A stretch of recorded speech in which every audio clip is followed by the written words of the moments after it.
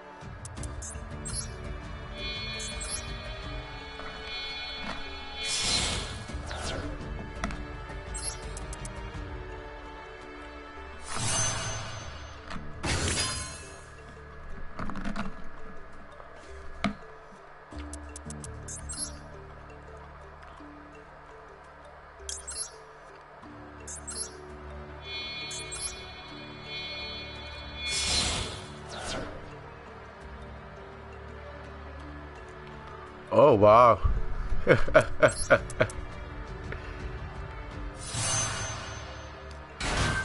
Well, I know Harpies is a really good deck. I'm not sure how good Toons is at the moment.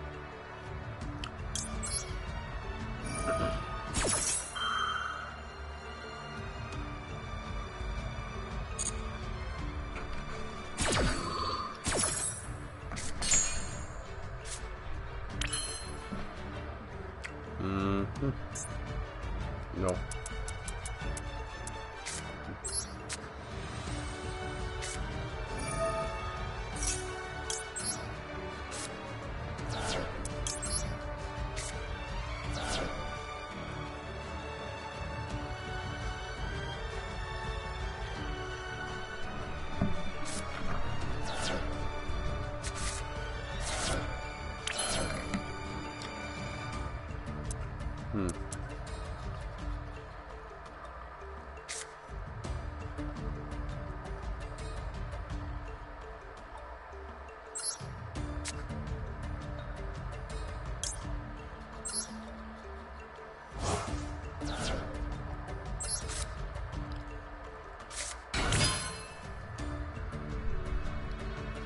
Alright, that would sound about right, because I know Harpies would be the better deck over Toons.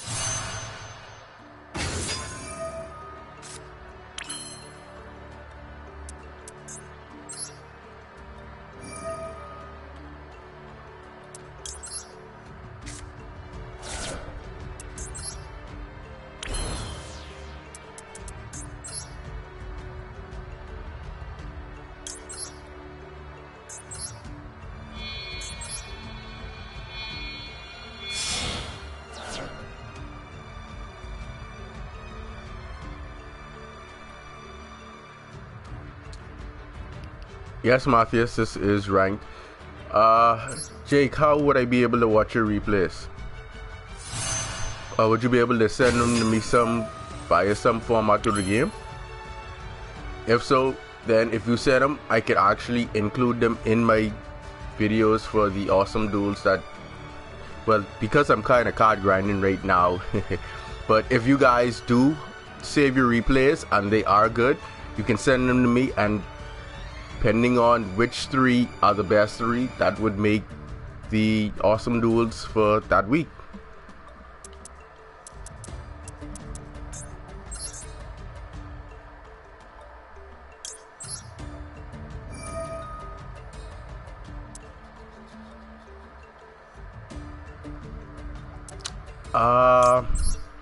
Wow.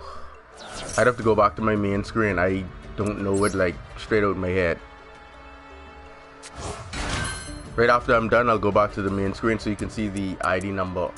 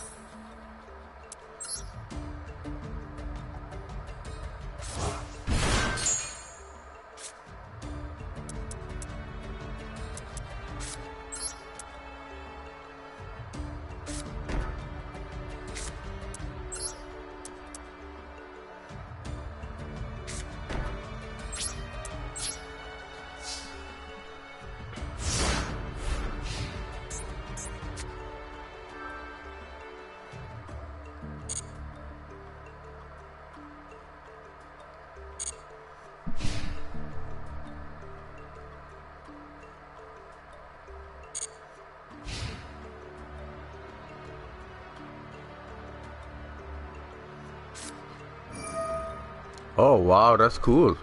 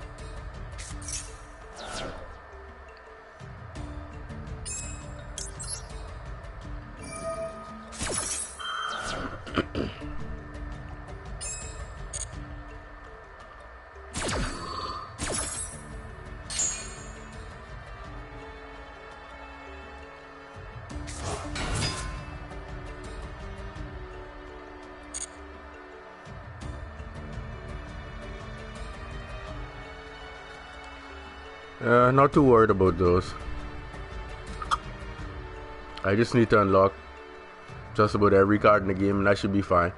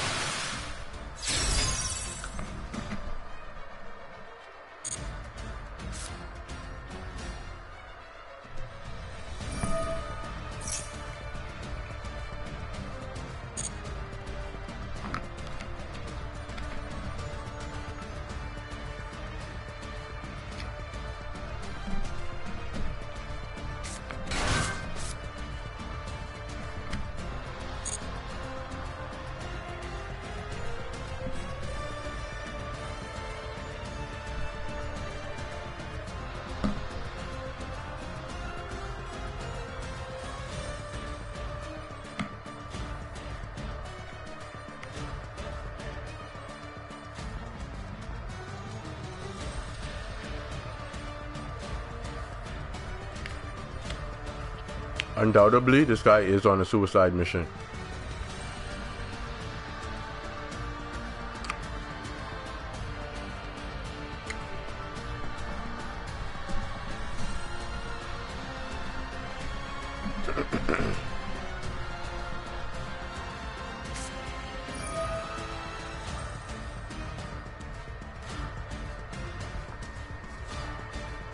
I'm waiting for him to surrender, because when my turn starts, either he surrender his turn or he surrender my turn.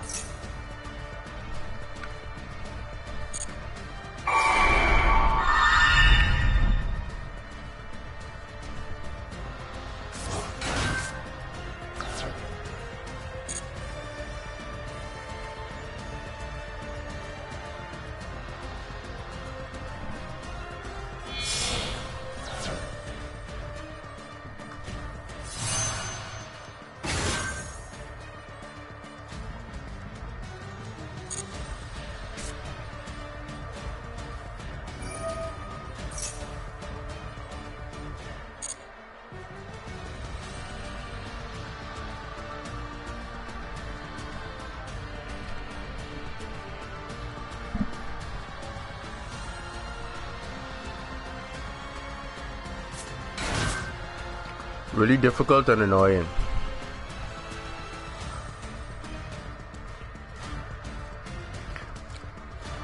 Marty, trust me, I know exactly how you feel. That annoyed the hell out of me. Me either. It's like I said, if it's gonna be one deck that I start the game off with, it's going to be synchros.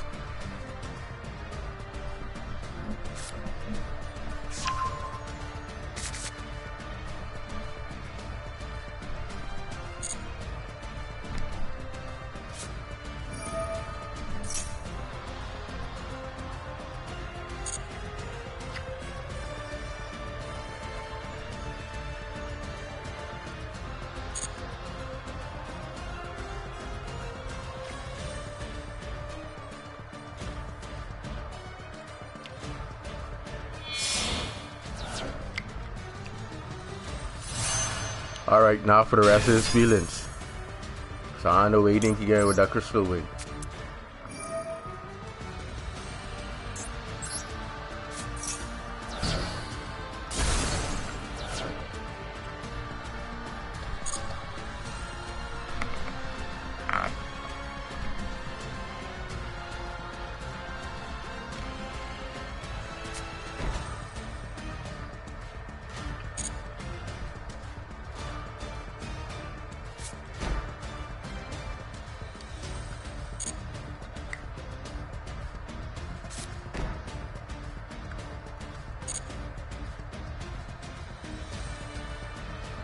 In the lower tiers, yeah. As you get up in the higher tiers, with people who can extend that and probably get into a Avramax, then that's where you're gonna have trouble.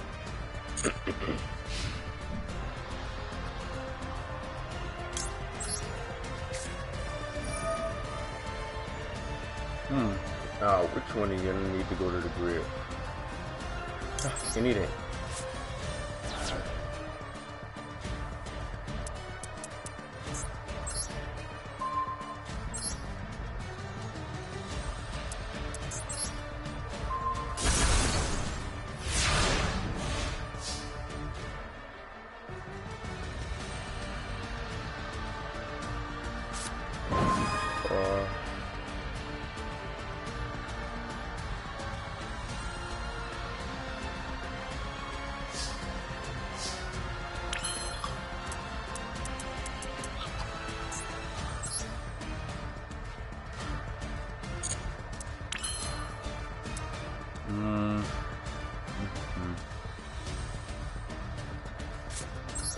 Alright.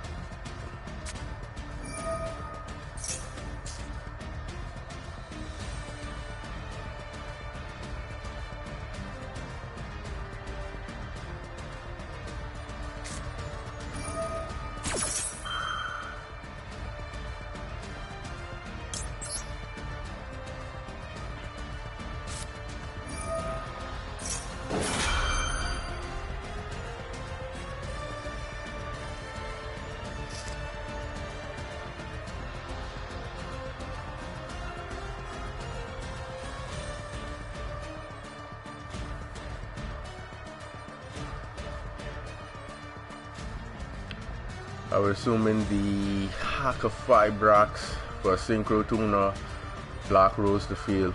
Yeah, you see how this one turned out. And he pay half? Oh, easy OTK. Easy.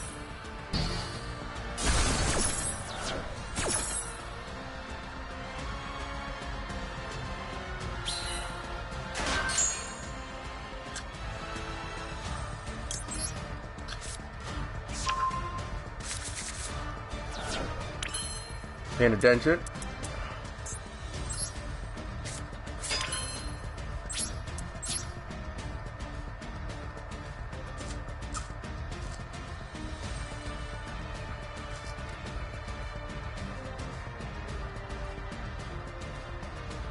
Only waiting on them. That's what they're talking about.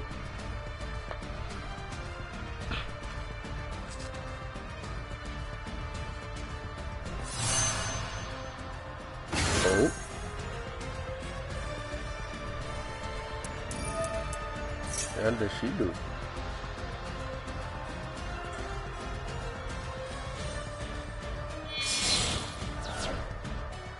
Oh, okay, she can do that. That's fine. Bounce it back. Of course, continue my main phase. I just need to bait out the synchro.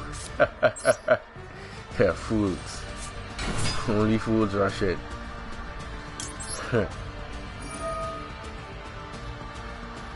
Alright, what kind of... I could get him back. I should have put him in grave. Okay, I'll bring him.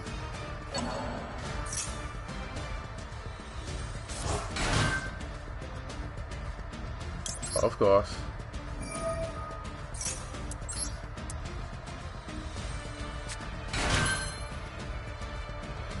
Okay, now first we need to put our cards back in our extra deck so we can combo off again.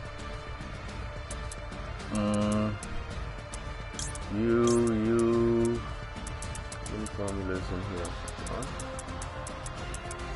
You.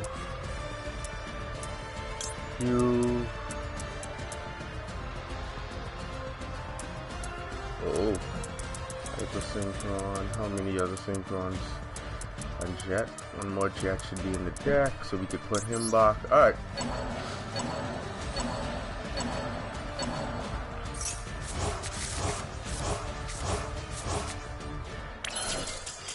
Yeah, of course. It's see, you have to understand when people using hacker Fibrox, they have to activate the effect for the synchro tuner because synchro tuner's effect activate most of them activate during the main phase and not during the battle phase. I think Formula Synchron for sure can activate during both. So all you do is switch your monster to attack position and declare to go into your battle phase.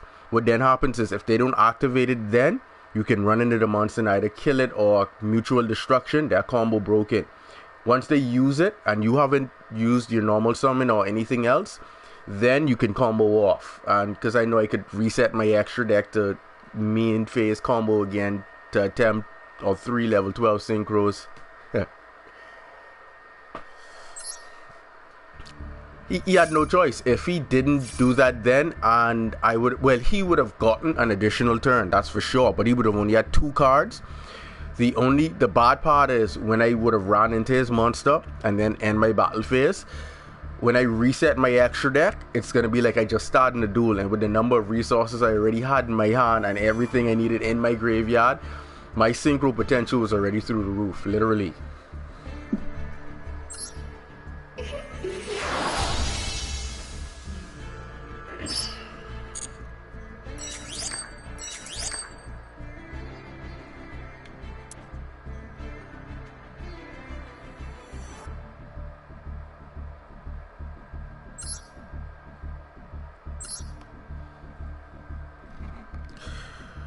Just gotta work on unlocking more cards. That's the only issue. Because I kid you not, Synchrons and Resonators are not competitive decks. They are just the top tier synchro decks. If you're gonna build a synchro deck, they would be the 2 best synchro decks to build. These are not competitive decks at all.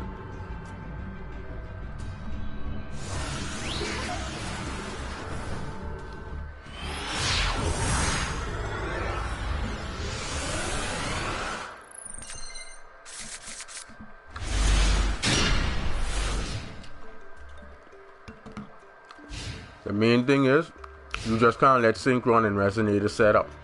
If they set up, you're gonna have trouble on your hands.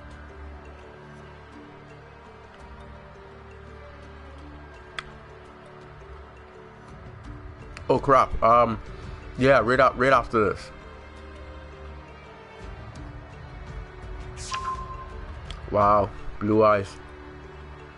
And you can't really blame players for playing Blue Eyes because, like I said, 3K isn't the easiest thing to get over, and when your 3K monster has really good effects and support, yeah. Alright, time to end this duel. I've had fun.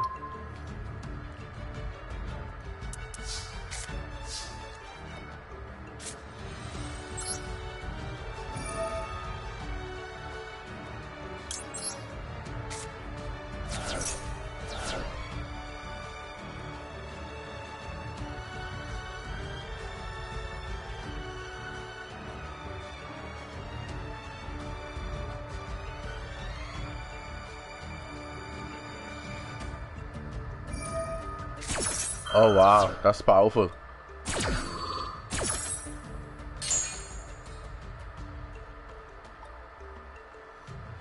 All day.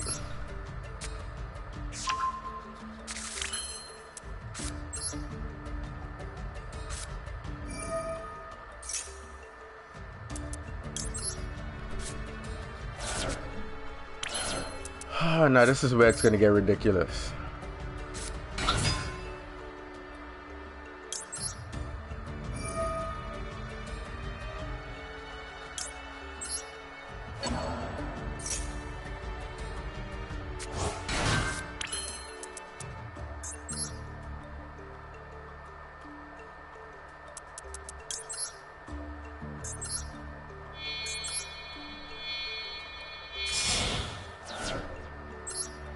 I'm gonna have to change my synchro route.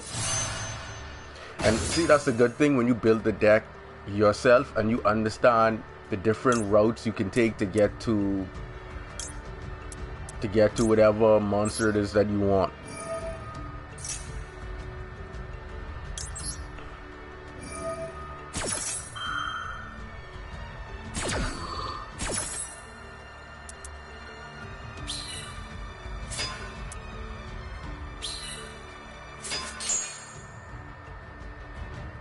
Alright, I'm gonna need 1, 4, and 3.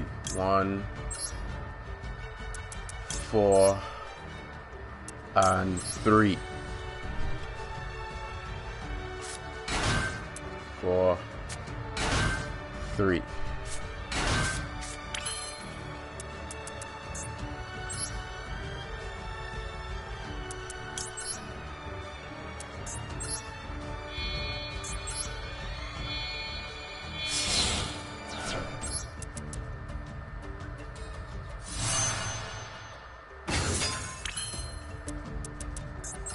And just to be on the safe side, we're gonna make this guy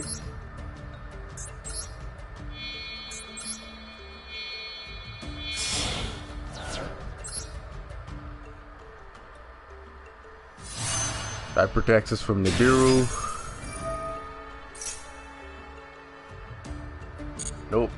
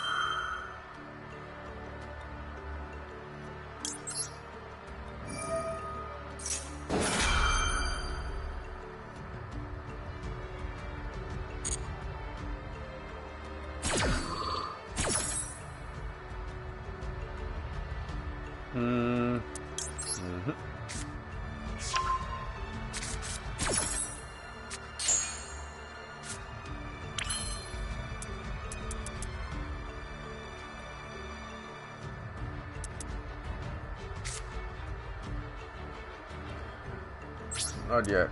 Battle.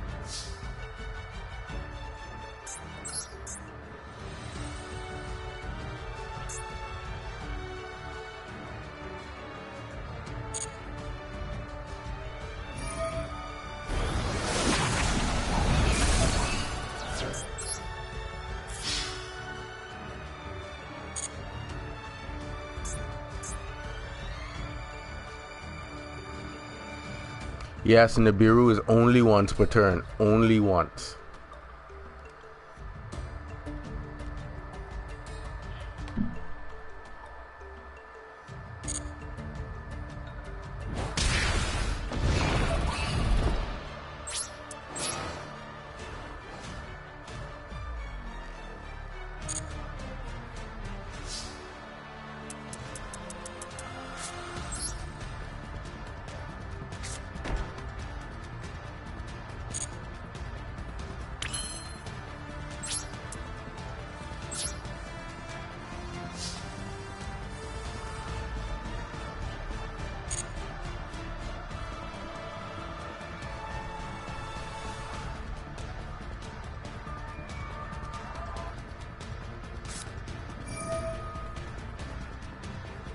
Oh. Alright, since you won't be like that. Huh.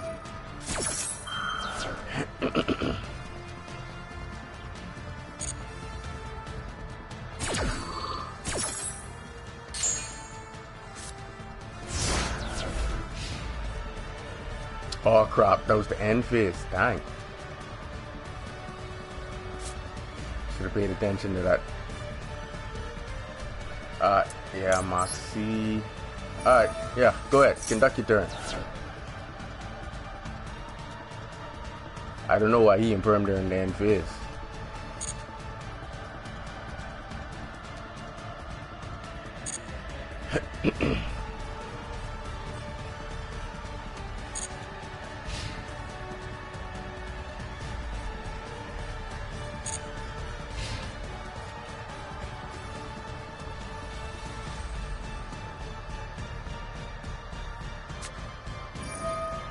Oh wow, that's almost powerful.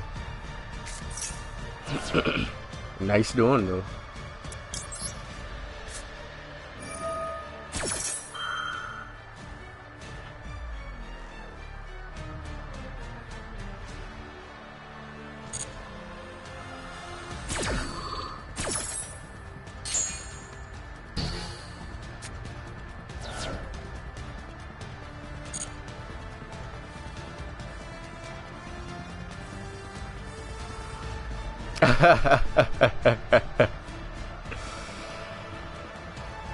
He has almost, what, about a quarter of his deck in his hand. He should be able to do something.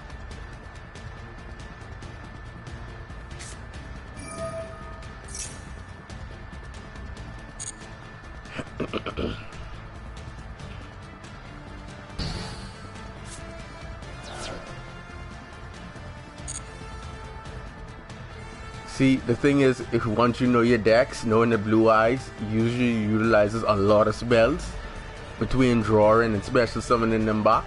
Easy to beat.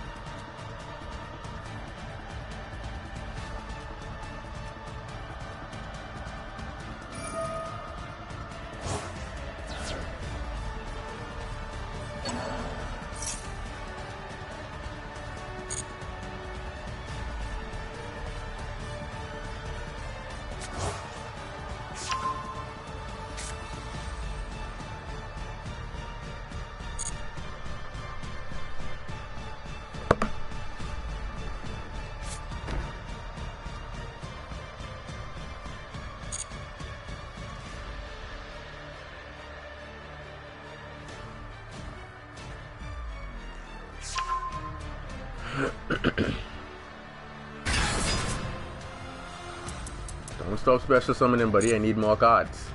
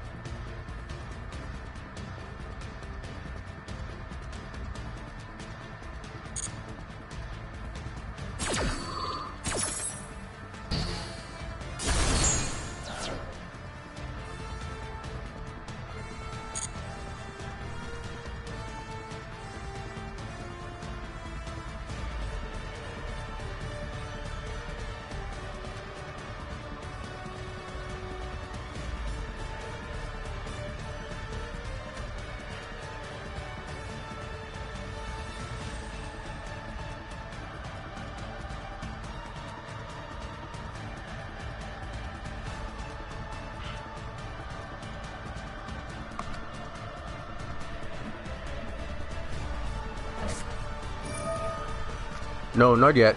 He still believes he can do something feasible.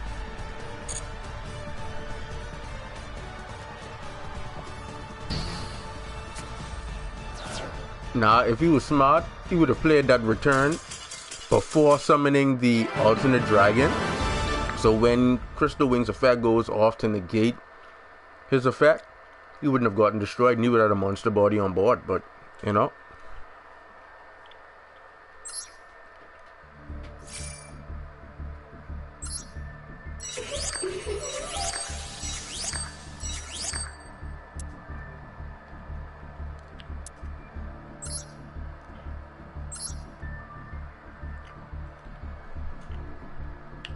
Like I tell you guys, or like I told you guys, this is not a competitive deck.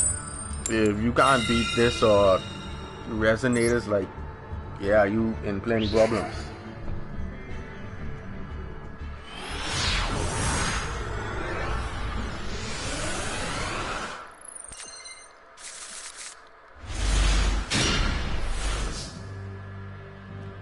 Wow, this is troublesome. And I don't mean it for me either.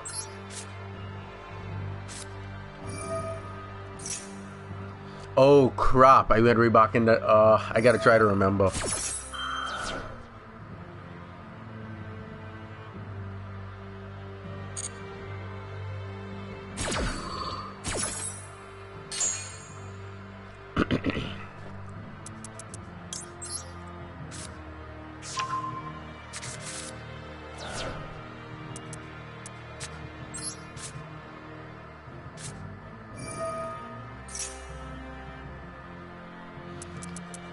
Well, not really. If you kept up as it changed, the speed of the change, you wouldn't really notice it, because like when they came out with synchros, they spent about 2 to 3 years before Exceeds came out. So like the speed change wasn't like rapid, where you could say, oh, I can't keep up with the game now, if you were actually keeping up. Alright, let's see how many cards we can get him to draw, because this would be really funny if we get him to deck out.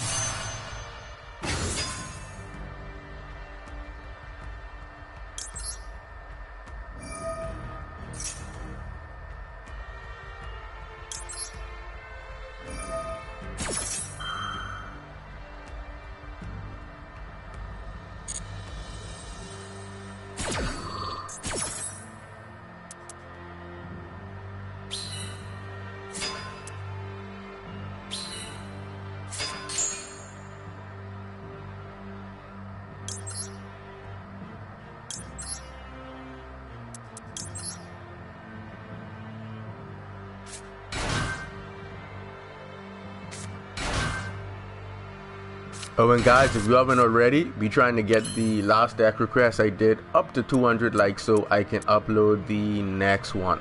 So if you haven't already, hit like, share the video, force the person to hit like, even if you have to hold them hostage and threaten their families. Yeah, do what you gotta do. Let's get that last deck request I put up to 200 likes so I can upload the next one.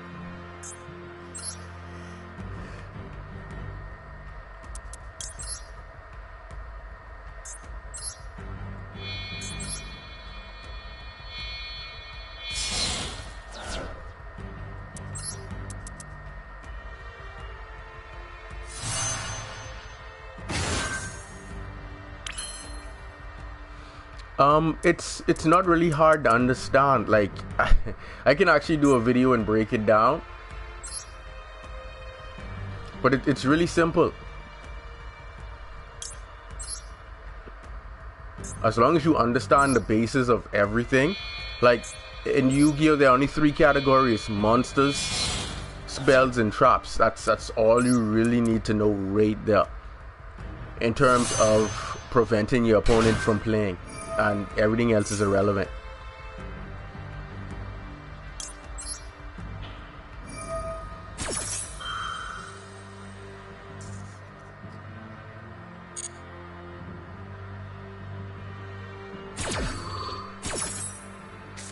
Yeah, I think this game should have a tutorial. It's supposed to be able to show you a tutorial on the game and how to execute everything.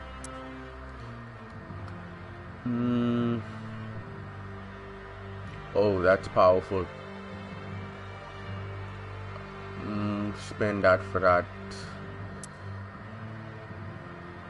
Alright, let's see what we get.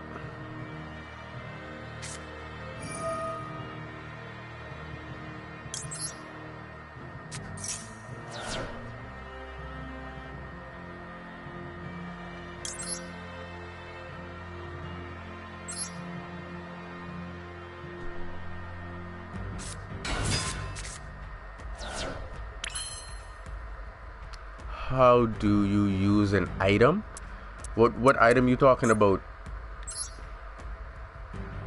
Because for my first start of the game, I've been winging it.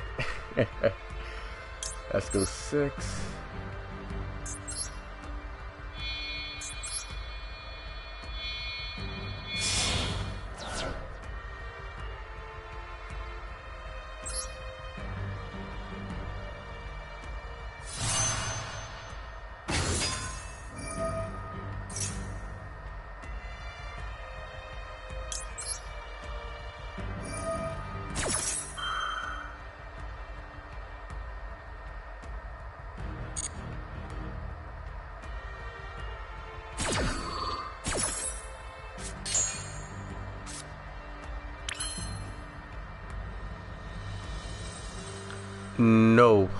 No, I don't. Let's see. That would be really good. That wouldn't be a bad end either. Alright, let's do this.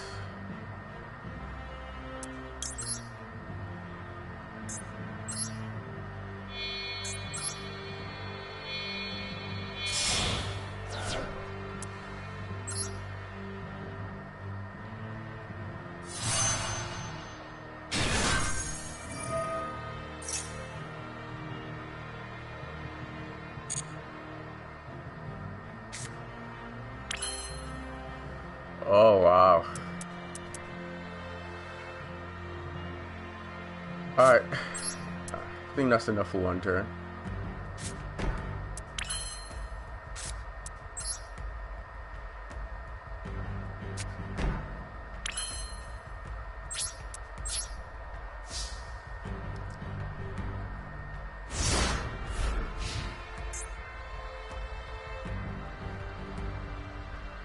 Dang, that's a lot of cards.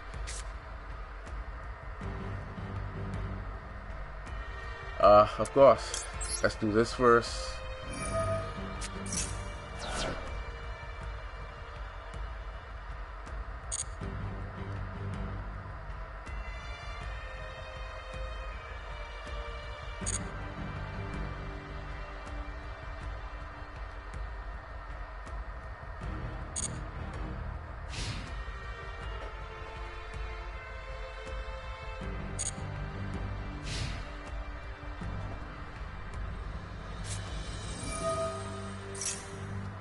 Oh wow.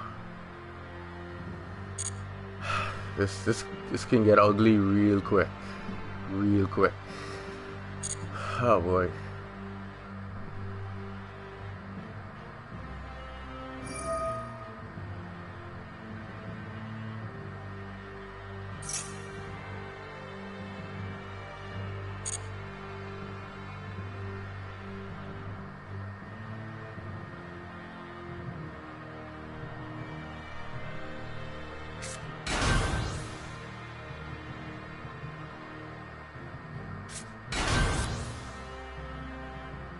Don't stop now, keep special summoning. I need more cards. See all those cards I gave you?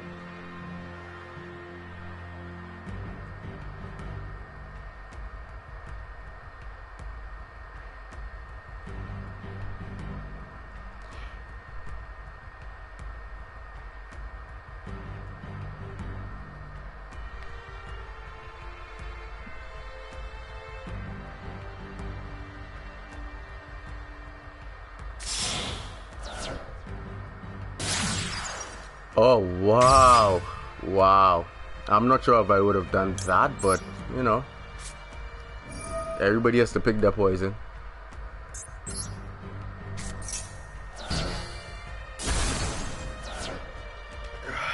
Carry on.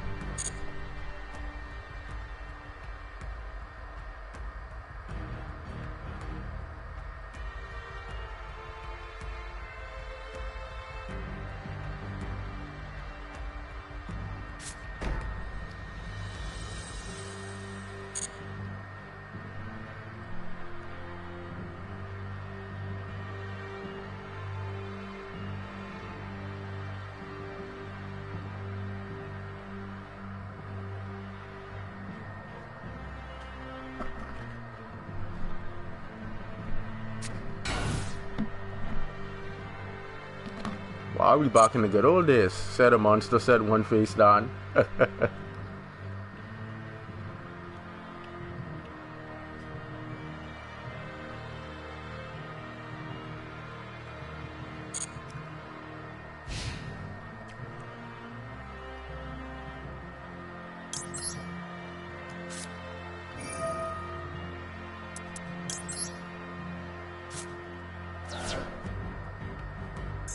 Let's get rid of that because we can't see what it is, and I need to know.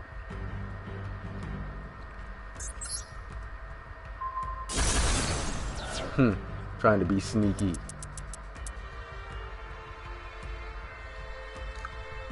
Oh, that's what that was. Tactical exchange. Oh. Huh. We're still waiting on him. Come, get rid of some of those cards with your hand. Now you know you don't need all of them. Keep going. Keep the most important ones you need to lose with.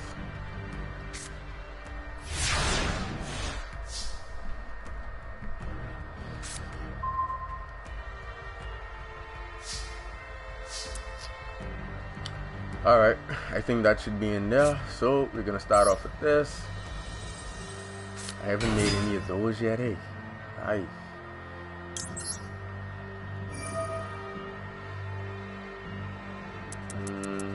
No, he isn't in here.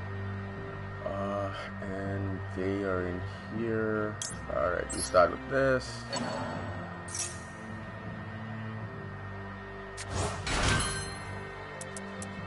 And we're gonna move right along.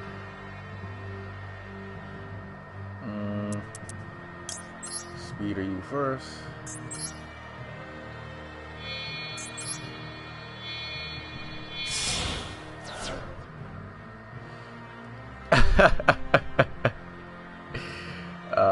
Of course, we trying to end this.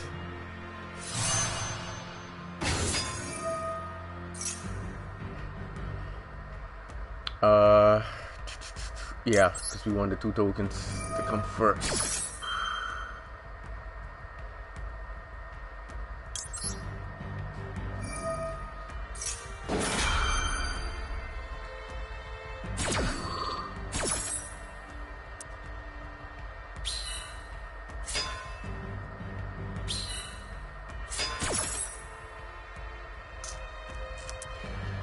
Of course. Put that there. Excelente. Now we get to go. Let's make you.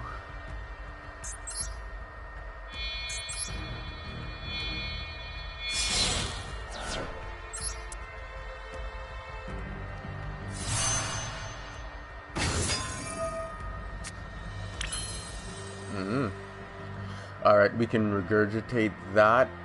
And okay, I want all of them right there. Okay, so we're gonna make that first. So, field protection.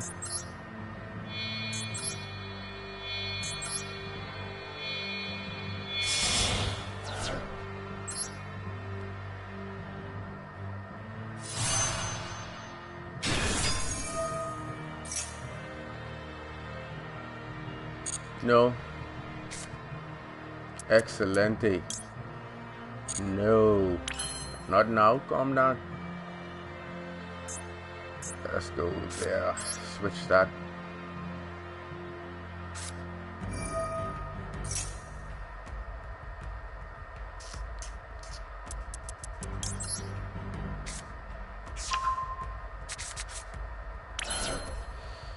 All right, now picking up where we left off.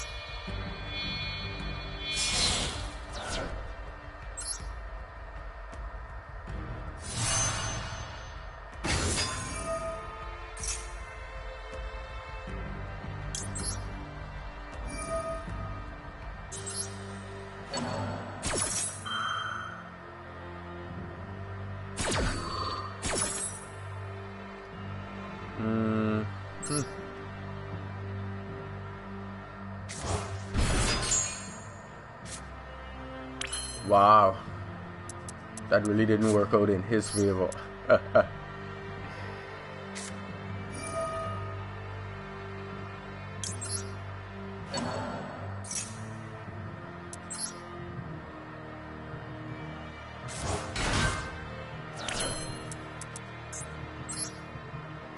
All right, let's go Quasar.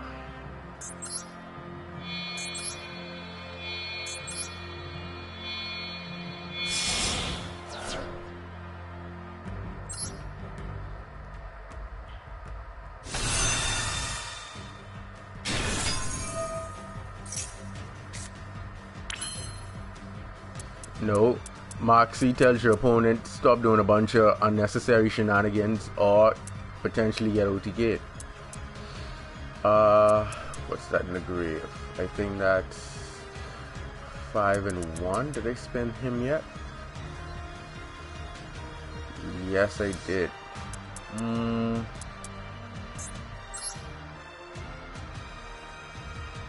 Yep. Let's go. Get back on the board.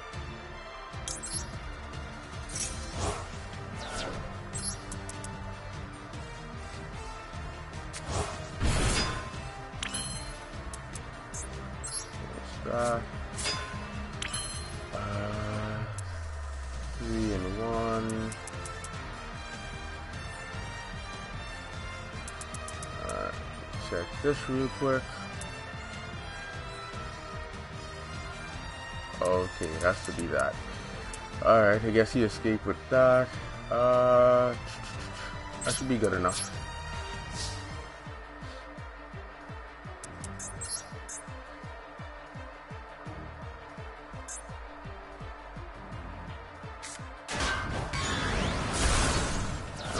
That's game.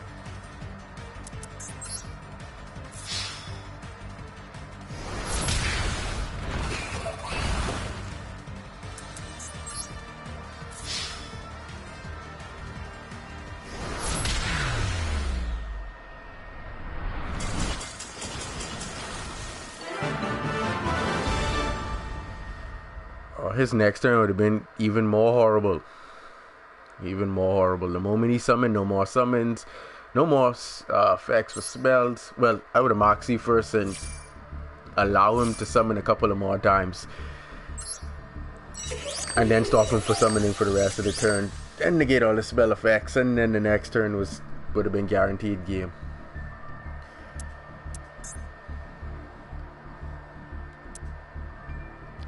Okay, main menu. I haven't forgotten. Player ID. Okay, I think I need to go on my thingy right here. Alright, there we go. Player ID 075-588-881. Player ID 075-588-881.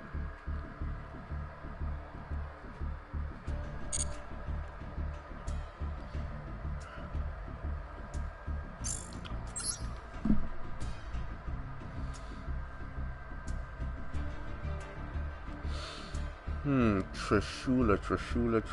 No, that could require stream monsters. I don't feel like playing. If I play Trishula, I usually run desynchro so I could abuse the effect. Because I am not playing desynchro in this, I wouldn't put Trishula in it.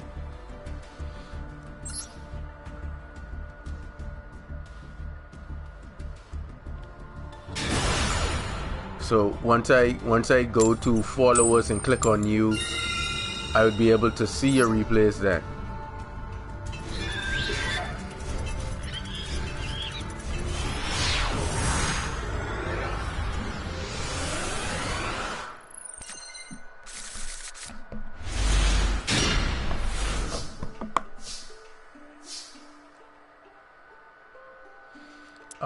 I just play and see synchrons until I unlock more cards to create something actually competitive, because synchrons are not competitive.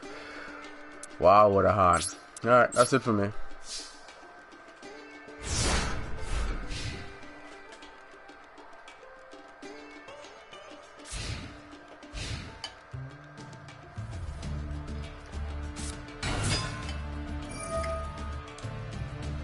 Wow, look like ancient guess.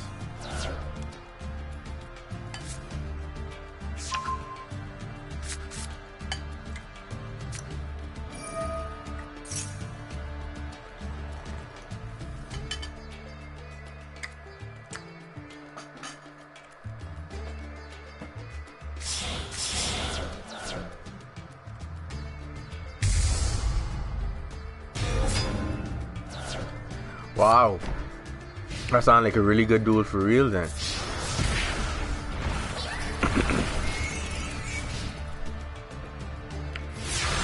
Boy, if I don't draw that card that'd be game over for me. Wow, the card I needed to draw. Wow, talk about heart of the cards. All right, that should be duel.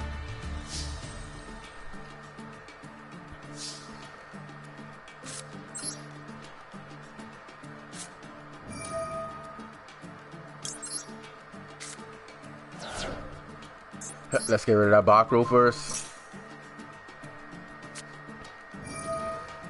Oh. Go ahead, buddy. Go fusion summon.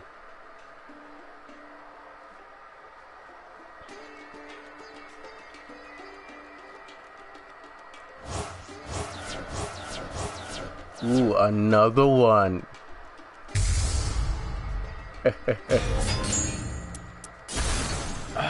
Remember its effect correctly, unaffected by spell and trap effects. Your opponent cannot activate effects during the battle phase. Attack all and pass defense. Alright, that's easy to get around.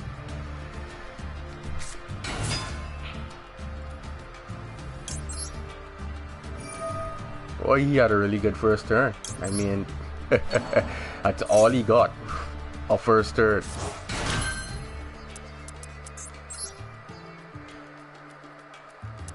Let's go speeder.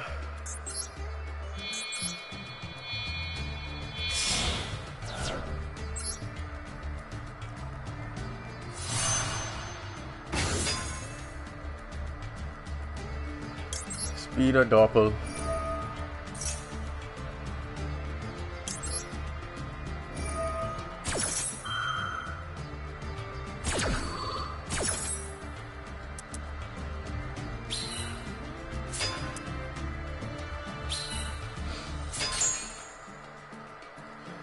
All right, 1, 2, and 4.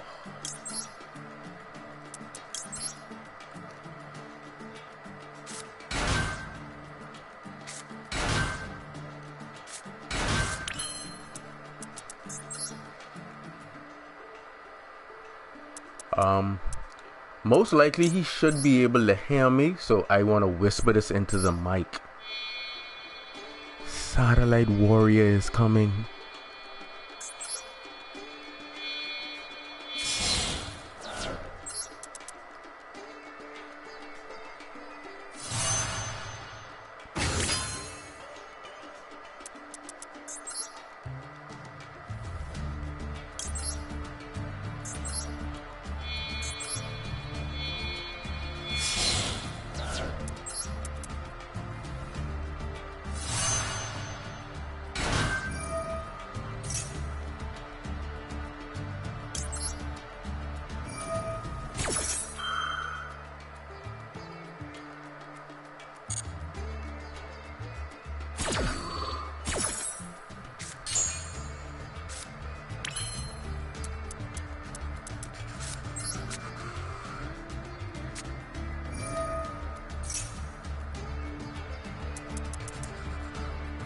Wherever may high.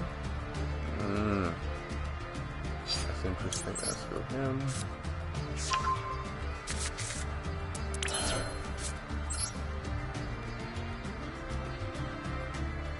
So I'll Spanish that. Get a question that is.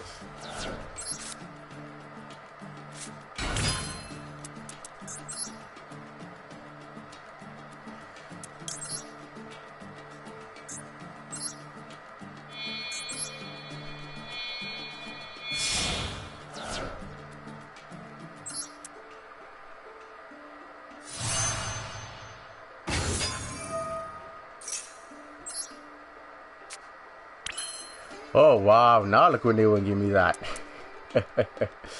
Alright, let me make sure my chain is on auto. So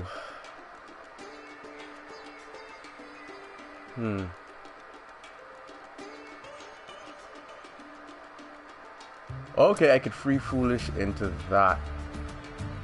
Oh, but crap, I don't have him in hand. Oh, that sucks. Let's go.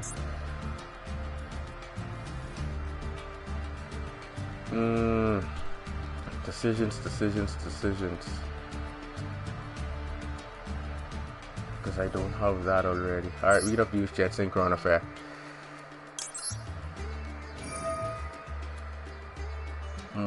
We don't need foolish.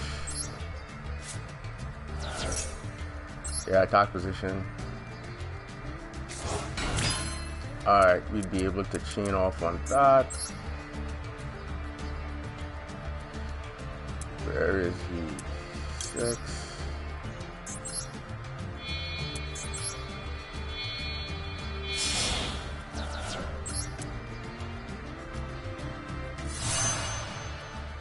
Yeah, there we go. Of course.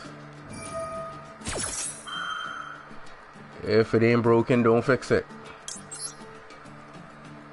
My bad. If it...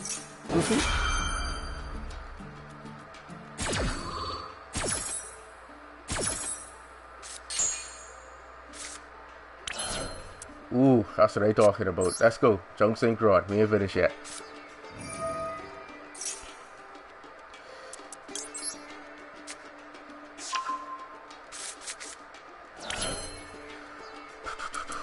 Okay, that would bring that and that.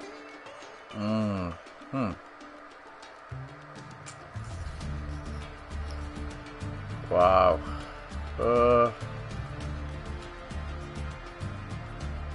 I have 2 more normal summons. I need... So we can make 7 and make that. Alright.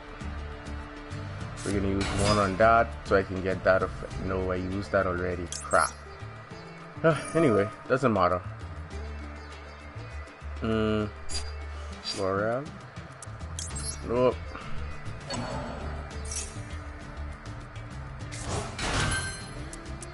Alright, let's get him and him.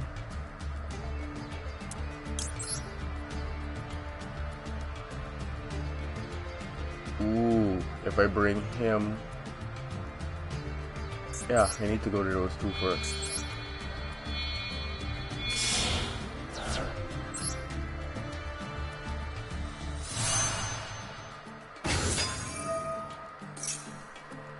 Yeah, I'm from the Bahamas.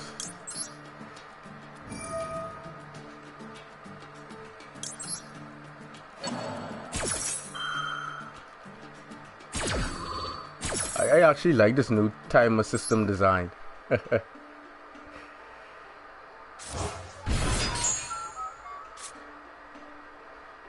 In the Caribbean. Alright, and we're gonna go...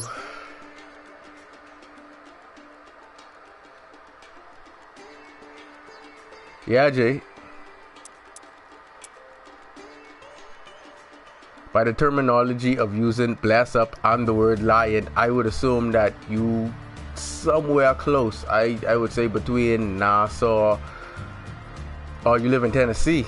Okay, I just gonna say you would have to have strong roots close to Grand Bahama or Nassau. What are we going for again? We can go. We can go Sylph.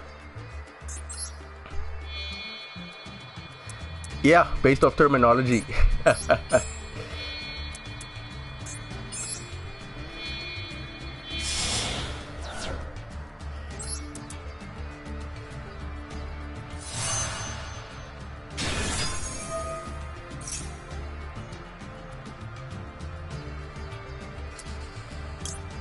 Magnet reverse. Yeah, no problem, buddy.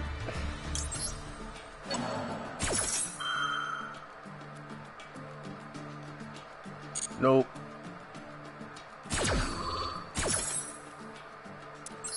Put that there. Ooh, I should have. Well, you only have 2, so it don't matter. I should have more than 2 synchro monsters engraved. Alright, from Hyper Synchron, your time. That Satellite Warrior, I promise. Okay, I don't need my chain in the Beyond no more. Let's turn that back off. Satellite Warrior.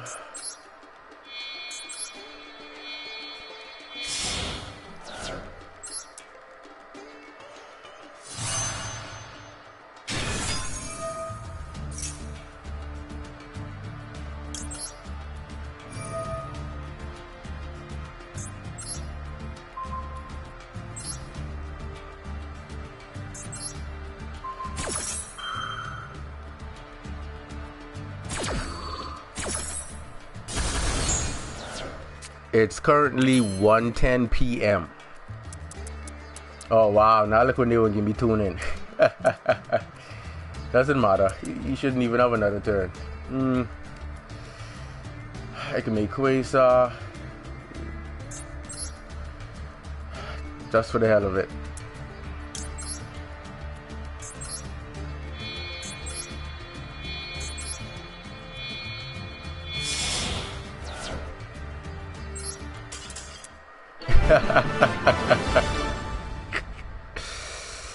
Now, strategically, if he did have cards in his hand or potentially had another turn, then I would not have made Quasar. I would have left those 3 synchros so I could utilize the Gravity Collapse and the Imperial Order, and then come back and just resynchro the following turn since I have access to Junk Synchron. Oh wow, it's still AM where you are? You're all living good.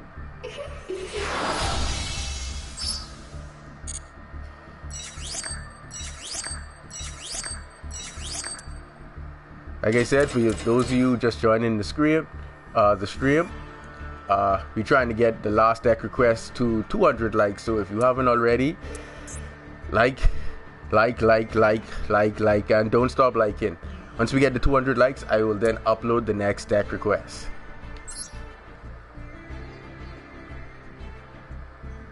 Oh, you live in Indonesia? Oh wow, wow.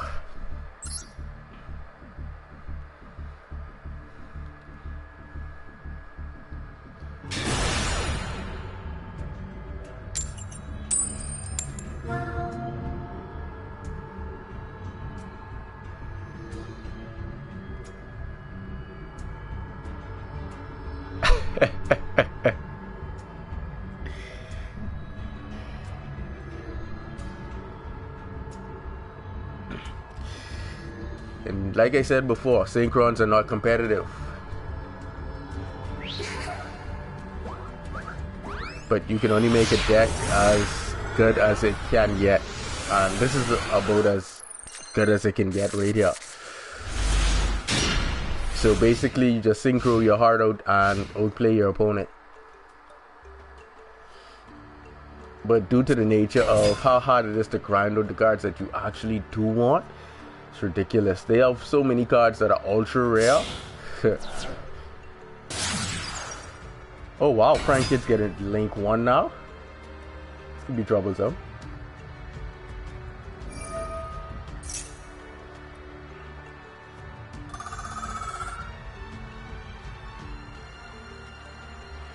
Jake, that's what I keep requesting players to do. I keep telling players, if you have any awesome gameplay replays, you can send them to me, and whichever the best replays, I will actually do that every single week for you guys and air it on a specific date.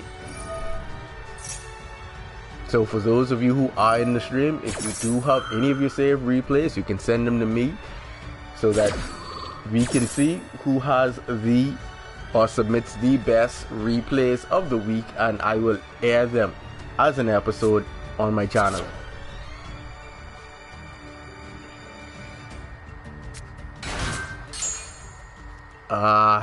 Everyone says that their deck can beat anybody, and there's only room at the top for number 1, so everyone can't be telling the truth.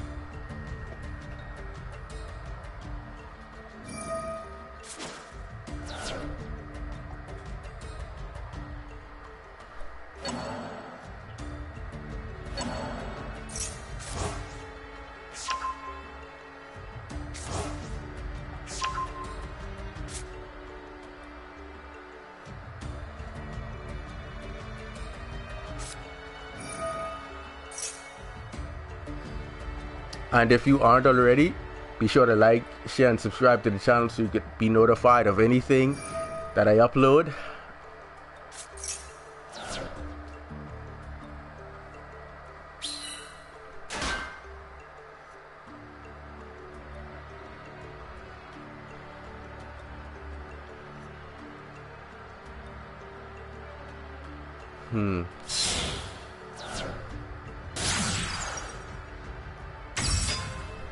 Any one of those 6 cards and you should be looking good.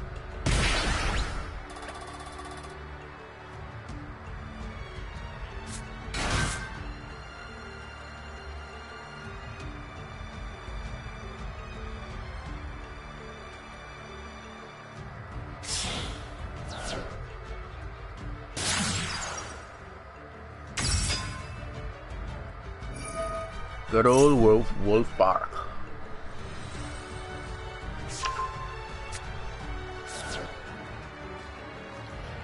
Yeah, that's what I was notifying individuals about.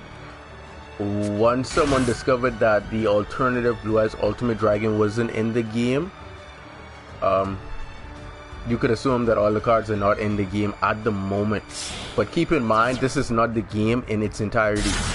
Right now, it's most likely just testing how far along the game actually is to see if there are any, in terms of errors, connection, gameplay speed, mechanics, just checking for glitches. So within the next 2 to 3 months, you can expect an update to the game with more cards, and the ban list should be altered depending on what cards they give us in the update.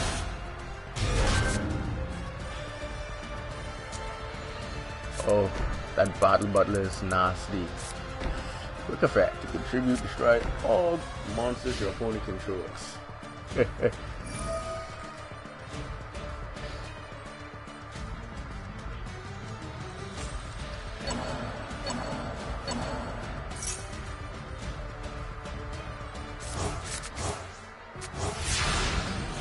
That's a really nice setup. Wow. Oh boy.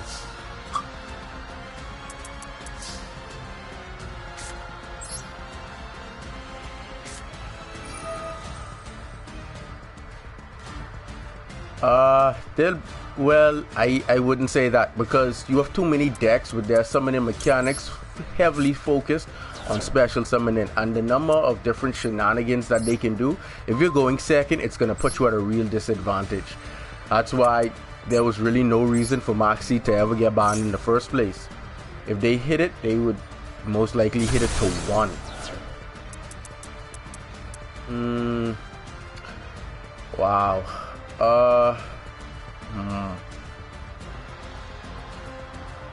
Remotely troublesome. Alright, let's try this.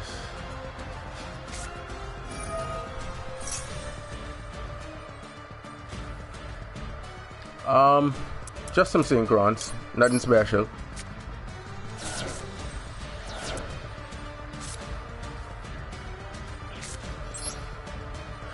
Now let's see if we can bait out that effect. Yeah, the reason being is because of the number of shenanigans that can be executed, like skill drain. You need to have a way to stand up against your opponent.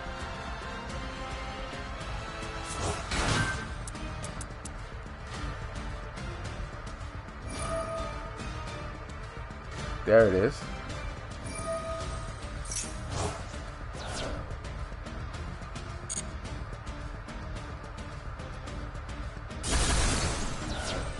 Oh wow, you could use the Prank Kid in the graveyard.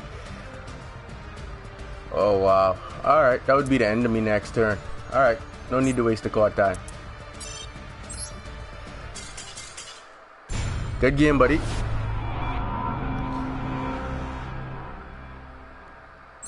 Moxie doesn't make me think about going full combo. My mind is already made up whether I'm going to go full combo or not based off of my hand. Because if you Moxie me at a certain point and I decide, hey, I don't go full combo, then the chances are I'm going to get OTK'd the following turn. So if I know I'm going to get OTK'd over any inclination I'm going to get OTK'd the following turn, I'm going to play through that Moxie, and also in an attempt to dash you out.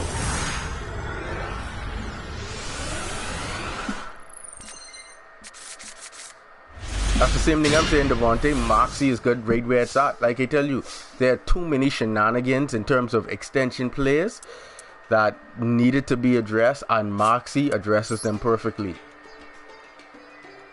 Let's set that.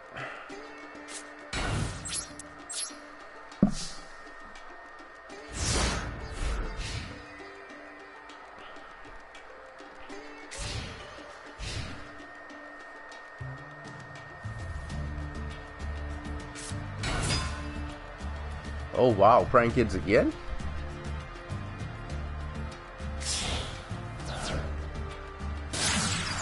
Exactly.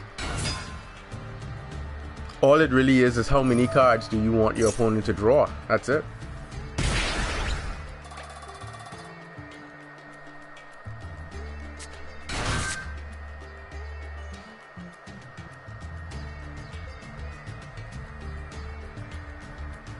Exactly. That's the whole purpose behind playing Yu-Gi-Oh! Trying to get that dub as quick as possible. If you, in turn, in the long game, unless it's like you playing a deck that slows the opponent down, they're like grind decks where you go multiple turns to basically outplay your opponent. That's different scenario. If you're not playing that kind of deck, then you should be trying to win in the least amount of turns as possible, specifically OTK wise, so that you don't have to worry about any other potential threats. Your opponent cannot win the game if you already either reduce their life points to 0, cause them to deck out, or acquire a win condition. Your opponent cannot win if you won before them.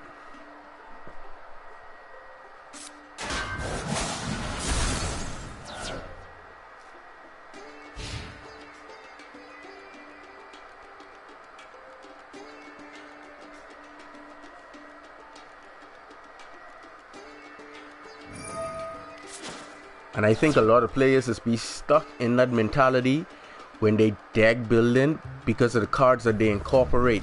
Because certain cards, it would require you to actually end your turn to be activated during the following turn.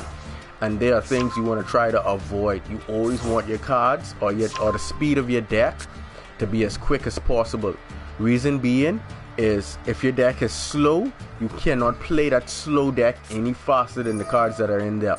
But if your deck is fast, you can play a fast deck slower by not playing as many cards or holding back on playing cards. So you can slow down a fast deck, the pace of a fast deck, by playing less cards, but you cannot speed up the pace of a slow deck because the cards in the deck are generally slow.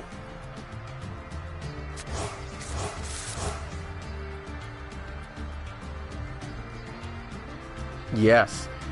Call by the Grave should have gone back up to 3. It's at 2, so I guess that's still fine, but it should be at 3, seeing the fact that you're gonna run into Veilers, Ash, and Maxi. But you can Ash Maxi, so I guess there's a counterbalance in there. Wow, what a horrible hand. Let's see if we can make this work.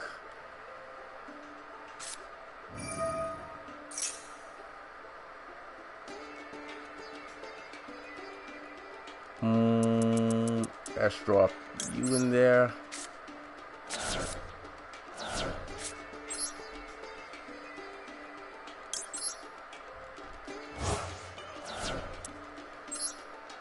And like I tell you, it's nothing better than when you build the deck yourself and you created your own routes. And because I built the deck and I created the route, I know how to combo off. So just because you don't start junk doppel doesn't mean you can't.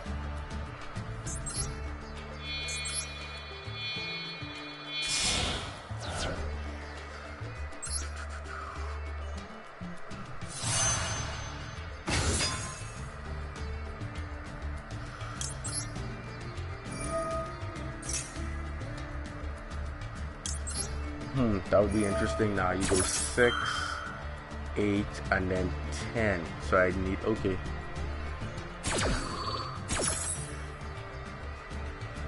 We're gonna go 1. Ooh, that's all I have? Oh no, wow, I select the wrong one. Supposed to go Florel. Anyway, doesn't matter. We go the next way. 1. No, we'll just use 3 instead, that's all. And 4.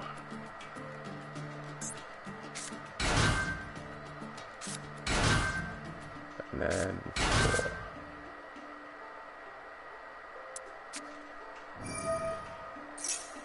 Oh wow. Battle Butler during my turn. That's troublesome.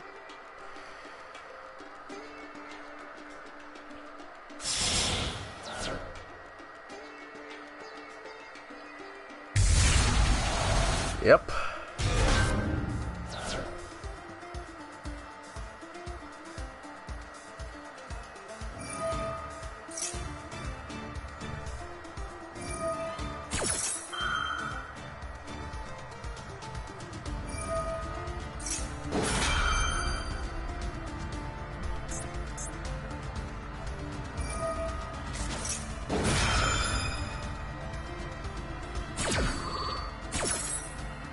That was a really nice setup. Jeez. Yeah, prank kids are really good. Really good. They really are. And the numerous amount of shenanigans you can actually do with them are really good during you and your opponent's turn.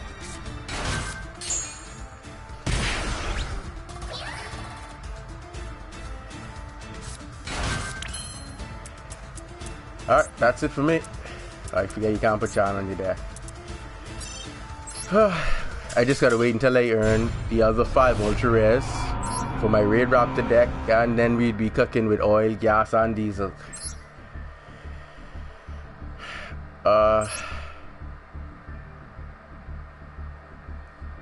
Actually, no. Prank kids were really underrated. Prank kids really were.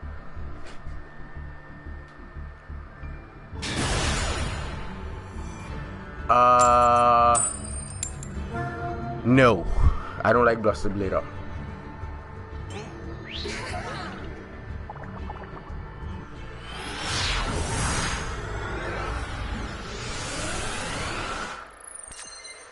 And see, the thing is, when you rely on face-up monster effects, Ruler no more exists, and Forbidden Droplets exist. I'm not gonna sit up there with a board full of monsters vulnerable to those cards.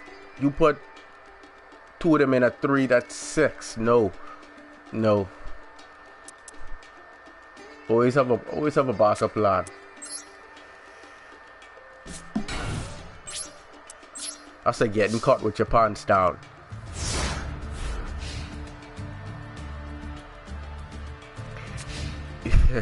See, that's what I keep telling players. You have to understand the consistency as well as the weakness of the cards you play in. When you don't, what the hell is that? Oh.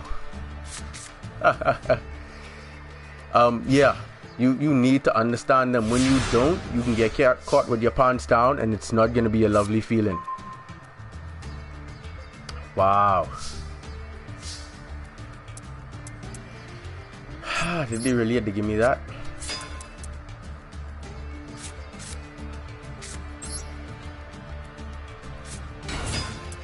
Alright, we love to change up our synchro route a bit.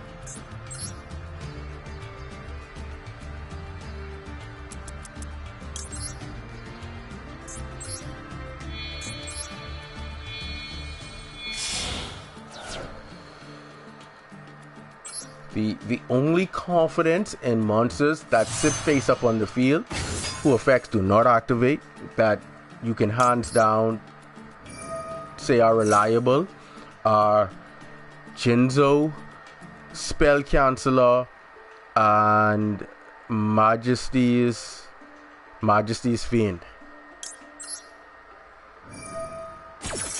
They are the only 3 monsters when sitting face up on the field, regardless of what your opponent activate. Well, they can't activate. All spell effects negated, all traps negated, and monster effects can't activate. They're the only 3 monsters. Anything other than that, with activated effects, you wasting your time. Literally, you wasting your time. Let's go. We gotta go 1, 3, and 4. Forbidden Droplets, Ruler no more, things like that. If you don't have a counter trapped, and if they Forbidden Droplets and send a trap, you're... Yeah, Dandelion still banned. If they send a trap off the Forbidden Droplets, your counter trap useless. You probably could get away against Ruler no more, but no. Let's go.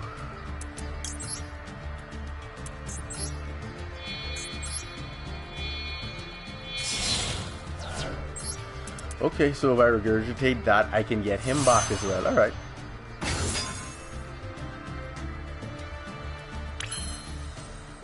Alright, let's go. Let's go.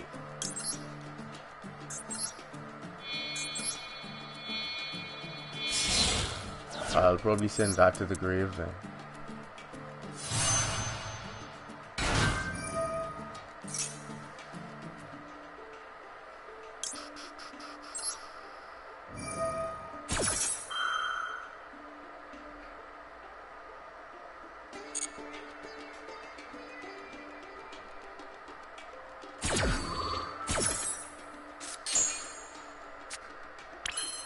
Oh wow. Oh wow. Decisions.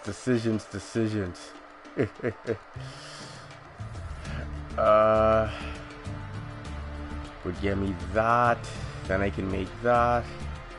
Hold on, let me send that first and draw 2.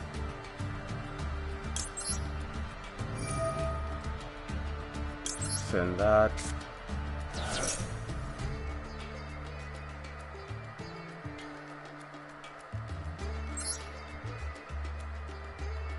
Hey, what do you say, Sean? Over time, as you consistently keep playing the game, the controls feel a little more fluent. So, and then you get used to the timing system with the chain, and once you understand the other little inquiries in the system, it's not bad at all. Let's go. We're gonna make 6, so we can draw 2 more again. Because there's nothing wrong with drawing a couple of more cards.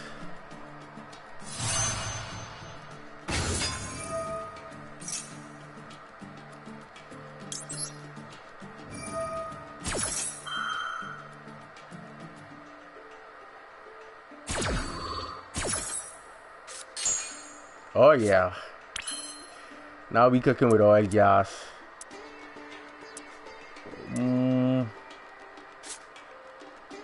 That would give me that. I need to make sure that's on. I'd have to go with that.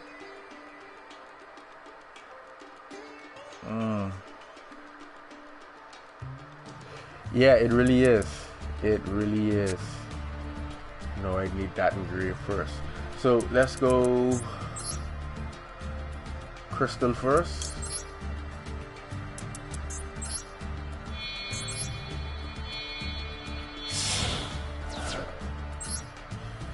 All right,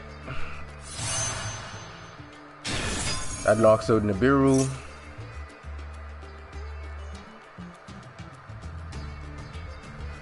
Then we're gonna chain magnet reverse and then go chain summon it.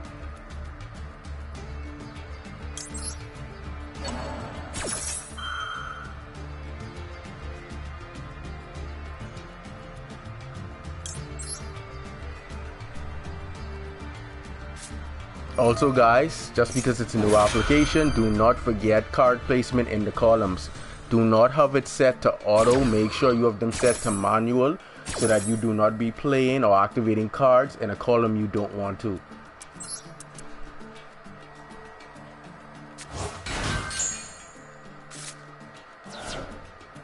Alright, there we go. Let's activate this. Send you. Let's get another chunk in the trunk.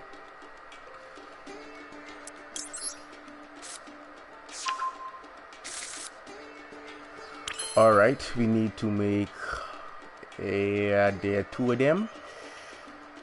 I would end up with 2 tokens, so I need to revive a level 3 tuner. And what do you know, Junk Synchron is in there. Alright, Monster Reborn.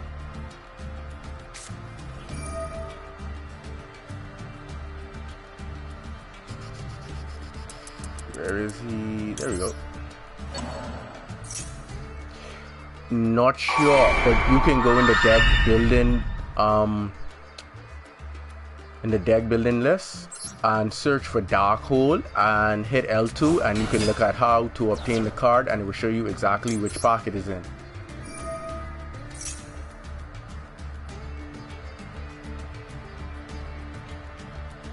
No.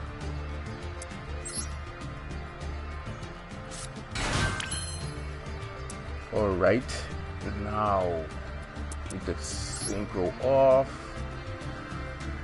Let's go him.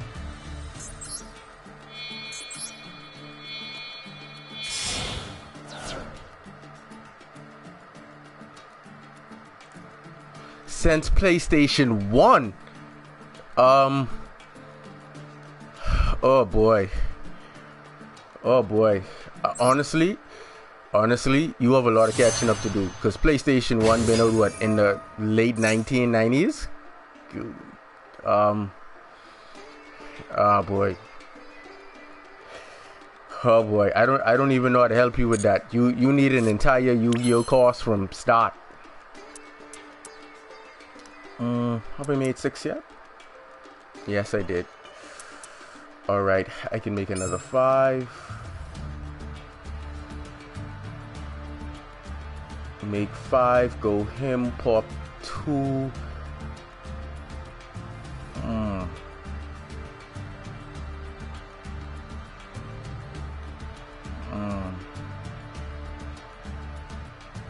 Or I could just go 12 and go 12 again. Yeah, we just go the simplest play. We go 12 and 12 and stop adding. We don't need no more. That should be game. Then go protection first.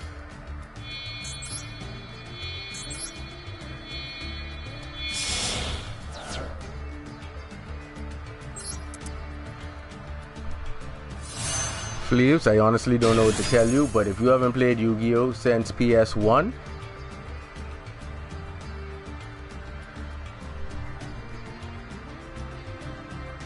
Tube 21, go into deck building, search Dark Hole, and then hit L2. It's gonna prompt you.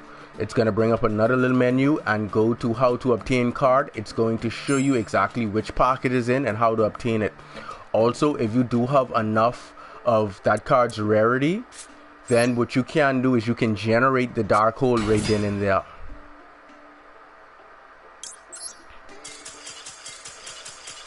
Alrighty, you probably caught on. Next synchro summon would have been the next Black Wing, and then I was bringing back the Converter. Converter would have get me formula again, 2 Black Wings, Converter, next level 12 synchro, easy game.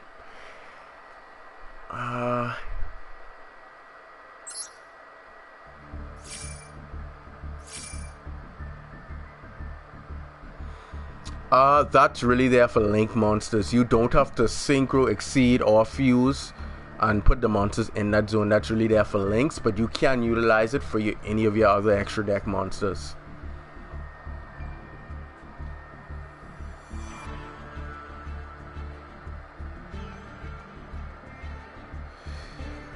Oh wow, that's cool, Derek.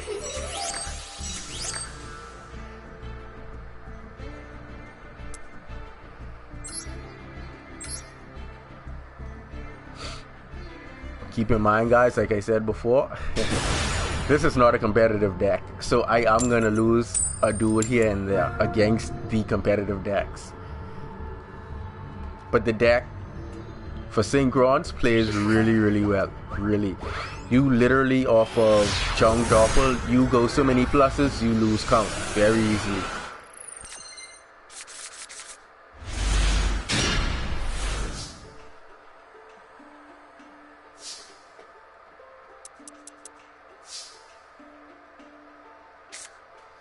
Oh wow, let's see now.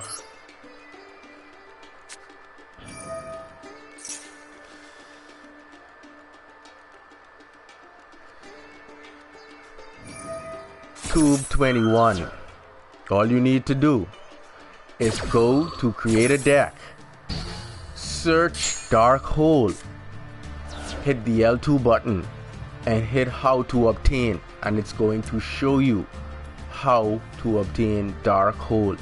If you have enough points for whatever Dark Hole's rarity is, whether it's ultra rare, super rare, rare, or normal, you can generate that card right there, then and there on the spot, without having to go and purchase it out the store.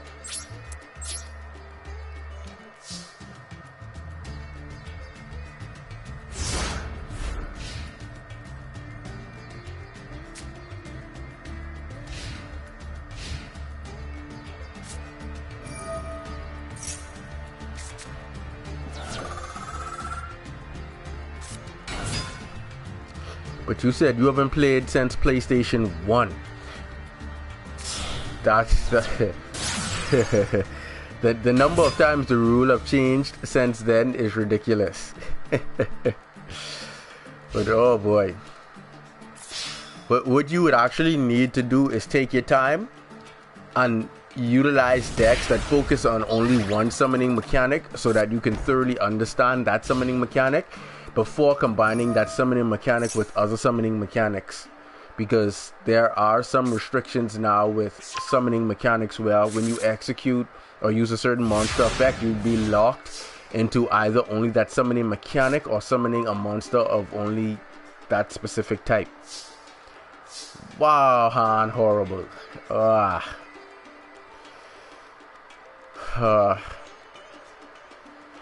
Alright, let's see how many turns we can last.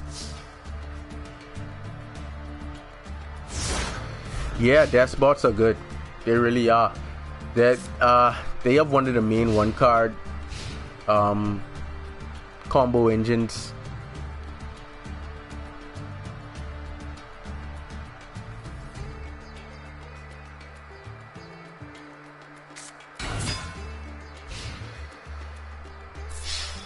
A first edition Jinzo? That's a good question, not sure. I know I saw a Blue Eyes Ultimate Dragon mint condition for 3K. I was like, wow. Oh wow.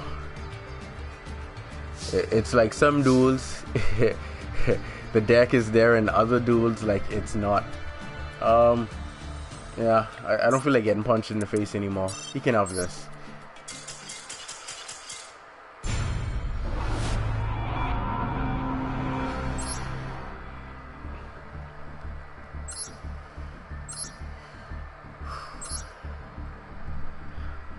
Once I get my Raid Raptor deck up and running, that is actually competitive.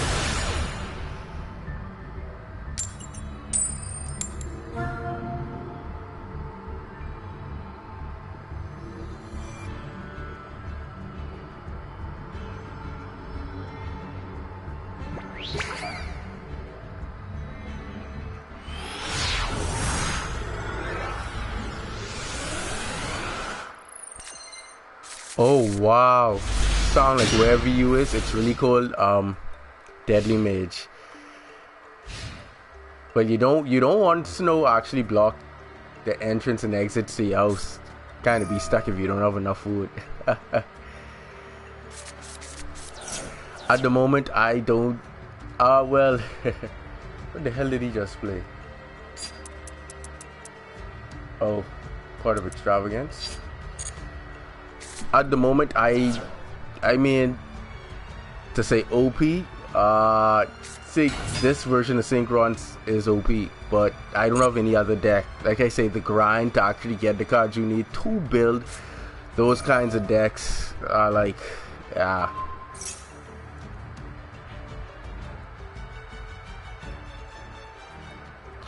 Yeah. Gaza, you just keep it simple.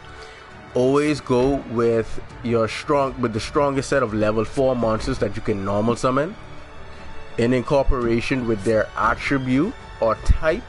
See if you can find a monster that actually banishes one or more of them from the graveyard to special summon itself to the field. Similar to, I think it's a cyber monster that banishes the light monsters and brings itself to the field. Oh wow, this is an anti-meta deck. Crap. Oh boy.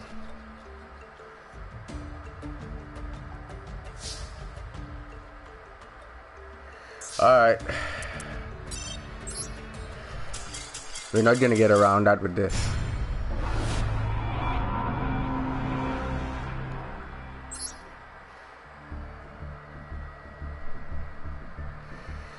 But yeah, you just keep it simple. The strongest level 4 monsters. Keep your traps generic too. Make sure that your trap selection covers a wide range.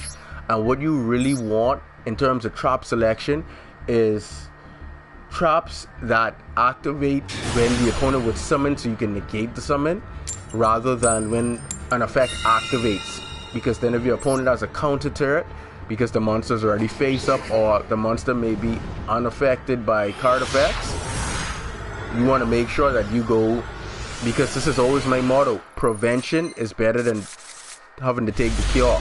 So if you can prevent a monster from ever coming to the field, you won't have to worry about using multiple resources to try to get rid of that monster. So always go the prevention route. You can utilize solemns, but you do want to be careful because it costs you life points. And if you get the timing wrong and your opponent can extend past what you negated in terms of summon or effect, then you are going to make it easier for your opponent to OTK you. Because paying half your life points, you put your life points to 4,000. If your opponent extends, that's easy OTK. I would assume that my opponent just bricked, so. But usually when you brick, you actually pass turn to see if you can, pending if your opponent hasn't played anything yet, you usually pass turn and see if you can survive, and then hopefully the next card you draw can, you know, unbrick the hand that you got. You don't immediately surrender. Now if your opponent has already set up, or you know what your opponent's playing is going to result in a potential OTK, then you can scoop. Yeah, that fossil Dana lock, it's gonna require more cards to break that. Alright, see what I say, the pros and the cons is like, some duels you pick up a hand, it's really horrible, and then others it's really good. So like it's like a give and take.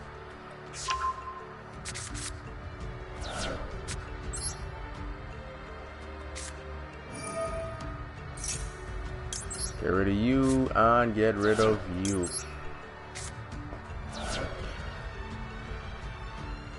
Let's see what our opponent's playing.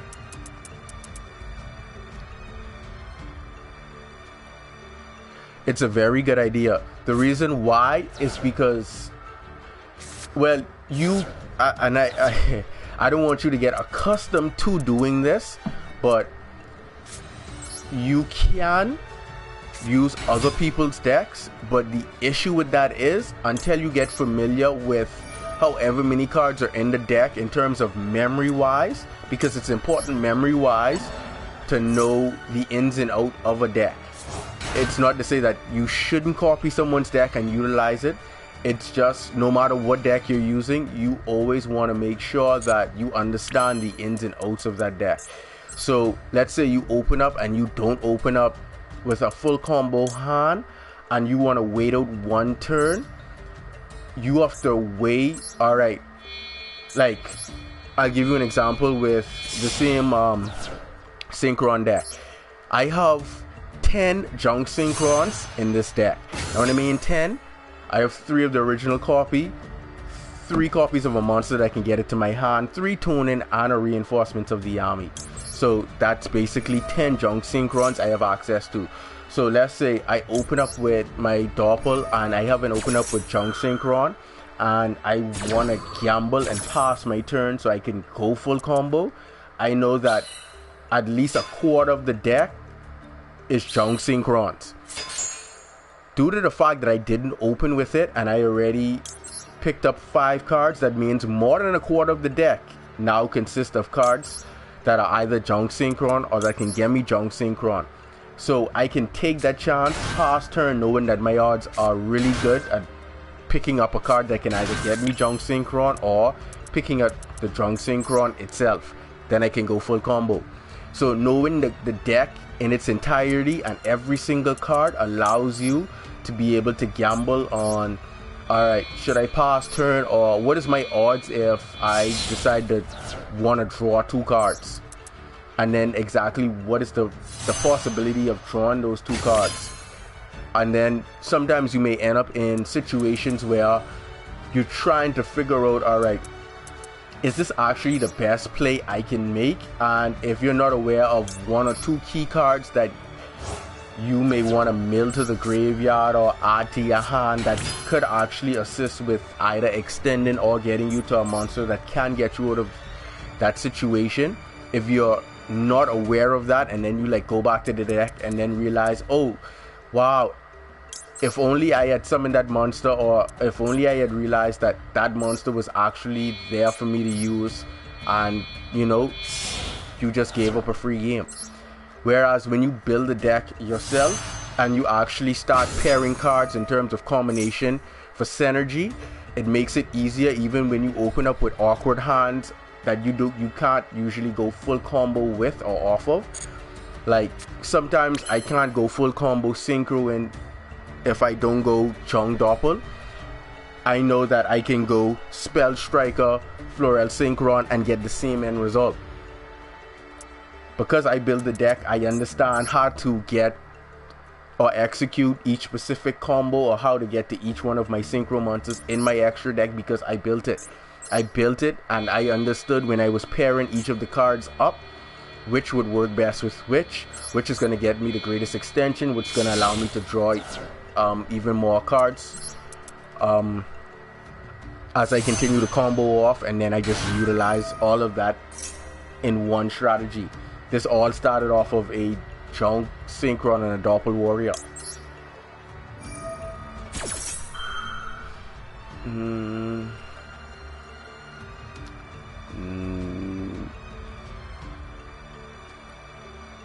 Yeah.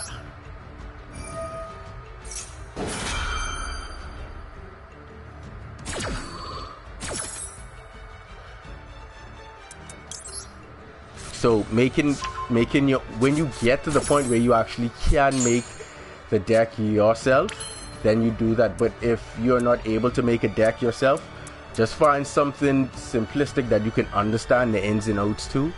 And the more copies of a card you have in the deck, when playing a simplistic deck, it makes it easier versus like if you only have like one copy of multiple cards. It's like trying to cycle through and then gambling on whether you can draw it or not. I wouldn't say not one to win with their strategy. It's just creating and utilizing routes. That's all it really is. Creating and utilizing routes. Let's see now. I can go 12. And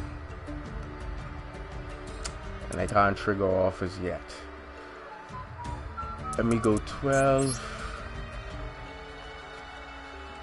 Let's go in the form of some protection.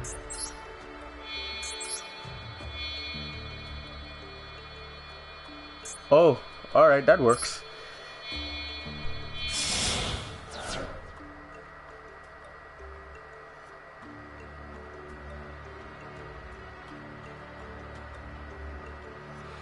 Oh wow. Well, see, you have to understand that YouTube knows all the goats. Trust me, it does. Yeah, I want to chain Moxie to that.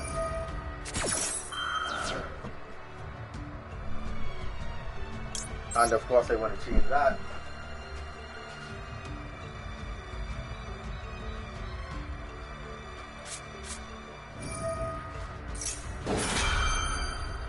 But yeah, in terms of deck building, I do recommend that you build the deck yourself, always. How do you think while I'm dueling? I'm always formulating and being able to anticipate what cards I would get, what I want to draw next. If I make a mistake when I do synchro wrong, or if I don't get the proper synchro material on the field, what are my alternate options? Because I build the deck, I make sure that I can do that. Oh no, I'm not even done yet. Not even close.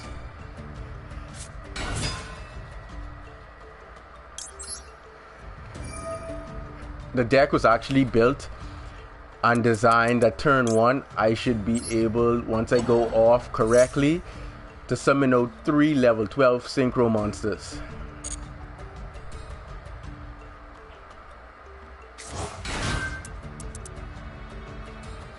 Nope, I don't want Doppel's effect again.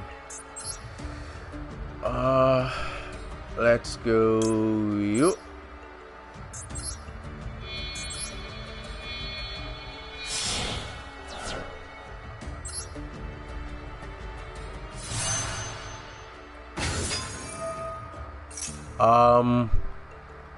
I don't know. I don't know. You just said that guy. I don't know exactly in reference to which guy you're pointing to, but I can get 4 big synchro monsters on board. Formula.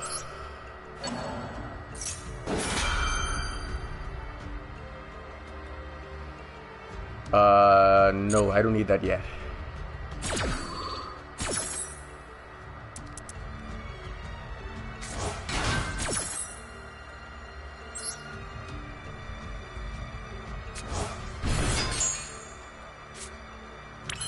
Oh, well, if it looked familiar, then I guess it's me.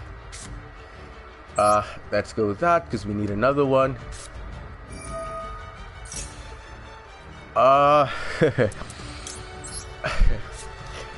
Let me put it like this.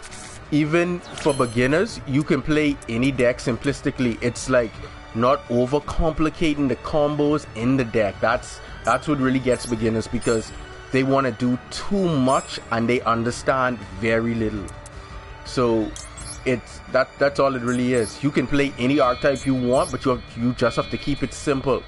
What I can do for you guys, I can make videos on the different archetypes and how to make simplistic decks with easy combo routes, anywhere from about 2 to 3 that are easy to execute and are really effective. I can do that for you guys. No, I don't need to draw that again. Alright, let's do this. The way that it's built to be consistent, but the mere fact that this is a game based off of data, you can only play what the game gives you. In reality, if you was to shuffle this deck and draw, the consistency of this deck would be really good. I kid you not, in reality. But because this is a data-based game, and this was something I explained on one of my live streams 2 years ago, players who played games like this, where you are forced to take what the system gives you, you're actually playing the most competitive version of the game you possibly could. Because in actuality, no, I don't want to activate any of those. In actuality, you are... Okay, I need to bring that back. Okay, I need to activate... No, I would not space. Crap. Because in actuality, when you shuffle or you shuffle in decks in real life, your probability increases, versus where your probability really only increases based off the number of cards you placed in the deck, that the system is going to decide, alright, what card should we give him next? Unless you're playing like a deck that excavates and allows you to change the order of the cards, yeah, you really aren't going to have much luck along that route. So it's basically just what the game gives us. So when you see a deck going off like this, it's basically you have a lot of control in terms of what you summon, and then the cards that you add just allow you to extend, so your plays just continue to just go on and on and on until you hit a brick wall.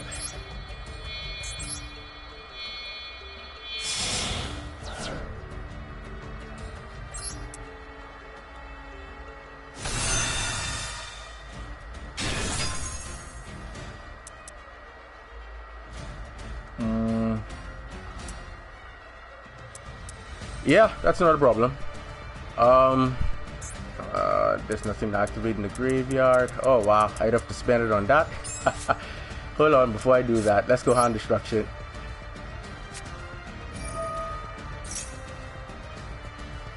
Let's send you and send you. See what we get.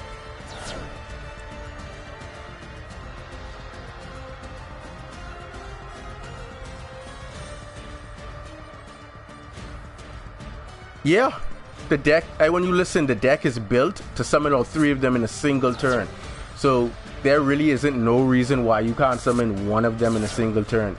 You only need to go chunk doppel and you can get your any one of them. Oh, that's what they gave me. Alright, you'll just set this. And then we're gonna set this, and that'll be it for us. I'll end my turn. But you can get at least one of them every single duel. Every single. And as you can clearly see, I'm not even over exaggerating. That's one turn worth of plays right there, and that's 3 of them.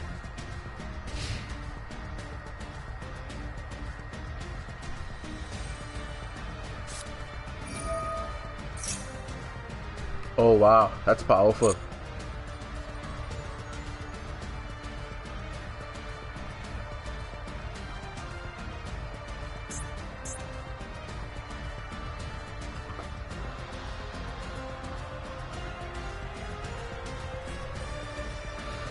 Right after this duel is over, I'll make sure you guys can see the deck. And then I will explain all of my card choices so you can understand. If you were in the stream, because I built this in stream, everything I'm actually doing in this game, I've done in stream.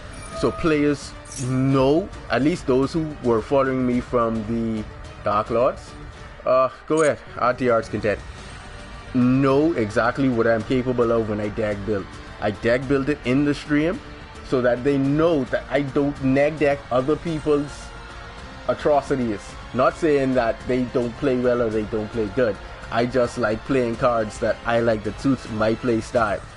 So you may copy someone's deck, but you may not play it accurately as they would, and that is be a downside.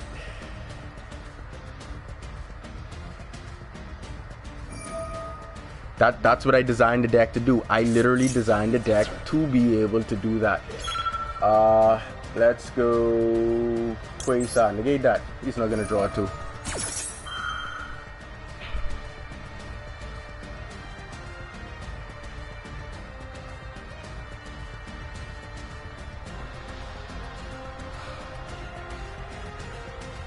But yeah, you want to make sure that whatever you build, you understand the ins and the outs, and it makes it really easy to play. Because even though I still have cards left in my deck as I'm playing, oh wow, droplets.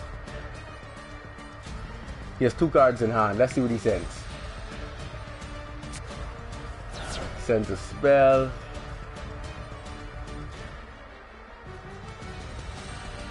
He really wants to negate that effect that bad?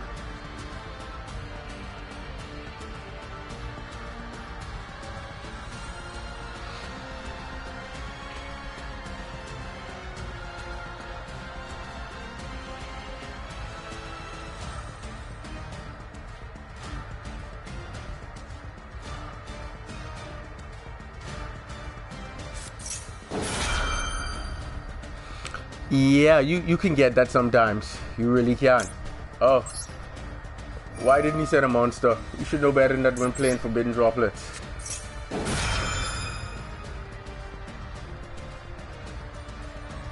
Nope.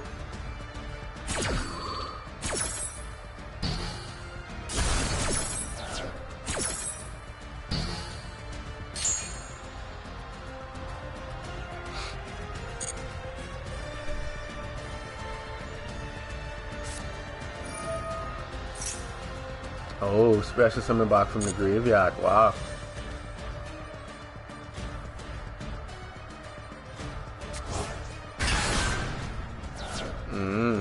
Nasty.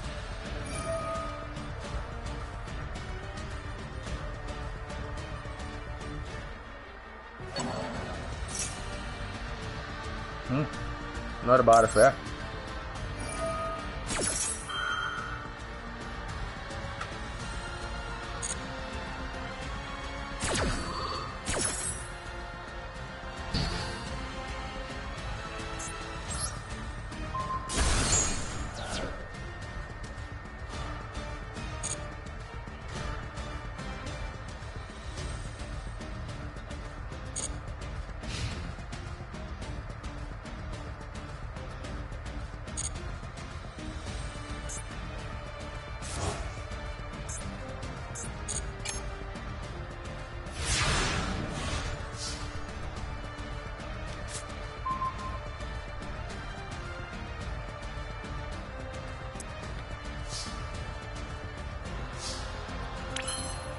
You don't need to further extend past this point. That's easy win.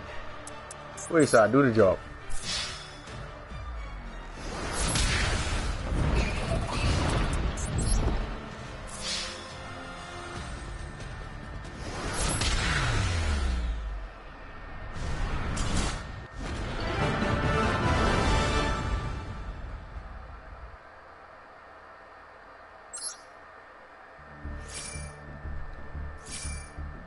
It looks like per turn they give you an additional, I think that was about 100, it went to 180 seconds. I think maybe 160 seconds they give you.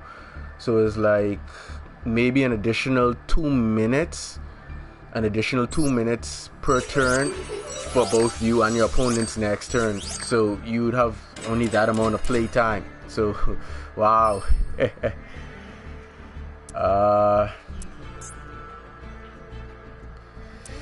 If you guys, for any of you who are just joining the stream, if you have any awesome replays, you can send them to me so I can actually air them on my channel in an episode every single week. And if you haven't already, be sure to subscribe so that you are notified on all of my uploads and as well as when I'm streaming. And if you haven't done so already, please go to the last deck request. We're trying to get that to 200 likes so I can upload the next one. So even if you don't watch the video, just give it a big thumbs up. We want to get that to 200 likes so we can get the channel out there and I can upload even more of you guys' requests. Let's go to the deck so you guys can see exactly what I'm playing. The if it had side deck, I would have had cards in the side deck so that you would be able to see. Yeah, I will be explaining because you need to understand why I'm playing what I'm playing.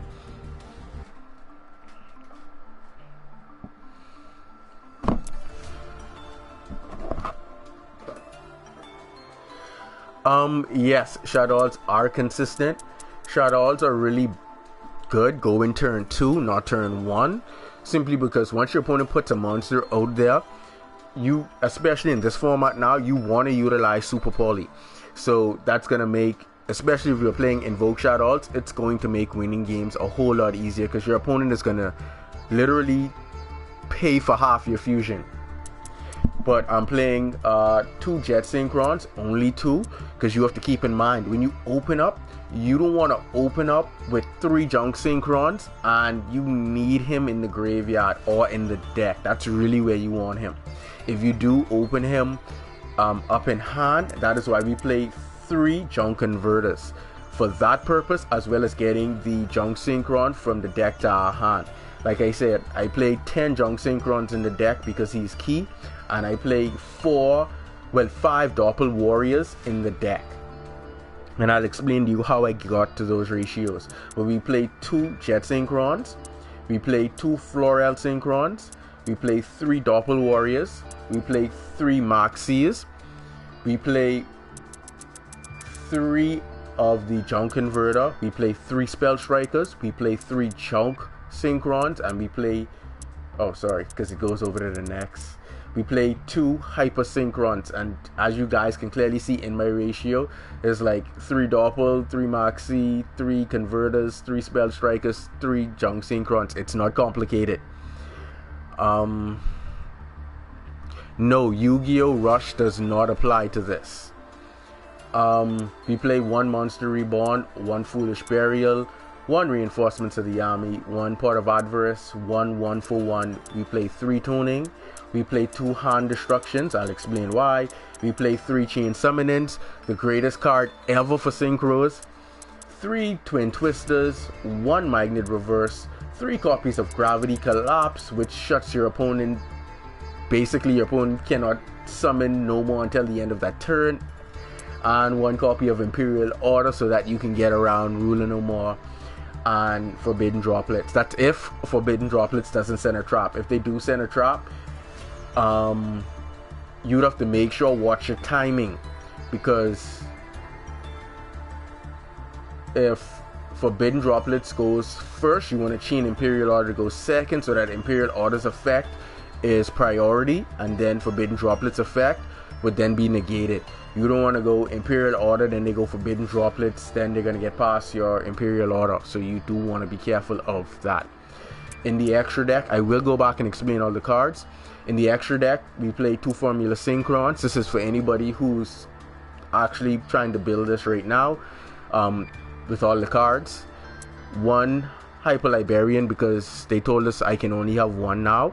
If it was up to me, I would have been playing 2 Hyper Liberians. In Link Evolution, I play 2 Hyper Liberians. And the draw rate on that per synchro is crazy. You literally can deck yourself out. You play 1 Axel Synchron, 2 Assault Black Wings. I'll explain how to utilize those. 2 Junk Speeders, because you can get Veiled, you can get Imperm. If they Imperm 1, you have a backup for the following turn if you survive to go Speeder again and go full combo. You also have Pot of Adverse inside the main deck, so that you can recycle it from your graveyard to put it back in the extra deck. So for a 3rd time, you can still combo off. It's all about making sure that you can combo off in this deck. If you can't combo off, you're most likely gonna lose the duel. We play 1 copy of Stardust Charge Warrior, 1 copy of Clear Wing, because by the time as you get out your 3 level 12s, Clear Wing's effect protects them from being targeted by monster effects. Also, if a level 5 or higher monster activates its effect, Clear Wing can also negate it. So you have 2 forms of disruption in the form of your Clear Wing. Then we play 1 Crystal Wing. He's your beat stick. He's gonna get you any monster negate, and he's gonna power up if he battles a level 5. Yeah, a level 5 or higher monster. So you do want to be careful when you're battling against links and exceed monsters, as this effect does not apply to them. Just an interesting side note. I don't want you to believe it's all special summon monsters. Avramax is all special summon monsters. Crystal Wing is only level 5 or higher monsters. So keep in mind, exceed monsters and link monsters can beat over Crystal Wing. Crystal Wing is not going to power up by their attack, so please keep that in mind. We play 1 Satellite Warrior, we play 1 Shooting Quasar, 1 Sif the Divine Dragon, and 1 Blazard Dragon. They are your 3 level 12 synchros. You can use Cosmic in a number of different ways. He's really in the deck, so if your opponent summons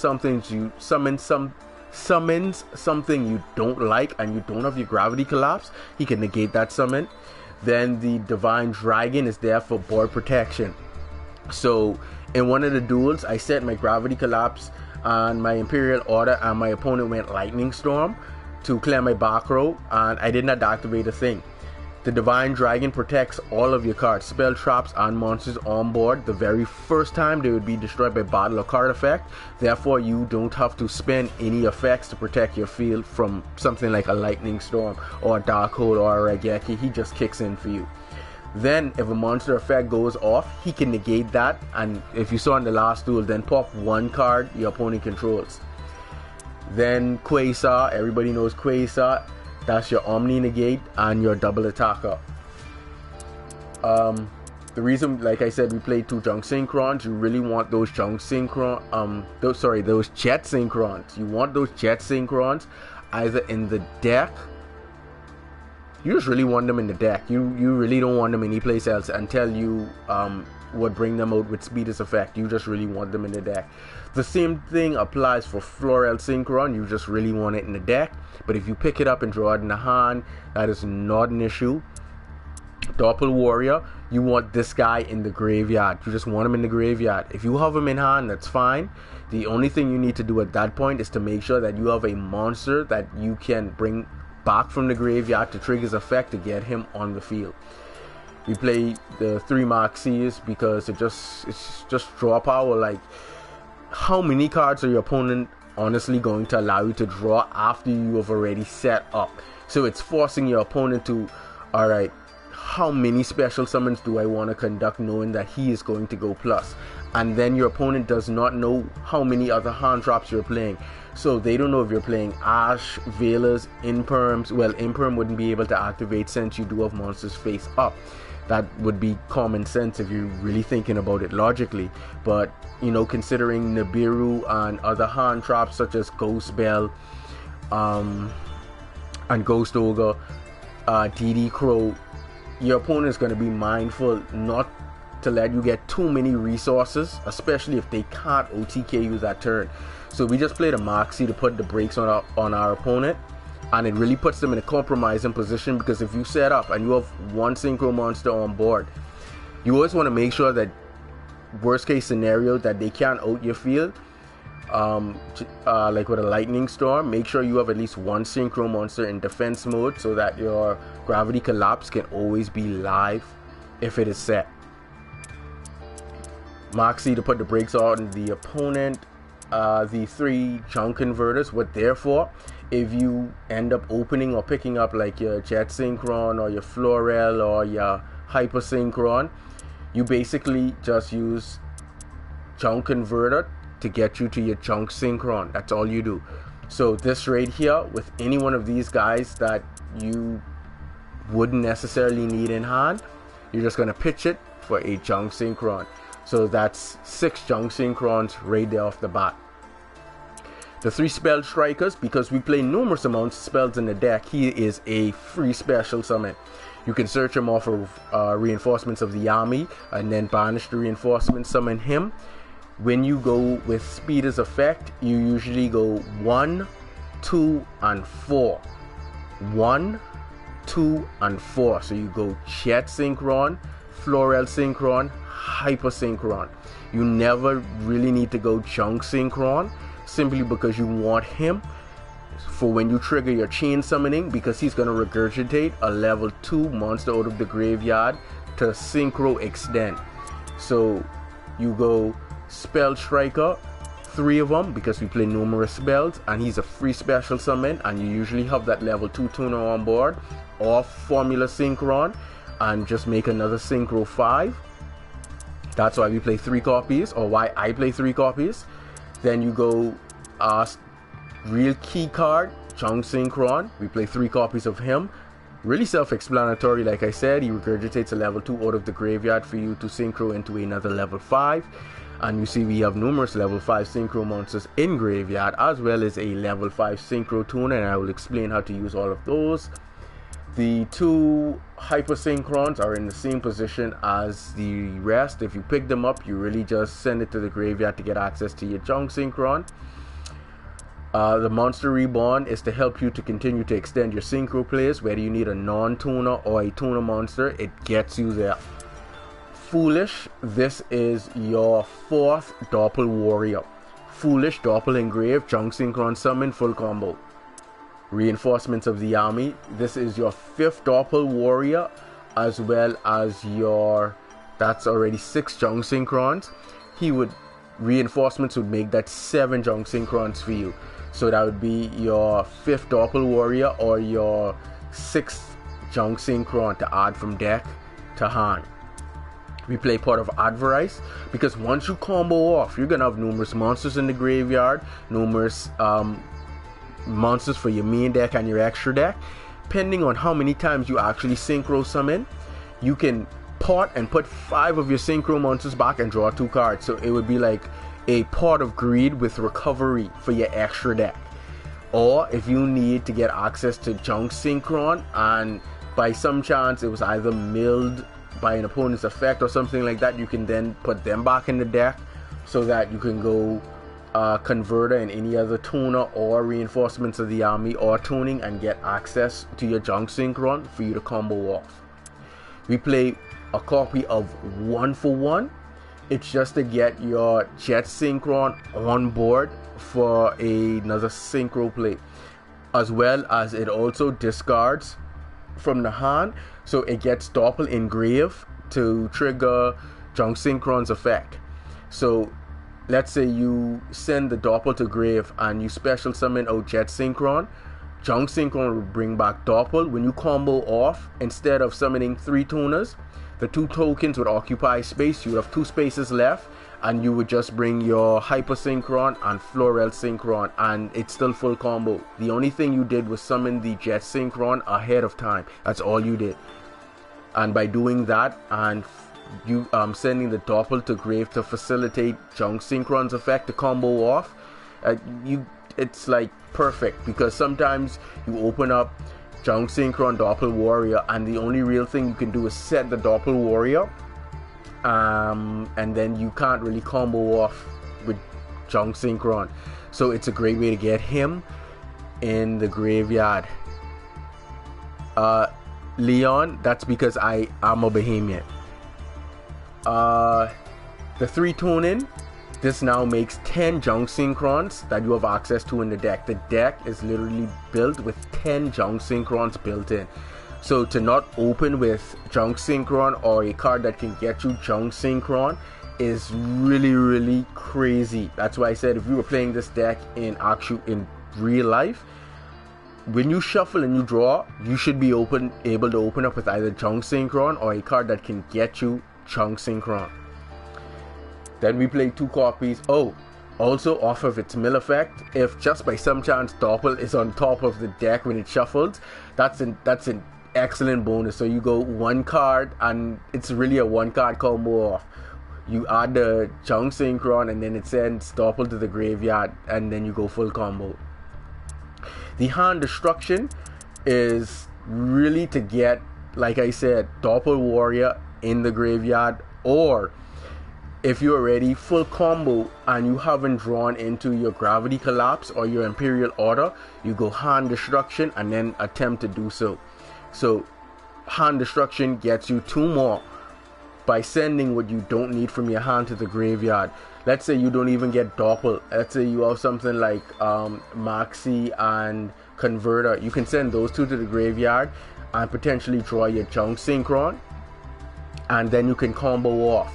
There is a secondary combo when you cannot combo off with doppel warrior, but you won't get the exact combo. You usually can go multiple synchros into straight until you reach satellite warrior. You most likely won't get, unless you have a spell striker in hand, you won't have access to Hyper Librarian to draw. But if you do have a spell striker in hand and you don't have the junk doppel combo, but you have junk synchron and any other level 2 monster, you just go speeder. Speeder gets you all of your synchrons on board, and if you have spell striker, you can make the librarian, and then you can go start a charge warrior, draw 2 more, and then you can actually begin to prep the board to either end on crystal wing or on a clear wing and a, is it a synchro? No, you would end on either a combination of clear wing and crystal wing, or depending on what you draw, you can even further extend and just have an all-around better board. But it just depends on what you draw. That you can't really anticipate, because it's going to be scenario wise whether you actually draw into something good or not. If you don't into an extension, usually draw into like Gravity Collapse or Imperial Order, which Gravity Collapse is excellent. Whenever your opponent would summon a monster, you negate that summon and they can't summon no more until the end of that turn. So even if they have all the extenders in the world to build the most awesomest board, they can no longer summon and they can only set cards. And that's one of the reasons why we play the Twin Twisters. On top of it being another card that can get Doppel Warrior into graveyard or a level 2 monster into the grave,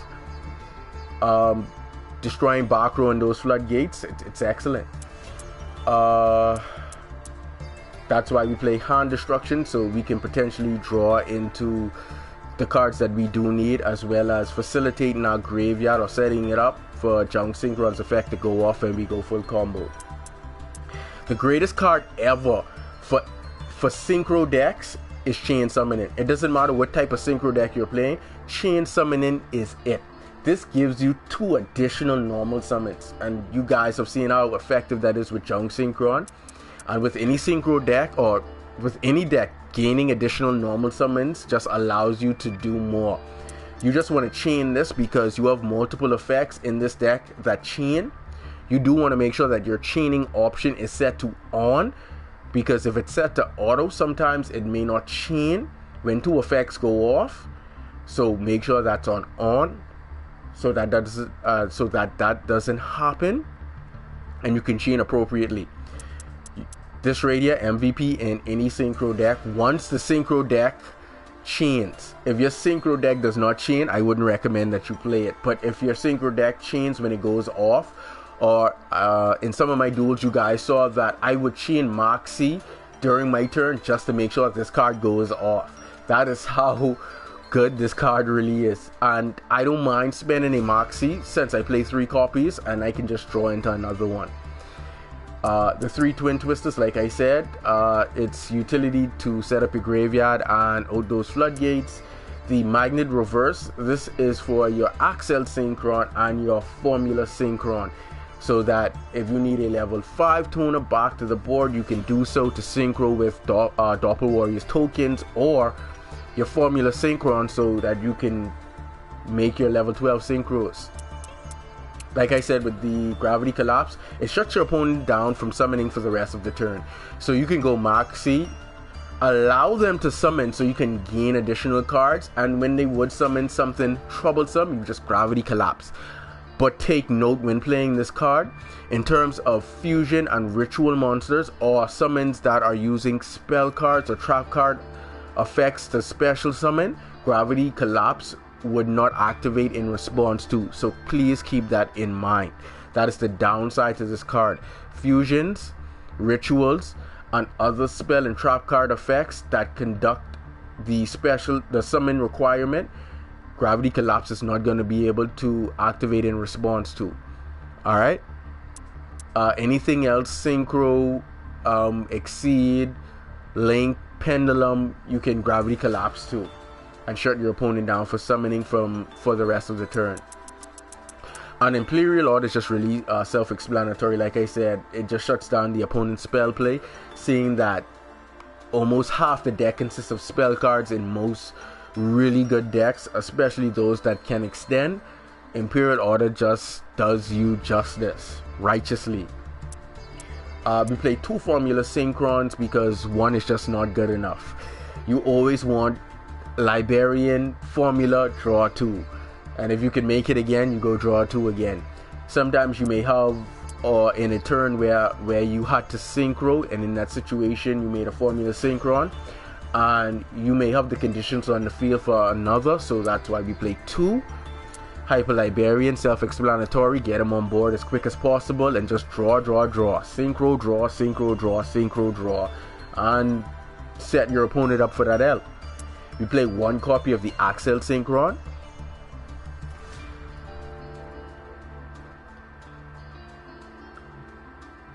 And 1 Formula. It depends on the route that you're trying to take. Like how I build the deck, to specifically focus on getting out level 5 synchros and then making those level 12 plays. So I'd always want to see 2 5s on field and then my level 2 synchro tuner. If you want to utilize that synchro monster, you may have to adjust the extra deck a bit so that you have synchro monsters in your extra deck to facilitate whatever levels you have on field.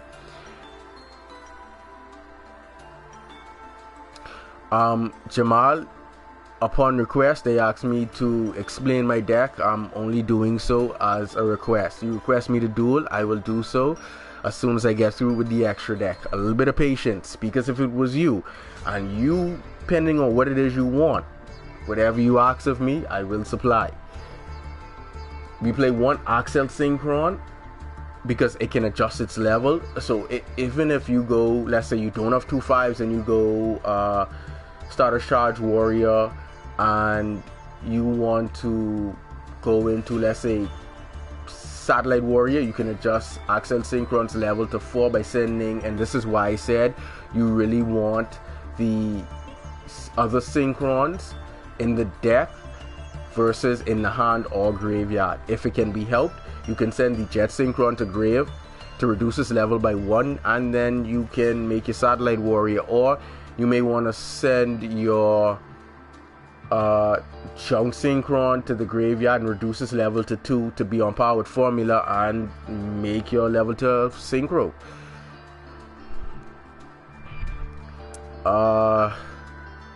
We play the two black wings, the rainstorm.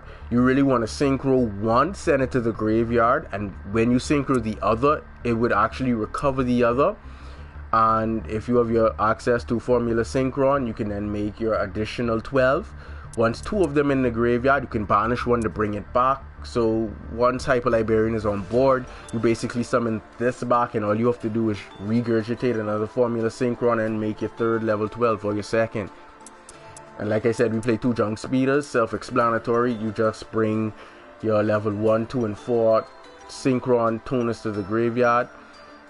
And playing two because you may end up in a situation where his effect could get negated when you try to combo off. So having one to attempt your full combo again the following turn. That is why we play two. At least that's why I play two, because I have had it happen.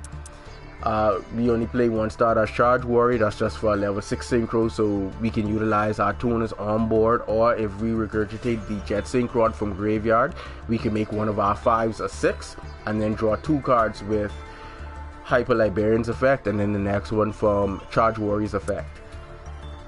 Like I said, we play one Clear Wing. That's self-explanatory in terms of negation.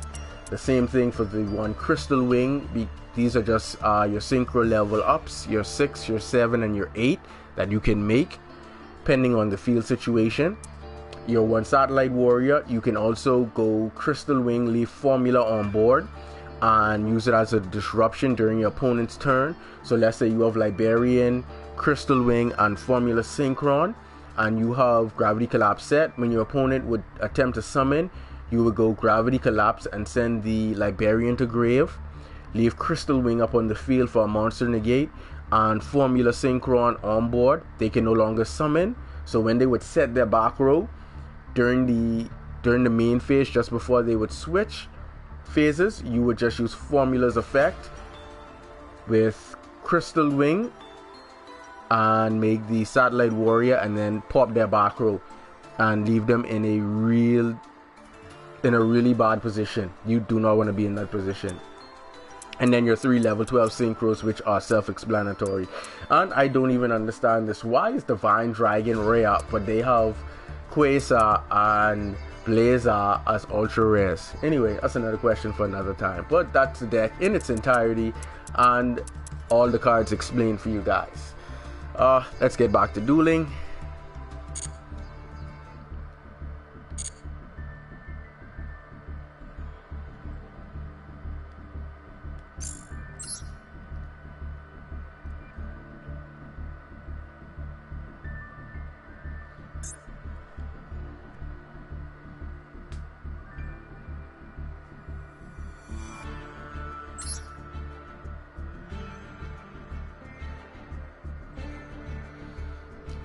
You and a whole lot of people play Blue Eyes Navy. You and a whole lot of people. I'll go first, as always. And also, when you deck build, always build your decks to go first. The reason being why you go first is because you have less disruptions to worry about. So always build your deck to go first.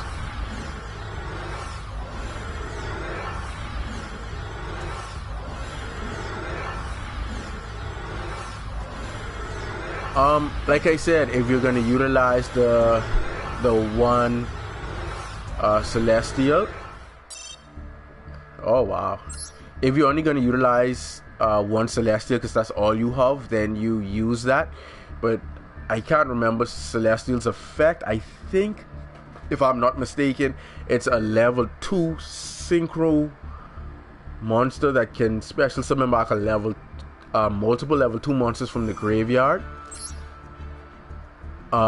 You do want to be careful because you do need your monster zones to be available when you're actually summoning.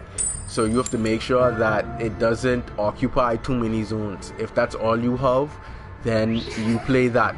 The only thing is you wouldn't get the additional draw that Formula Synchron would provide for the second one. If you don't have the other 2 dragons, then just play what you have. Play what you have. As you keep playing the deck, you would realize there may be key monsters. There may be key monsters that you don't actually have or won't be even summoning that often, you can take them out and then put in what you would actually need to summon based off of how your field setup is.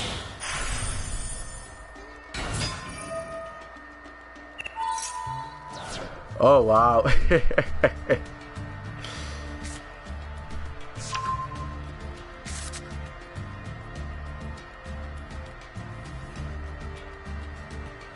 If you're gonna use Black Rose, I would recommend, it depends on which dragon you have. If you have the Divine Dragon, you can use the original Black Rose. So when you Black Rose the field, only your opponent's board get nukes and the Divine Dragon will protect all the cards on your side of the board. If not, then I would recommend Moonlight Dragon so that you can just bounce a special summon monster back to your opponent's hand.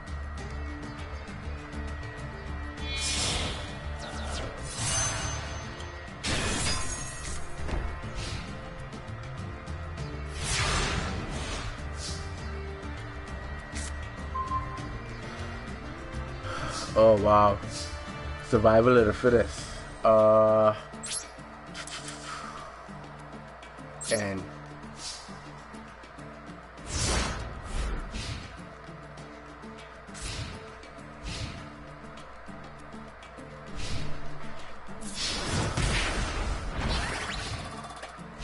so aggressive. Wow.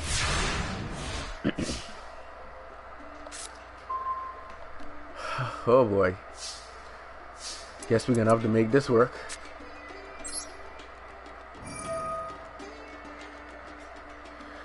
No problem, buddy. That's what I'm here for. That is what I'm here for. Some people don't like when I do. Some people just prefer to see me duel. Some people prefer just to hear me talk nonsense all day. But yeah. However I can accommodate the audience, I do.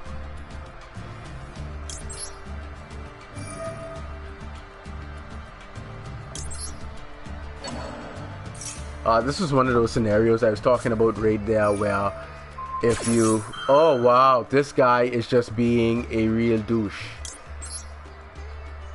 Alright, not to worry. Like I said, multiple normal summons out of a deck just gets you places.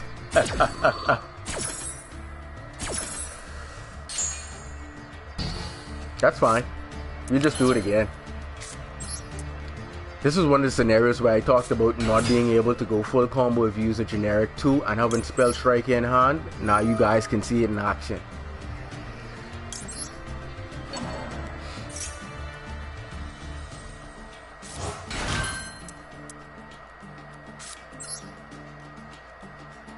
Let's banish the spell.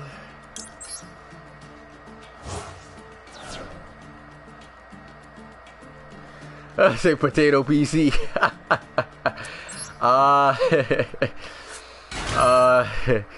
Oh boy, it sounds like you need a better processor to run the game a bit more smoothly. Let's go speeder.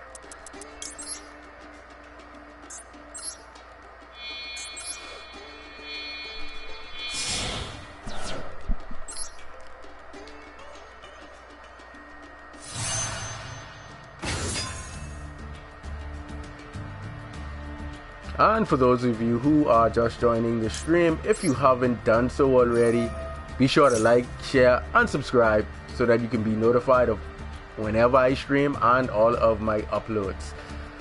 What do we have in grave? I think another junk. I would mainly need tools. No, I'm not gonna activate that effect now. So we're gonna go 1, 2, and 4.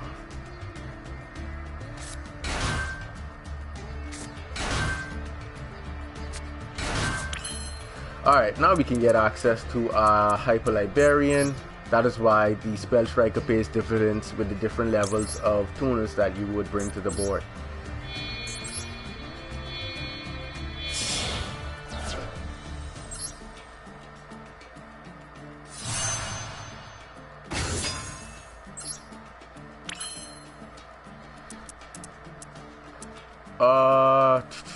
Okay, that'll get us level 6.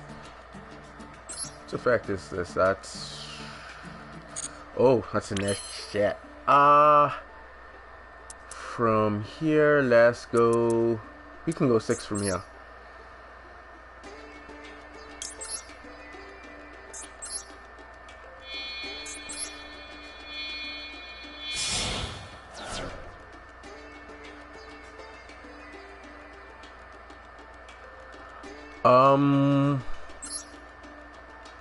On my Patreon,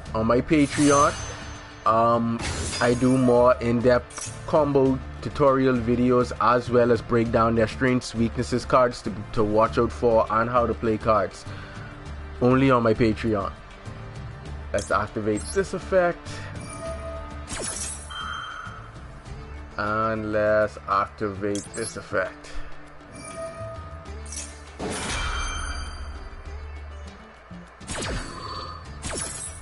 Depending on the nature of your deck, for odd eyes, that can be really annoying to have to match up against. 1 for 1, don't need that anymore. What's my additional summon? I can make him, and I can make that. No, it's a normal summon. Crap. Can't play 1 for 1, and I can't use twisters at the moment.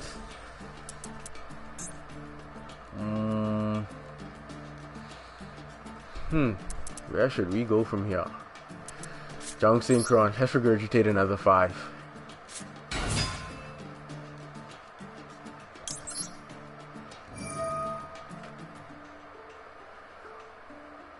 That's already in there, so I wouldn't be able to do that. Let's go here.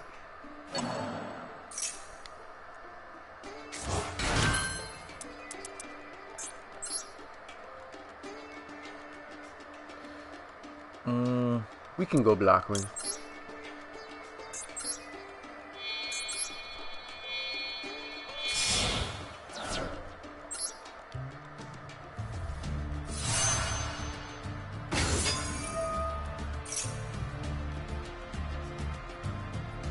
Another tuner.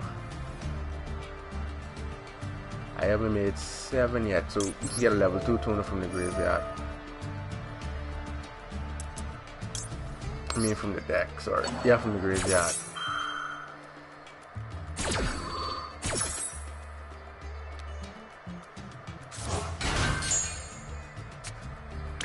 Oh, finally Doppel Warrior. So late though. Alright, we can use that effect and regurgitate another 5. Let's make our 7 first.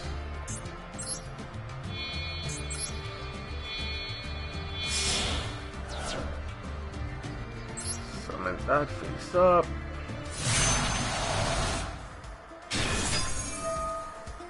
Draw again. Floral's effect.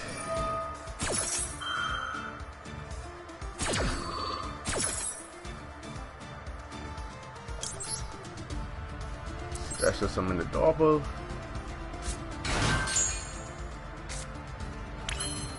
Moxie. Alright, we still need to get over that guy on board.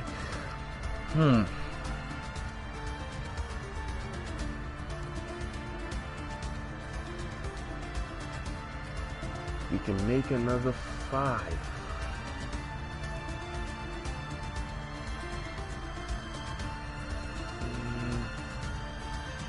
But I do need to get into Crystal Wing.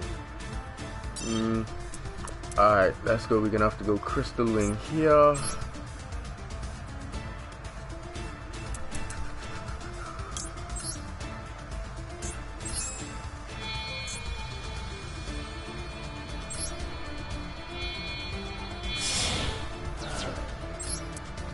Here.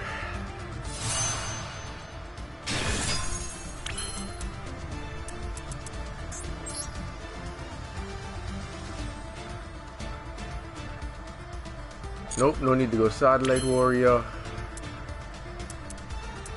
I think that's about it. That should be all of our moves. Alright, battle.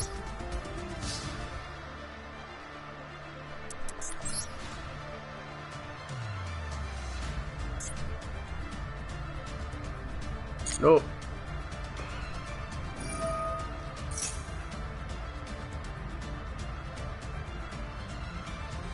You say Tyshon?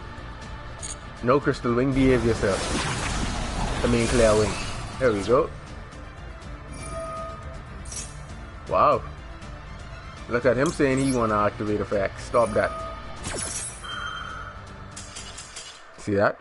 Like I told you, whenever you can't go full combo, it's always good to know all of your alternate options and routes. Always. Right here, trying to get enough points to finish off my Raid Raptor deck so I can actually do it competitively.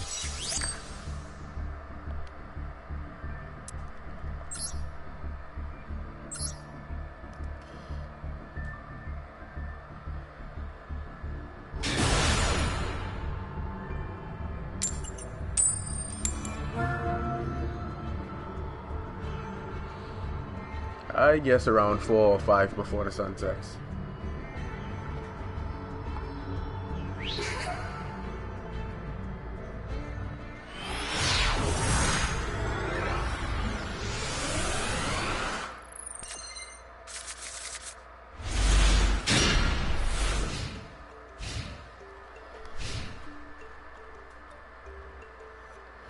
My opponent's going first.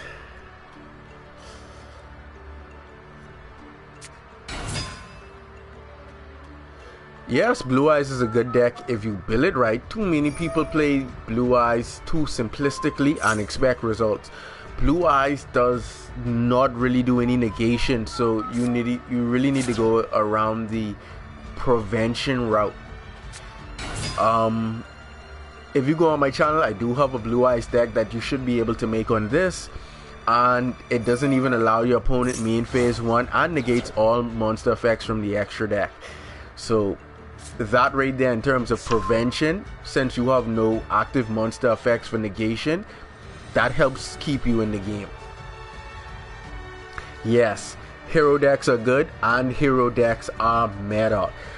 I can do a competitive hero build for you guys. It will consist of at least 10 to 12 hand traps. I'm not even joking with that. And you can combo or full combo, and it's really easy. You start off with either Stratospherus or Vion, and you are full combo. And then you're actually going to be utilizing Dark Law and Destiny Hero Plasma, so you can shut off all monster effects on board, and then Dark Law is going to restrict your opponent from having access to their graveyard, and if they try to go +1, you'll cause them to go -1 for their +1. It may be at random, but -1 nonetheless. And then if you fusion into Absolute Zero and you have another Mass Change set, during your opponent's end phase, you can hit the Absolute Zero combo, going from Absolute to Mask Hero Acid. You're going to destroy all of their back row and destroy all of their monsters. And that's going to win you easy games. Very easy games.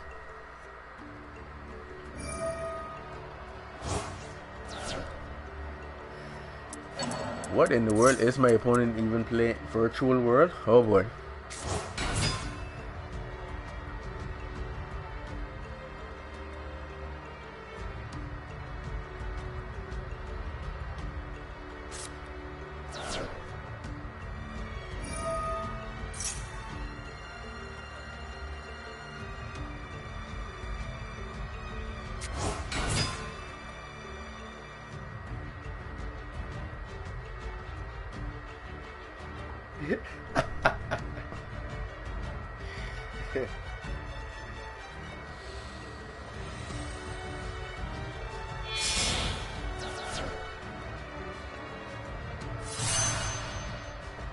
Oh wow, I've heard of the Synchro Monster, never actually seen it in action. It's got a Synchro Summon draw cards equal to the number of non-tuner monsters. Wow, used for a Synchro Summon quick effect. You can discard 2 cards, target 1 card of the field, destroy it. Wow, that is a nasty disruptor.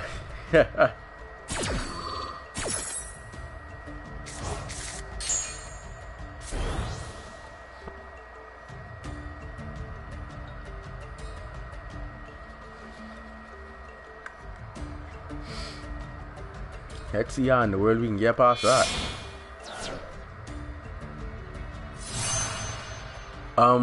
For a starting deck, yes.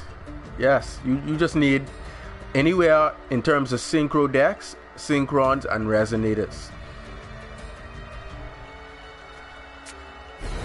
Mainly synchrons though, because they have some of the best, like with junk synchron, excellent regurgitation effect. If you're gonna use resonators, you'd have to go along the Red Dragon engine.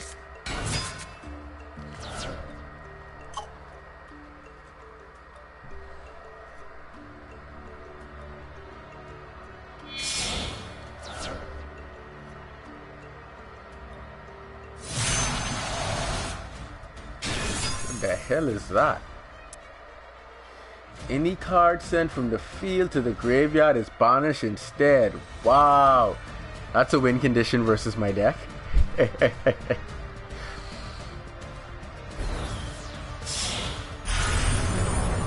Oh, he went True King?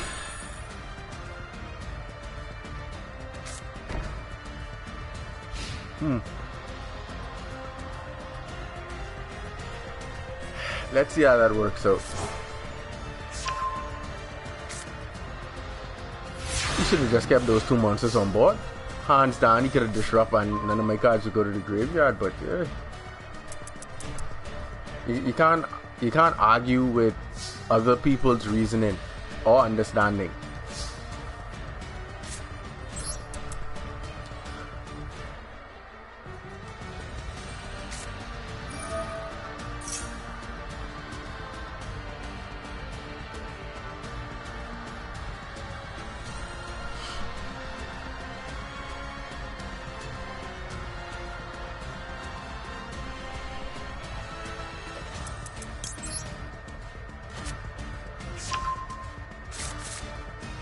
Oh wow. That's what this threw in the graveyard. Let's go. No, we can pass turn.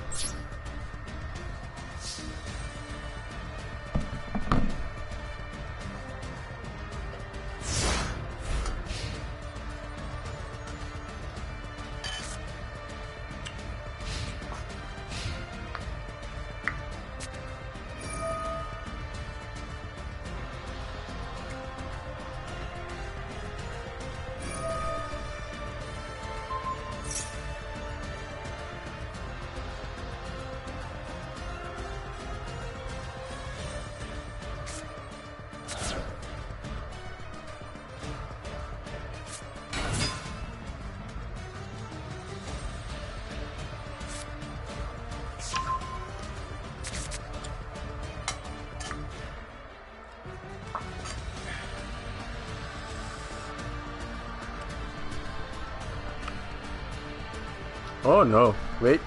Let's not waste the card time. Good game, buddy.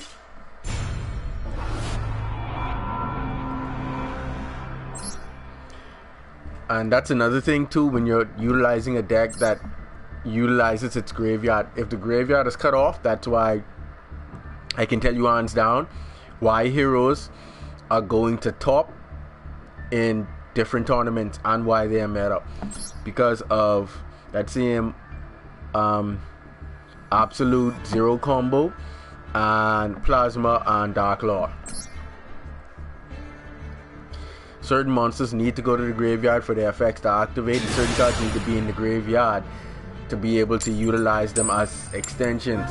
So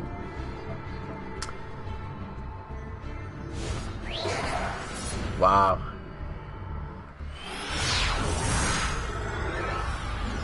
Like I say, if you don't build in the deck to go first in Yu-Gi-Oh, yeah, you most likely did not come to win.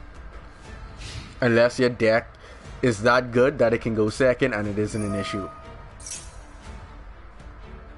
But the main reason why you want to go first is because you just have less cards to disrupt you. That's the main thing, having less cards to disrupt you. I'm from the Bahamas, Denzel.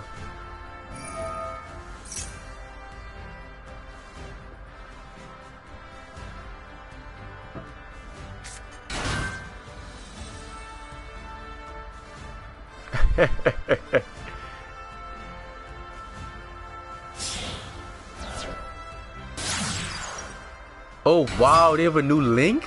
Oh boy.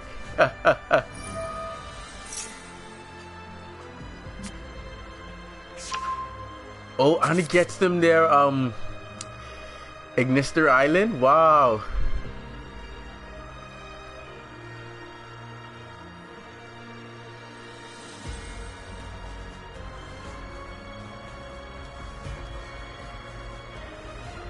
B, I've never played Drytrons. I've never played against Drytrons before, so I do not know exactly how they work.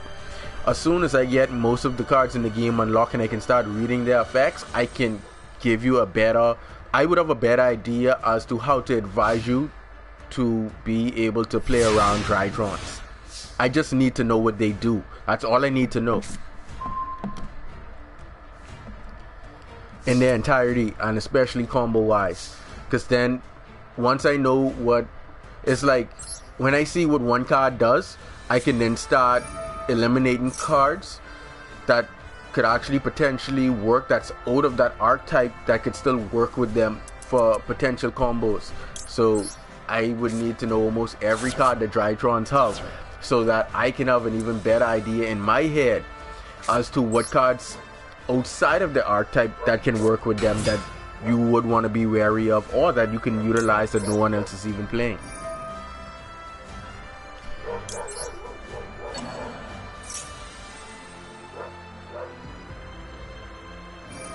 Oh wow, he maxi me.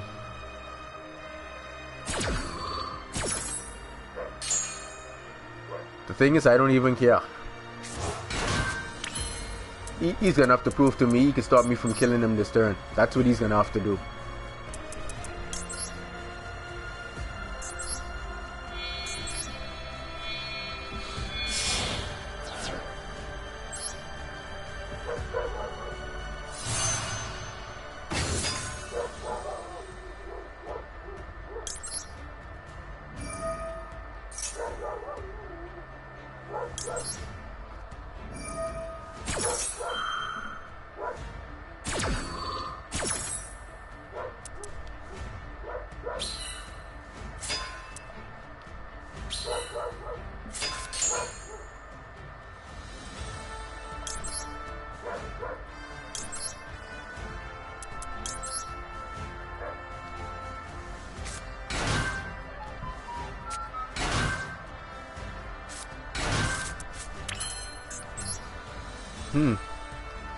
I actually have been trying to do this. I wonder if I could cause my opponent to deck out.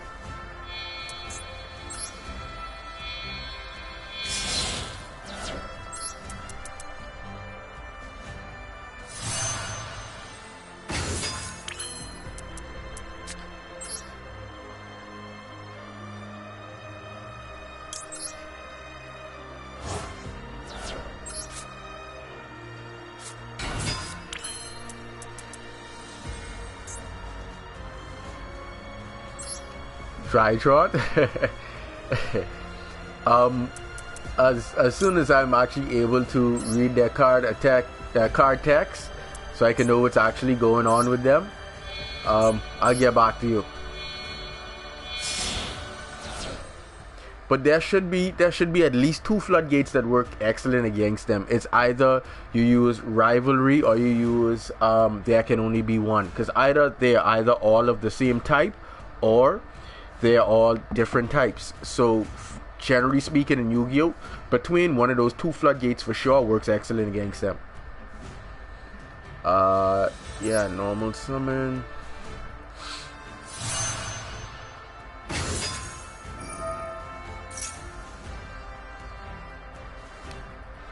No. Straw.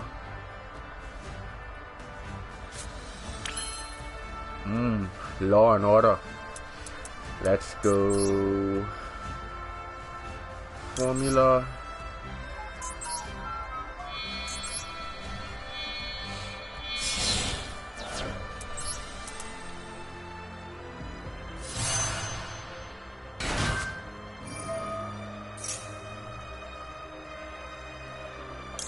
Draw again.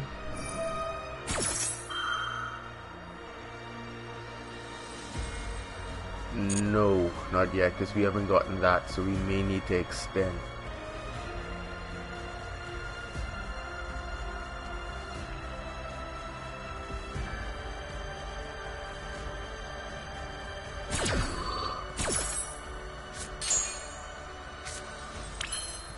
Wow. Oh boy. All right, let's do this.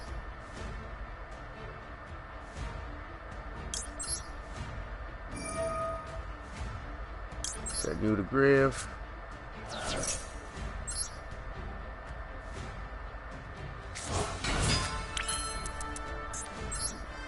Make that 6 and draw 2.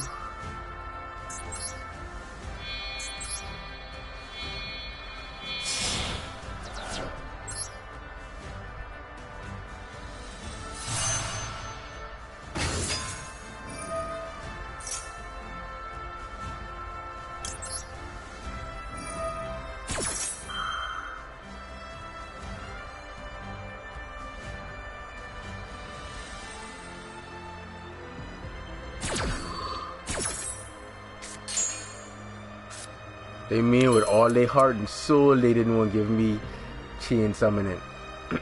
Oh boy.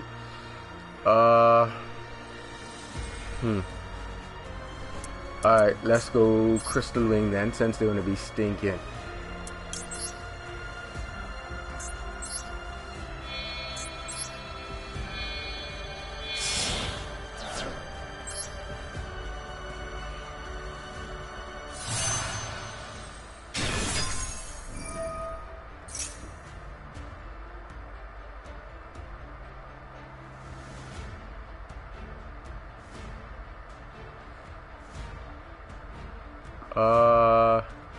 No. Spell Striker. That's interesting. Let's go Port. Let's see if we can get that chain summoning. Alright, let's put back Speeder, Charge Warrior.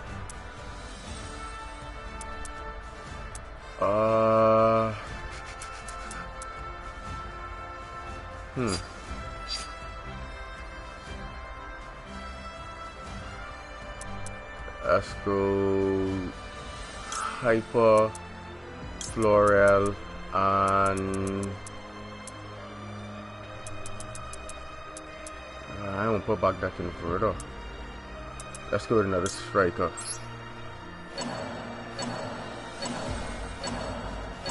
Alright, looking for chain summoning. Where is that?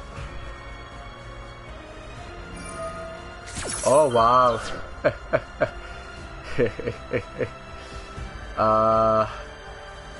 Wow. Decisions. He wants to ash.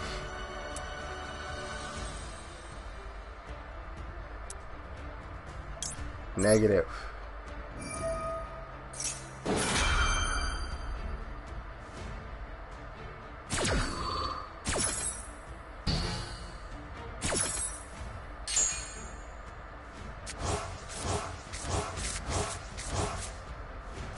Still didn't get it. Wow.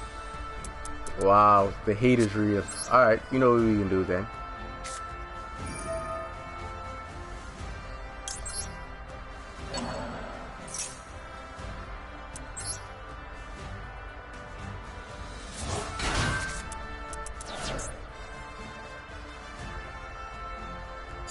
Doppel.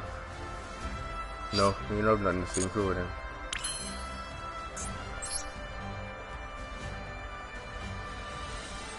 Alright, now we go Quasar.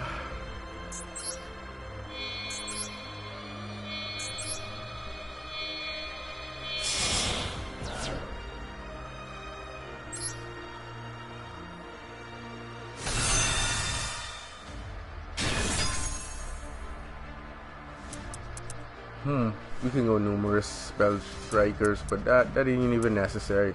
We could do battle.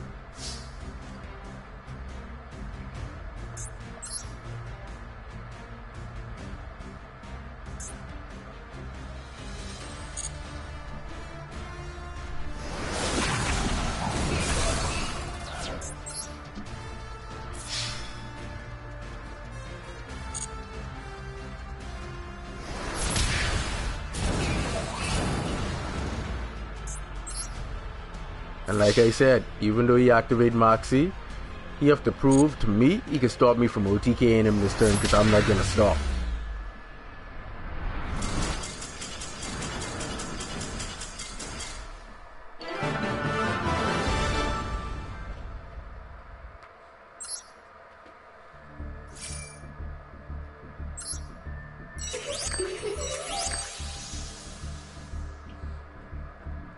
Just letting you know, I only did that because I had Gravity Collapse in hand.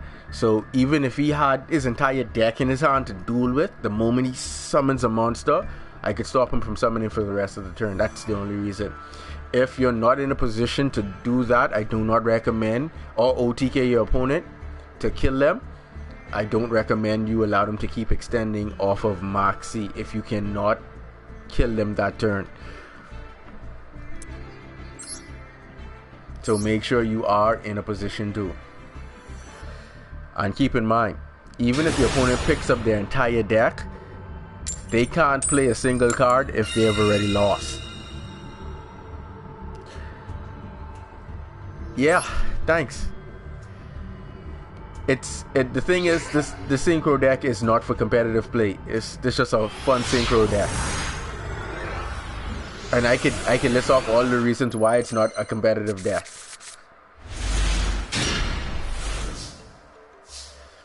The only issue is just don't allow the deck to get set up, or it's going to be really troublesome if it does.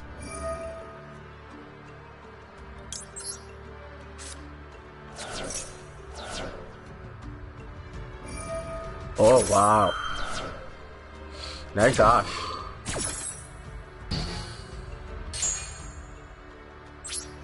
Well, that ends my turn.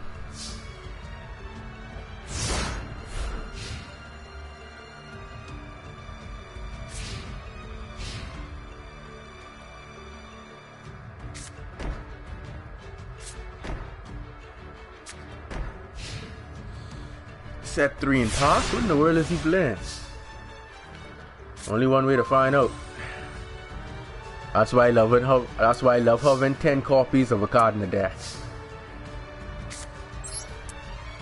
And that was why I didn't set him in defense last turn, because I needed some fodder to discard.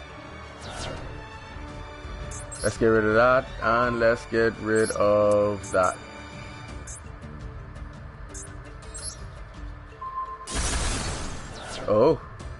Oh, he was trying to do some things.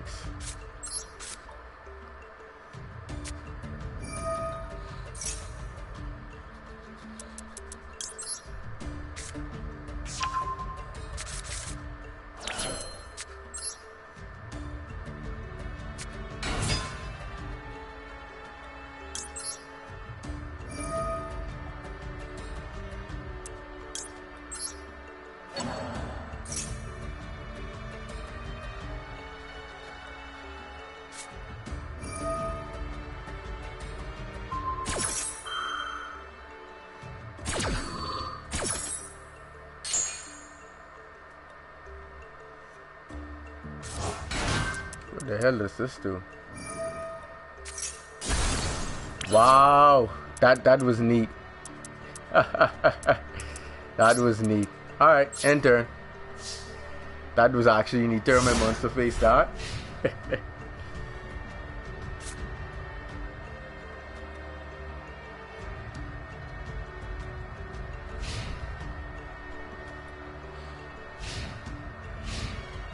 Oh no.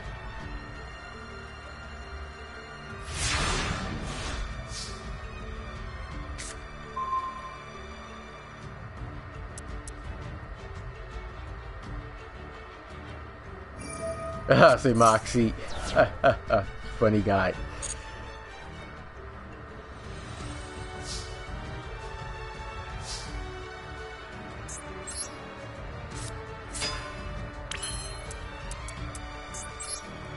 Really funny guy.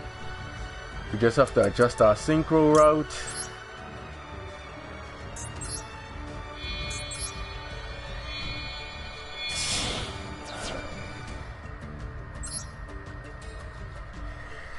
Like I said in the last duel, he's gonna have to prove to me he can stop me from OTKing in this turn. He can have his entire deck in his hand if he want, but all that is for a memorable picture of how you lost with, yeah, your entire deck in your hand. You better have more hand drops.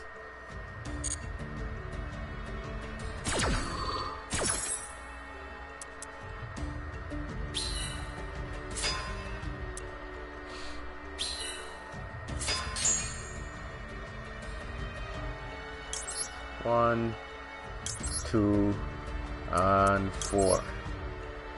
And that's another reason why we play 2 copies of them, because sometimes you either draw them, or when you use the effect of tuning, they can get discarded to the graveyard. And like I said, you really need them on board. Gonna go Librarian.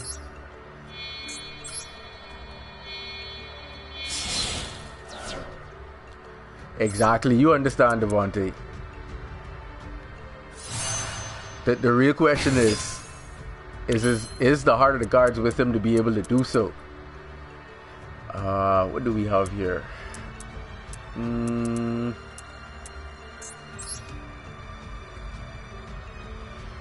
We're gonna go formula.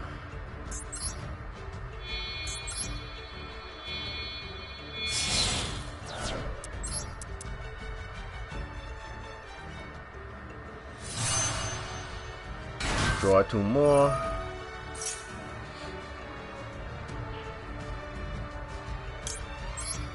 And add some synchron.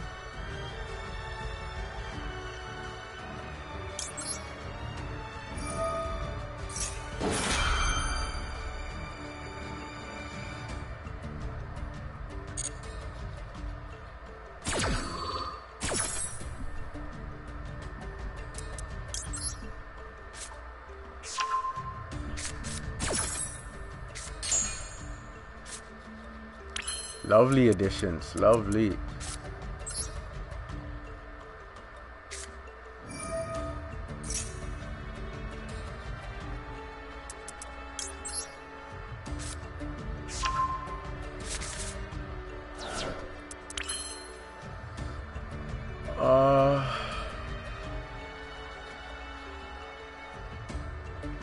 To make that and make that. Usually I'd bring that back.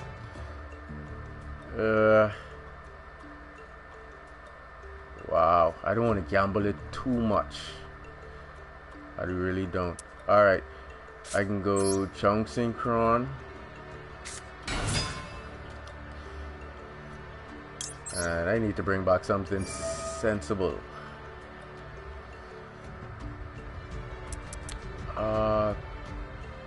Converter. No.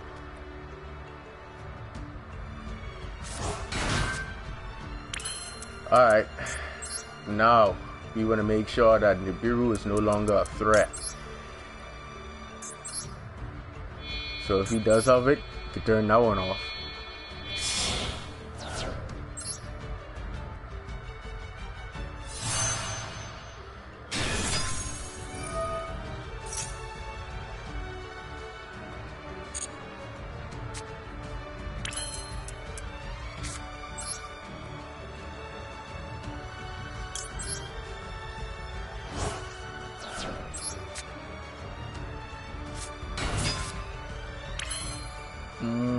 Yeah, then special summon the Doppel from hand to make 6. Alright, there we go. Florel and you. Special summon.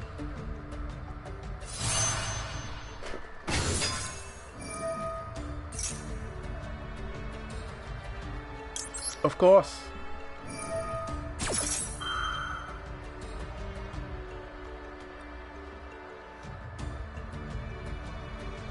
Nope.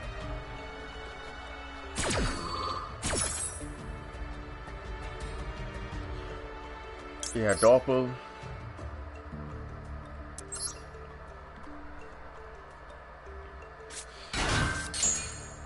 Draw and then make 6.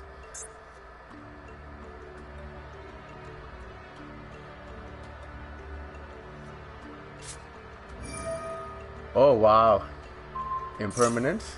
What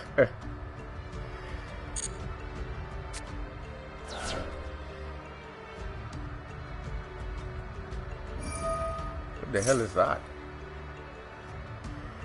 Yeah, that would make Nibiru live again. What the hell was the card effect he showed? Once per turn you can banish any number. You can only use this.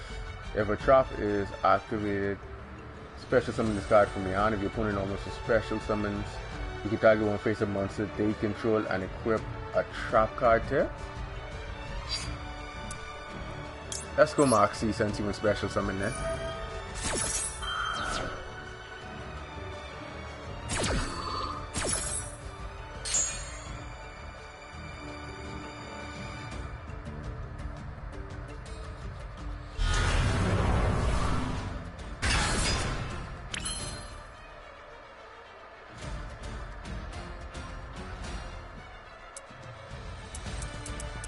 Alright, now since he summoned that, we would have to change our synchro route again, and this time we're going to make the Cosmic.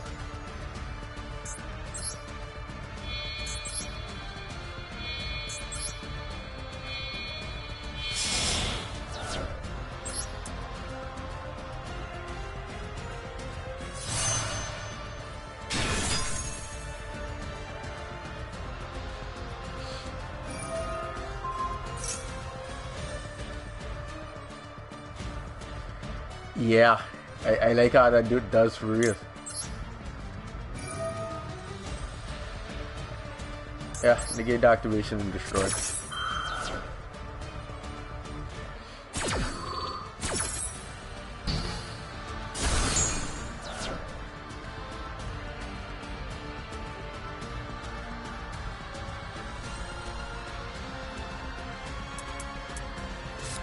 Alright, Magnet Reverse.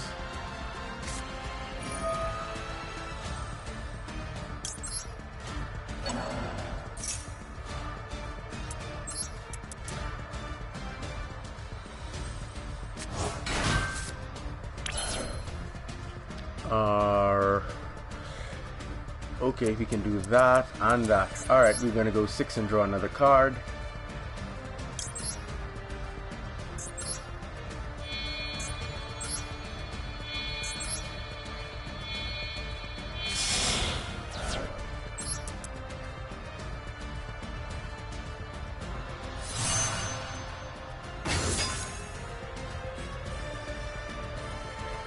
Of course.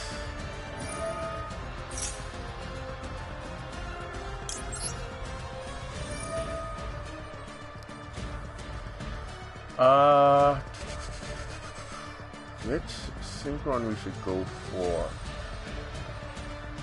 I am going to get 2 tokens. I can regurgitate that. 3, 2. Let's go with Chunk.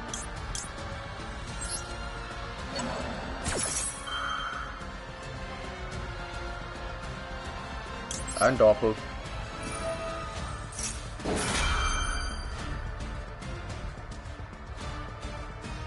Nope.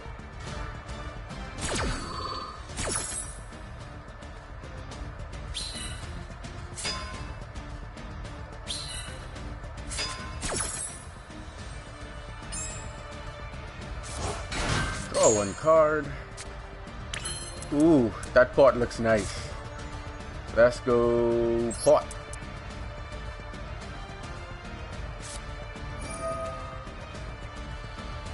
Alright, we need to get our Librarian back with the grave. Moxie.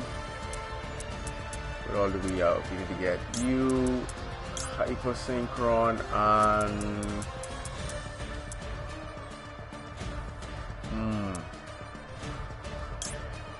Doppel Warrior. Put them back.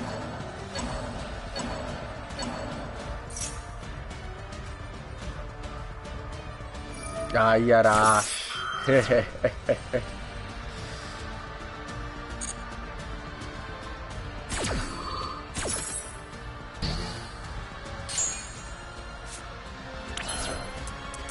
Alright then, since he wants to be like that, let's go you.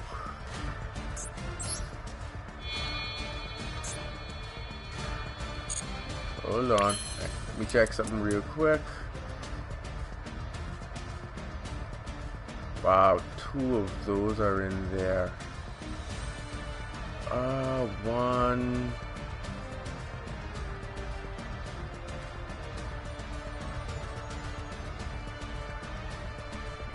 I need to make sure that's still in my deck. That's 1, 2, yeah, that's still in my deck. So I can make that, drop that. Alright, that could work. Let's make you instead.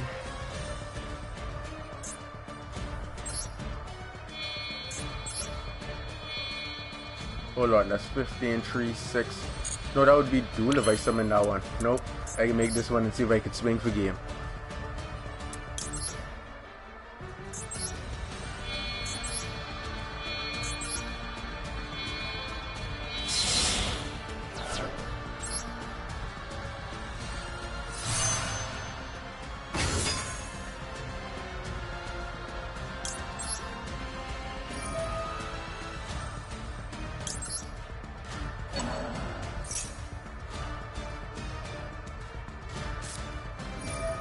Oh wow, he had another emperor.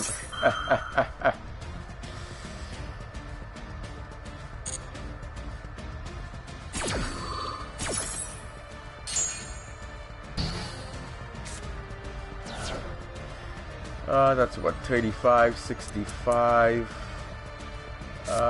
Let's try to make sure we do as much damage as humanly possible. Banish that.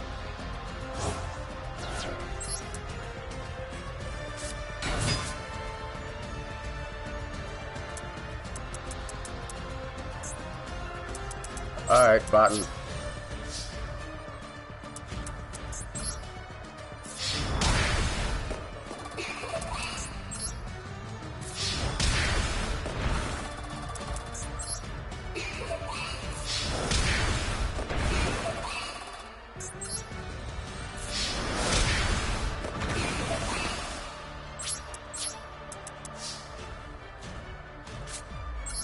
Set that. Now then our turn.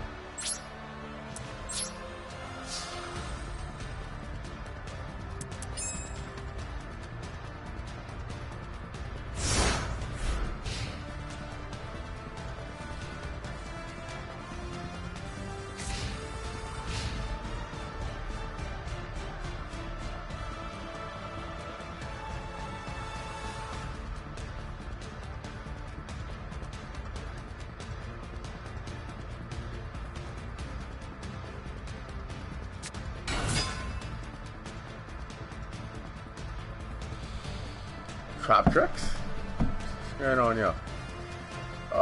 That was a normal summon. Alright, let's negate the summon.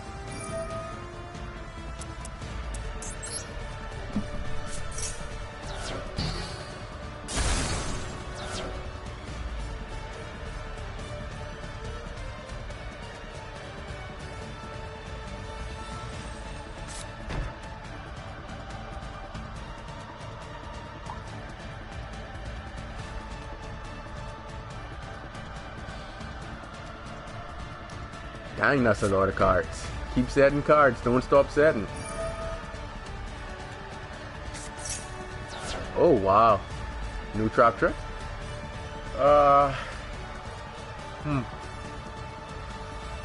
Let's see what that effect does first. You can send one set special summons from the hand. If you control no cards in your spell and trap card zone, you can banish this card, then target one.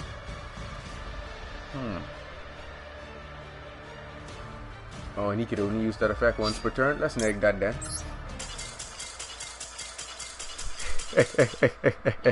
Normal summon gone. The only thing you could do is try to special summon. And his special summon said add once per turn. If that could have been used multiple times, I would not have nagged that. Because then you just do it again anyway. So just give it to him, and when he does go into a feasible monster, then I can negate and destroy that monster. Back row wasn't an issue. You guys saw the Twin Twister set and the one I still had in my hand. So, and Cosmic was coming right back. Like I tell you, just because they moxie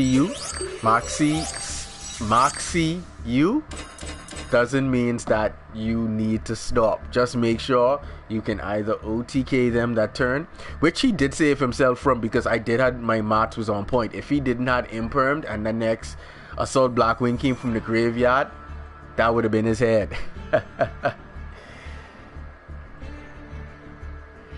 I told you, the only thing that happens if you can't stop your opponent when you moxie them is you're gonna lose with about half your deck in your hand.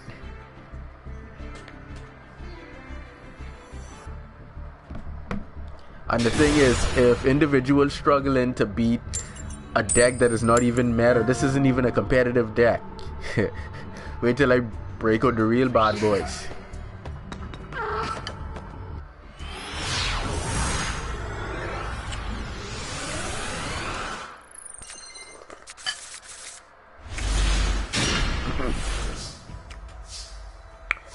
Wow, what a horrible hand. Wow, this is really horrible. And I open up with 2 of them. Alright. No, I'm not gonna end just like that. I'm gonna set this and then I'm gonna end. Alright. How do you acquire different fields?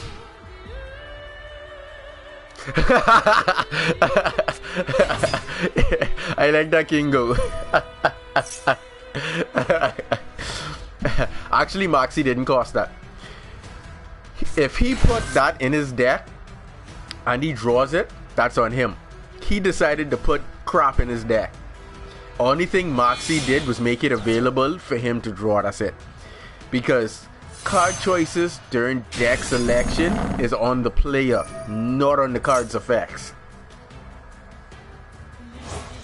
So that kind of sums up what he made most of his deck from.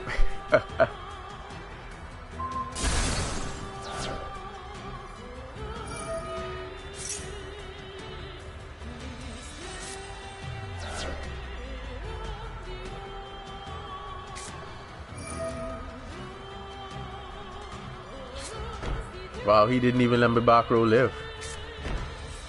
She better keep that in my hand.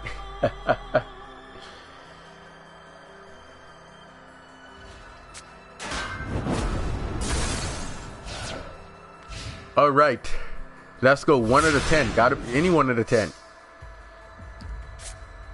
Wow. All right. Gonna have the pass turn on that.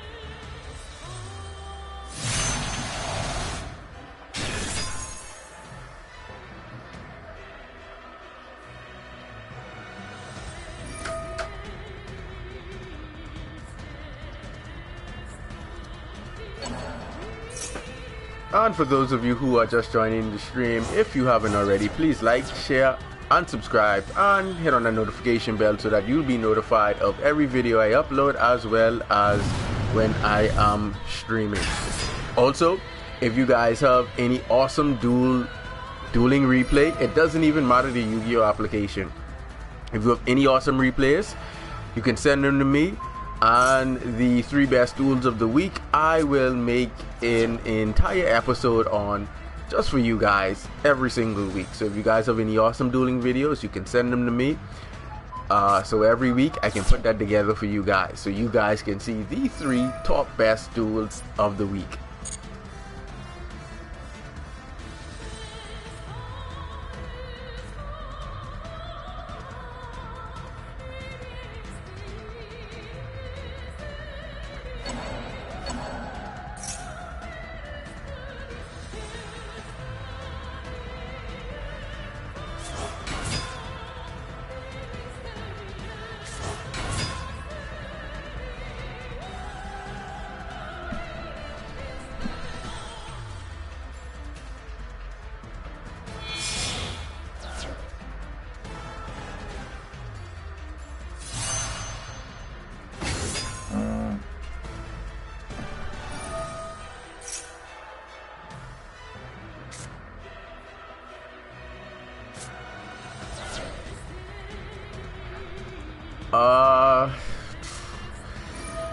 When you talk about competitiveness,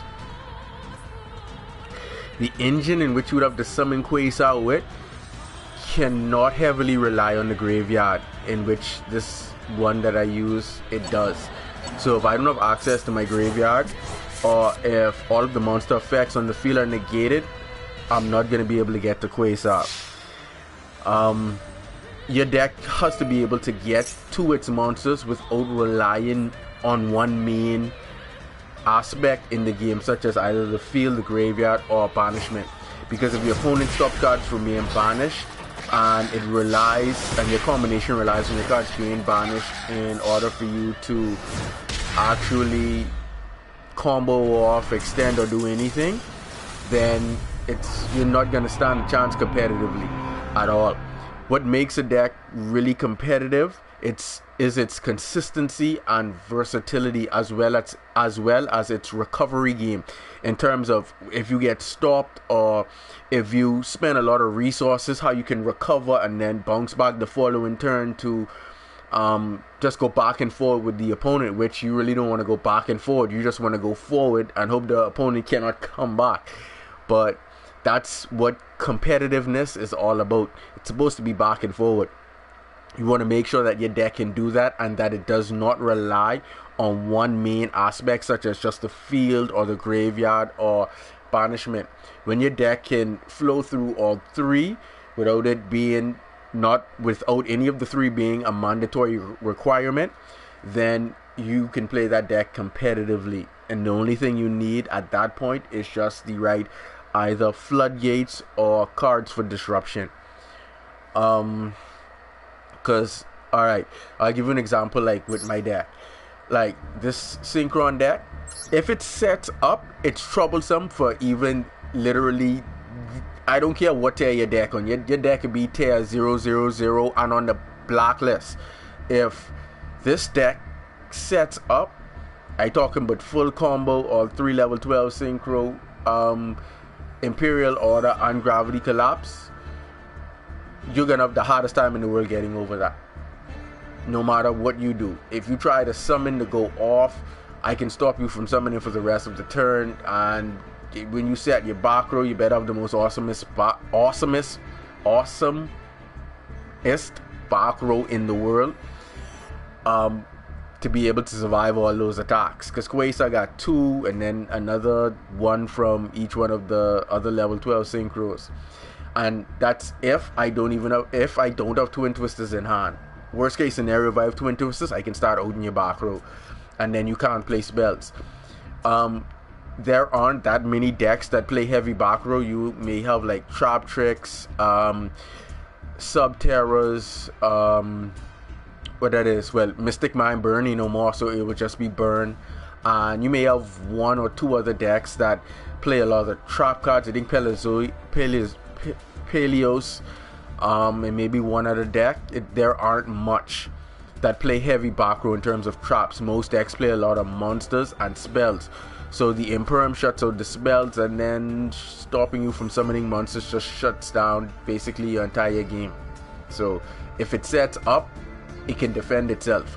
But in terms of going turn 2 to play competitively, if my opponent has an even simple disruption as like when I was playing Prank Kids and they went into Battle Butler, I already know the outcome. I played Prank Kids.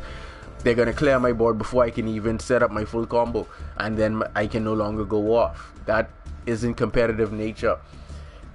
There aren't cards in the deck like main deck outs to, if my opponent has a full board of monsters, to say, alright, play Darkhold or Raigeki.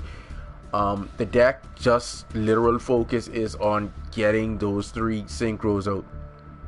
If you're going to make a Quasar deck and you want it to be competitive, you're going to have to cut a lot of cards, and your deck, the main focus, you'd most likely only be able to summon 1 Quasar per turn at a time, because your focus isn't going to be draw heavy. You're probably gonna go about the synchro route right here that I'm gonna call.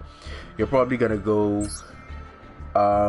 Speeder to Librarian to Formula, and then just make your Quasar, and you should be left with a level 2 tuner on board. So you get your quick Quasar, and you're not worrying about any of the other cards you draw as extenders. They're mainly gonna be like key outs, such as Twin Twisters, Raigeki.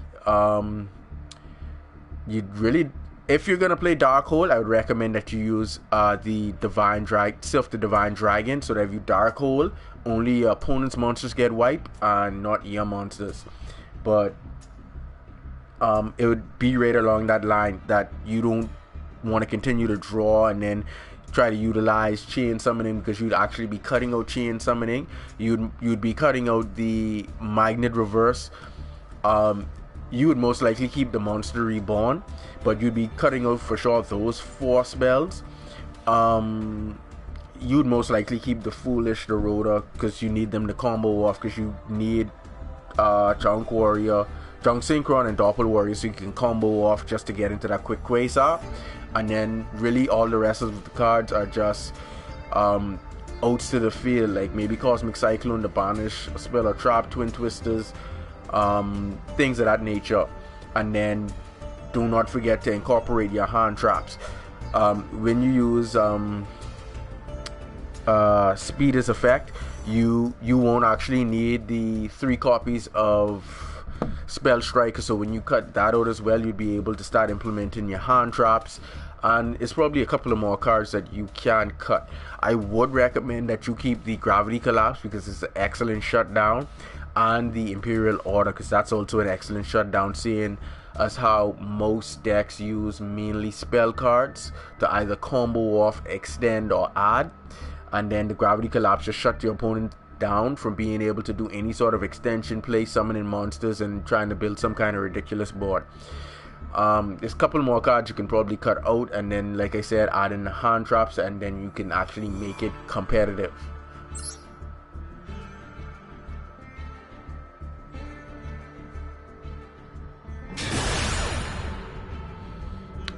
Because no one, see, you have to understand that no one was actually playing Gravity Collapse at all.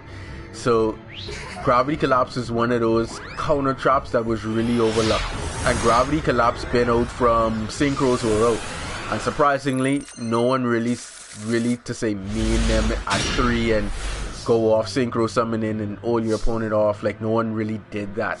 So Gravity Collapse didn't really see much play, so Konami had no reason to do anything against Gravity Collapse. Oh boy. Let's set, and then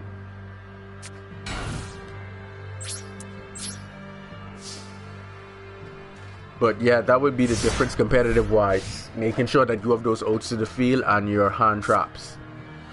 The only thing I really have is Twin Twisters to out some floodgates so I can continue to combo off, and no on drops, no Ash, no Nibiru, no nothing like that. So basically my deck has to play through everything.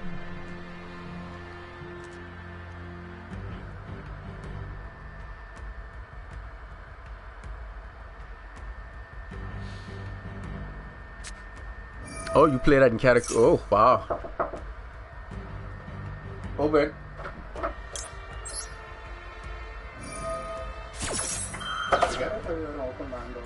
Oh boy. It raining outside. No, but it might be. So, my grandma say, go exercise your constitutional right. My constitutional. I live in the Bahamas, you know. Yeah, we have a constitution, I think.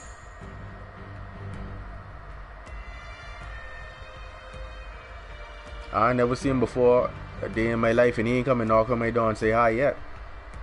Perry Christie ever do that? Cuban minister ever do that? Are any of them still Prime Minister? Brave Davis ever do that? It's time soon up, don't worry about that.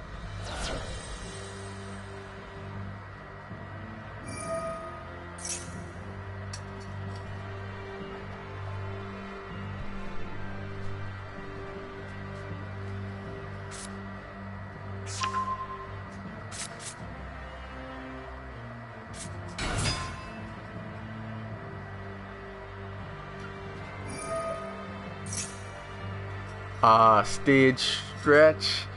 If you new to this game and you have no earthly idea what you're doing, I would highly recommend that you just Google Yu-Gi-Oh for beginners. Just Google that. It's gonna tell you how to normal. It's gonna teach you how to normal summon. It shouldn't go too in depth because right now the complexity of the game would probably give you a real headache and it might turn you off. So you just start simple. Learn and understand how to normal summon first, and then slowly and gradually move up using monster effects that banish other monsters of that type from the graveyard, or that is a free special summon. Like if you control no monsters, you can special summon this card from the hand. Start using monsters of that route. Once you get accustomed to that, then you would want to start by using each different summoning mechanic decks that specifically only use them until you get accustomed, like say Synchro, a deck that focuses just on fusion, a deck that just focuses on exceed, before you go into any combination mixtures in the game so that you don't get lost.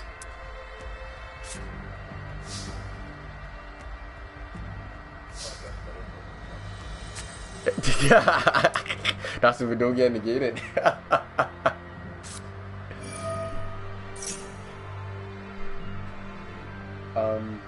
Lemonade space, on space, the space, rock space. Make sure you have a space in between all. Lemonade on the rocks. Let's do it. Junk Synchron. Wow, they won't give me him. Alright. Converter could work, but they give me so much tonus.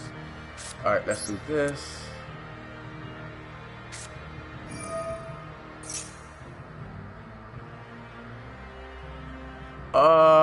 Flip. However you pronounce that. You can just go on my channel. I have a Dark Lord deck already built. You can use that as a base to assist you with building your own. Just go on my channel, type in Dark Lords, and it should come up. And that should be able to assist you from there.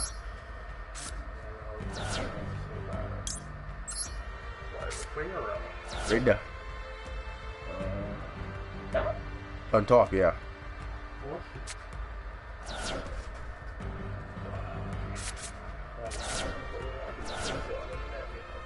Why, what happened there?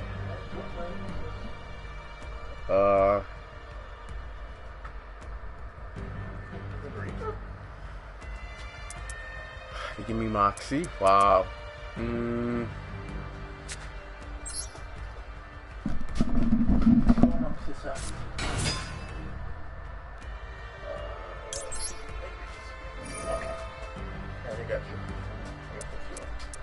What happened? It think I'm. Network configuration. What is it?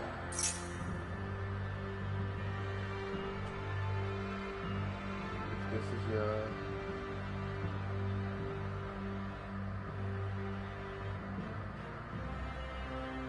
is not considered secure. Oh boy. Wait, what that supposed to mean? The Dark Lords. You should be able to see it. There's a Dark Lord video on my channel. You just type in Dark Lord, Dabna 242, and it should come up in the Google search and all. Let's go, speeder.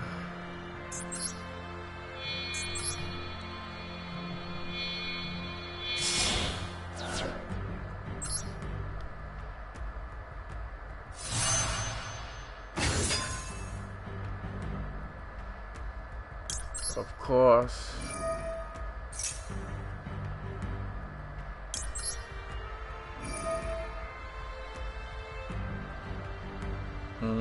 We could regurgitate back you.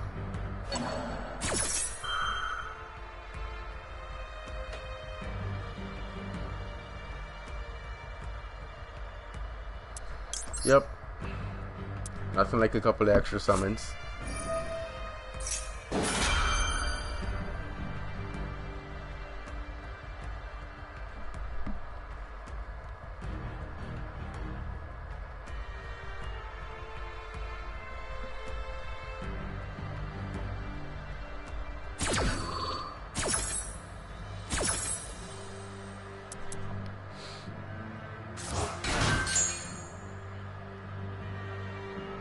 We go 1, 2, and 3. Wow.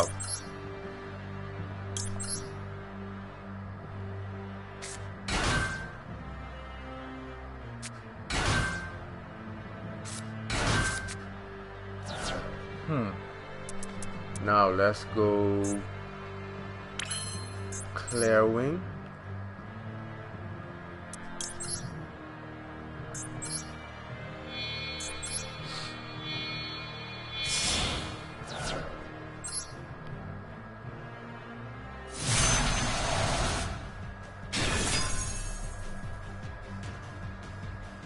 Of course, because we need to get to Liberian.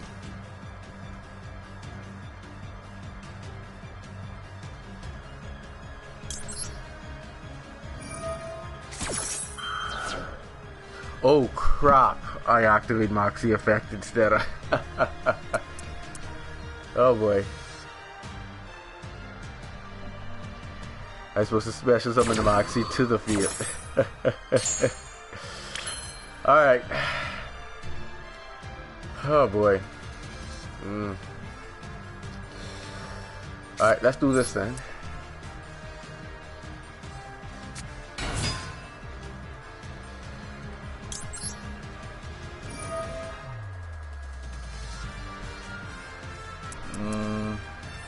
Bring it back from the grave.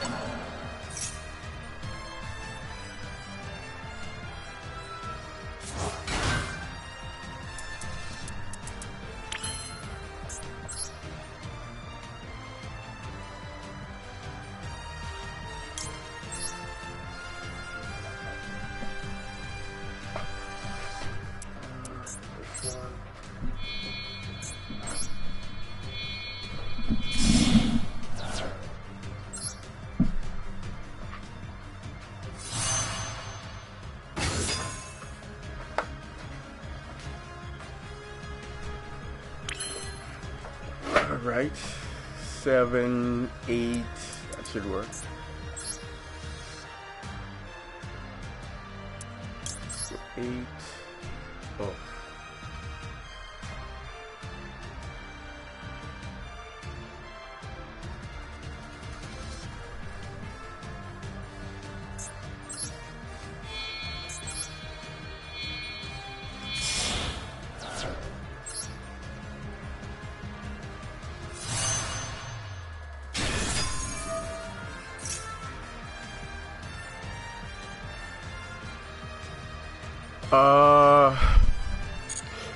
Some, but they would need to be tweaked a little. It shouldn't be that far off. It really shouldn't be, because it's just incorporating some of the newer cards like if you want to use Forbidden Chalice, or depending on what kind of oats you want in your deck. But the main core of the deck you can start with that, and you may need to change maybe 12 cards tops in the deck, maybe, if all of that, and that's tops.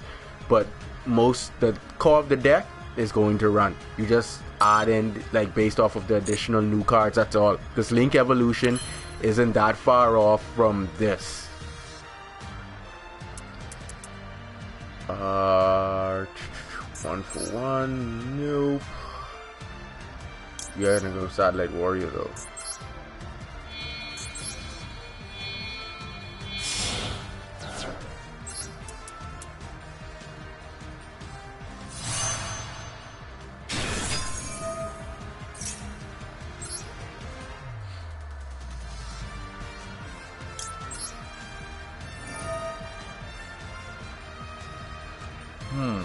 That's interesting. You could tribute off a monster, special summon himself, and something else. Let's catch that. Yes.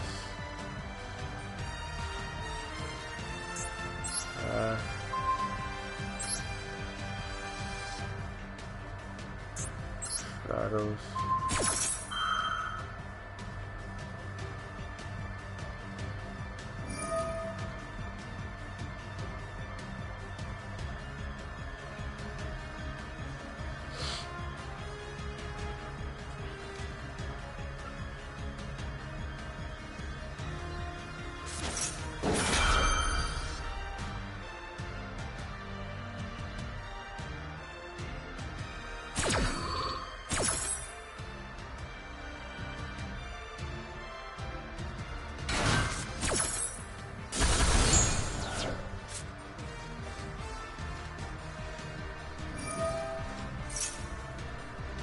Oh wow, remember the accidental activation of Maxi? That came in handy just now.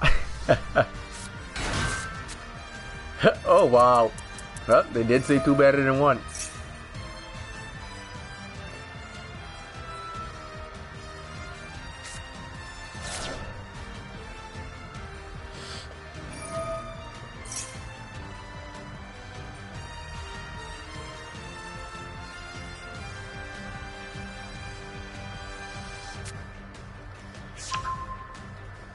He actually adding his hand as if he has another turn. That's surprising. I wonder who told him that.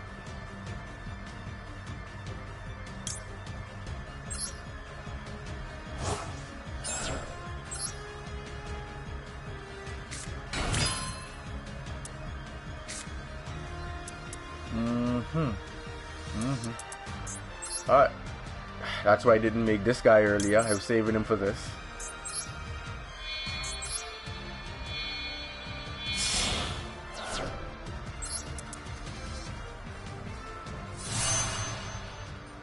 There we go.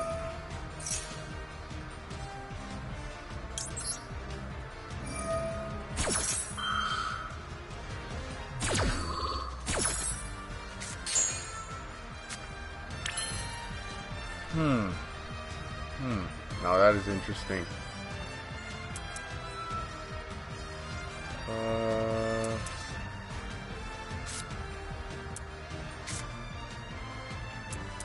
Nope.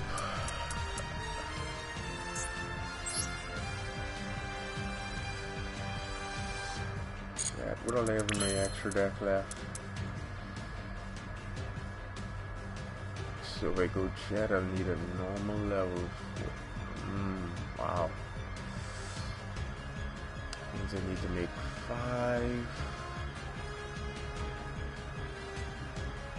Yep, I need the synchro of 5. So if I normal summon, I need to bring 3. How many of those do I have in my graveyard? 1. Just 1. Alright, let's do this then.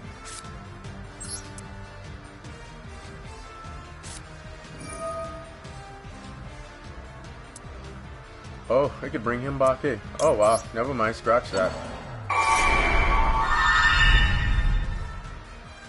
Yep, put that position.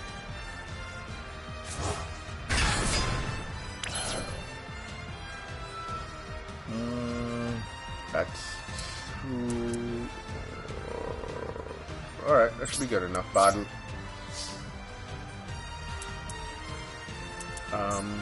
You first. Let's take out the unnecessaries.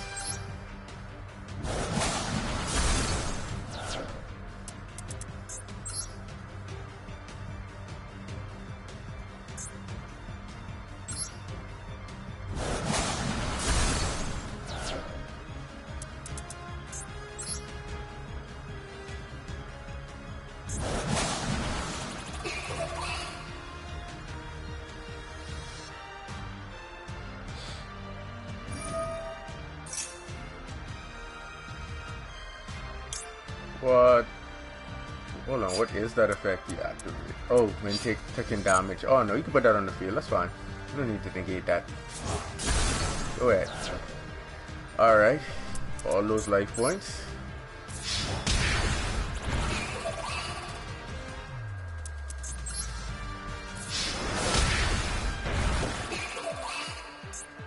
I know sometimes people find it strange that I attack from lowest to highest, but it's always the safest way to attack, because there's a monster called God's Emissary of... Anyway, it's a level 12 Dark Fiend monster. If you attack your opponent, if your opponent attacks you directly, you could special summon it on a token as strong as the damage you took. So if you attack with your strongest monster, they're now gonna have a wall as strong as your strongest monster, and that's what you don't want. And I always practice attacking like that so I could avoid that from happening.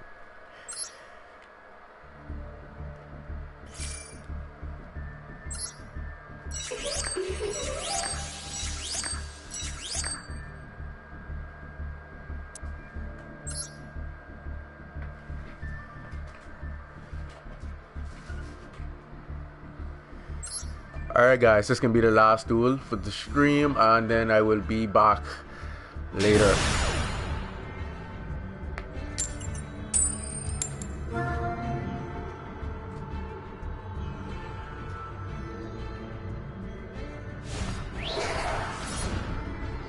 Make sure you subscribe and hit that notification bell so you can be notified of when I start streaming again and for any of my future uploads.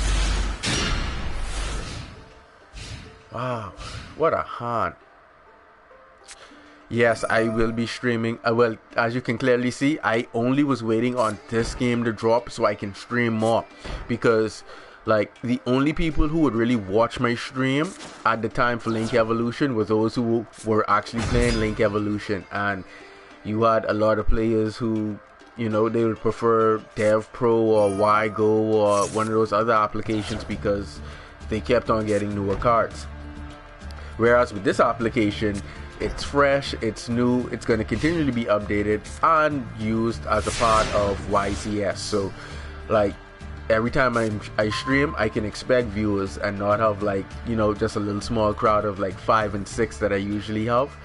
I mean, when I usually stream, I get about anywhere from 12 to about 21 for Link Evolution, but knowing that I'd be streaming this game, I know for a fact that my viewing audience would be almost quadruple or 5 times that very easily.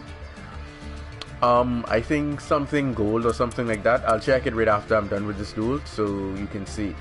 A whole lot of back row, and Kaiser Coliseum is not banned. Wow. Wow. This is troublesome. Wow. Alright, we can up the wingness. We're gonna go. Oh, he don't have no cards in hand. Crap. Twin Twisters. We're actually gonna send Gravity Collapse, and we can't use Hand Destruction at the moment. Let's take out. I can summon one, so let's click that. And one other back row.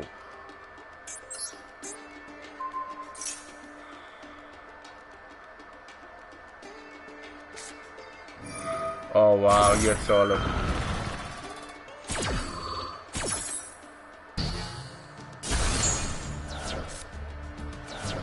Alright. Now that I know that this is actually back in play, that's going to be troublesome to get over. But that's Duel. I won't be able to synchro anything.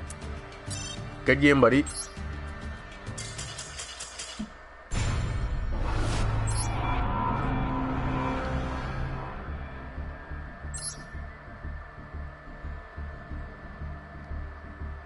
Turn the main menu. Where is it? I should be gold tier 3 because it says after 3 more wins I should be gold tier 2. So I'm currently gold tier 3 with a deck that's not even competitive. Let me see how much points I actually have. Could use some cards with the card pack.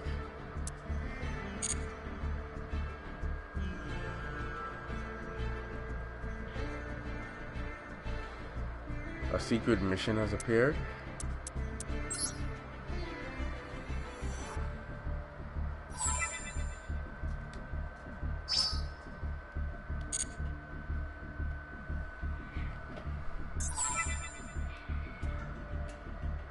Why are you torturing that cat, huh? Not, I mean, in what win on your first attack turn 1? Oh, need a stronger deck for that. Why would happen? I know it's logged into your the default password didn't work. If you change the password for your router, then I can't remember what the password is. oh boy. Alright then. Wow, I could open it back up and see if I can guess it. Let's go to card shop. Let me check this dual pass for a sec before I go.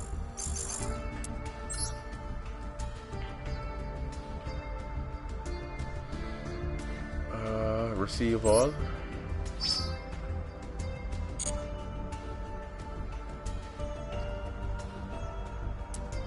Oh, a gold pass just gets you more of everything. Wow.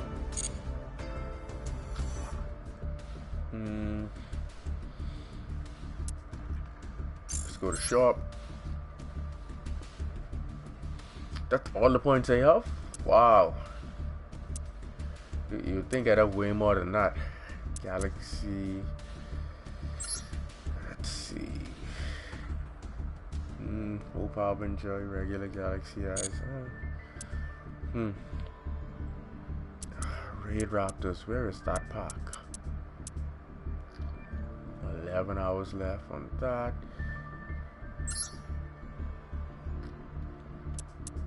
Let's see what we can get out of this. I need some shinies, some ultra rare shinies. Do not rob me.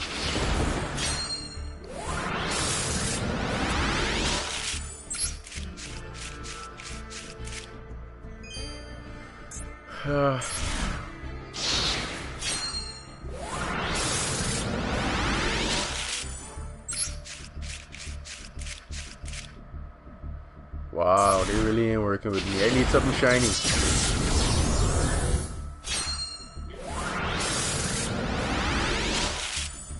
Alright, that's one ultra rare. I didn't want that, but hopefully I could dismantle that so I could use that to get something else.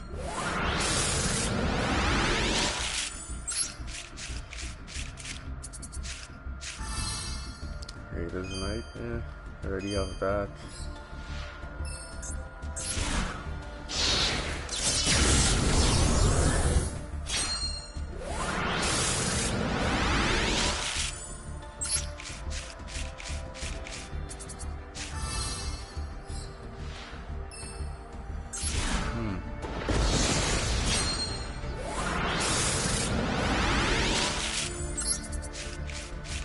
One thing I could say, Konami knew exactly what they was doing by making this game free to download. They're gonna make sure that it consumes so much of your time or your actual physical money that it's gonna be ridiculous.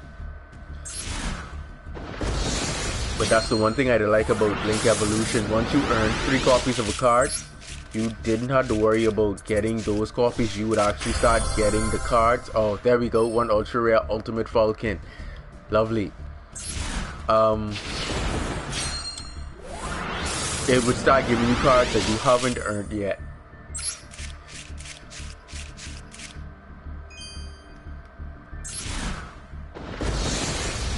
Alright, last box.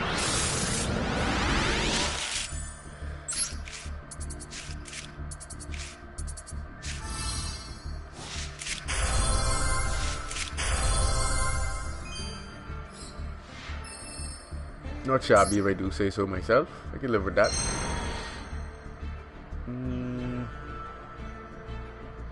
Let me see something. That's going to actually make sense.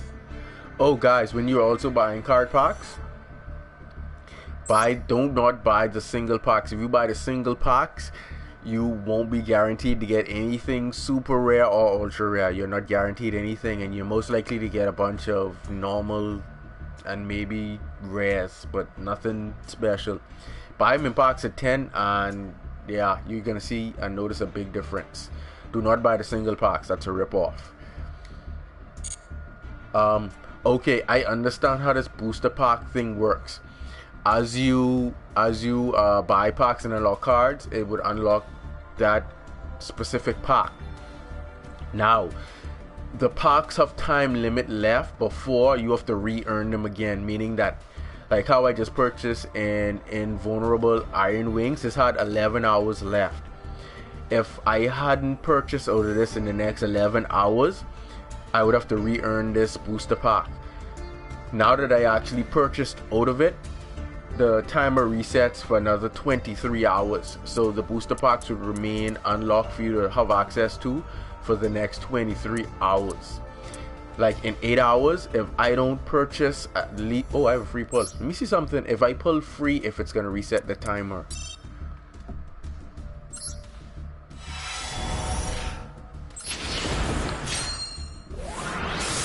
What's the amount of shenanigans they can give me? Only 3 cards and they have something to do with DDD. And like I was mentioning, only normals and rares. The chance for a super rare or ultra rare out of a single pack,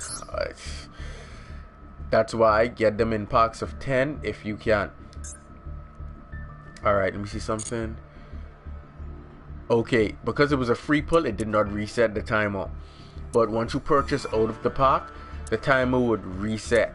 So if you're looking for DDD cards, or if I were looking for DDD cards or hero cards, I would need to come and actually purchase. Let me purchase a single, and that should do the trick.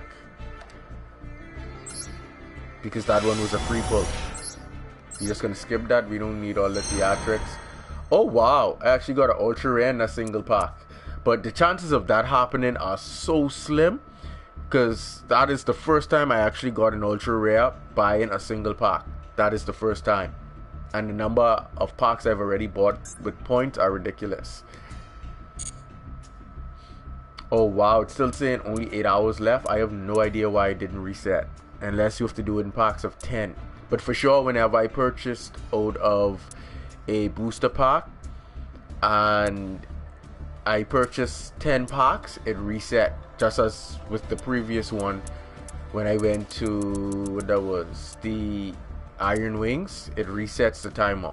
And when you just unlock the pack, like as you get cards out of the booster packs and they open, it starts on a 23-hour timer. So that's just an interesting side note for you guys who are trying to earn cards. Do not let these packs close back up on you. Try to stay as consistent as possible, buying them in packs of 10 so that they can stay open for you guys to have access to. That should be it. Let me go check and see if I can actually finish constructing that Raid Raptor deck. I'll probably start the next stream off doing that, but yeah, that'll be it for the stream. So if you haven't already, be sure to like, share, and subscribe. Hit the notification bell so that you can be notified of when I'm streaming, as well as all of my future updates. And if you haven't already, on the last request, we're trying to get that to 200 likes. Beat down the like button on that video so that it would encourage me to upload the very next request you guys have. So yeah, until next time, later.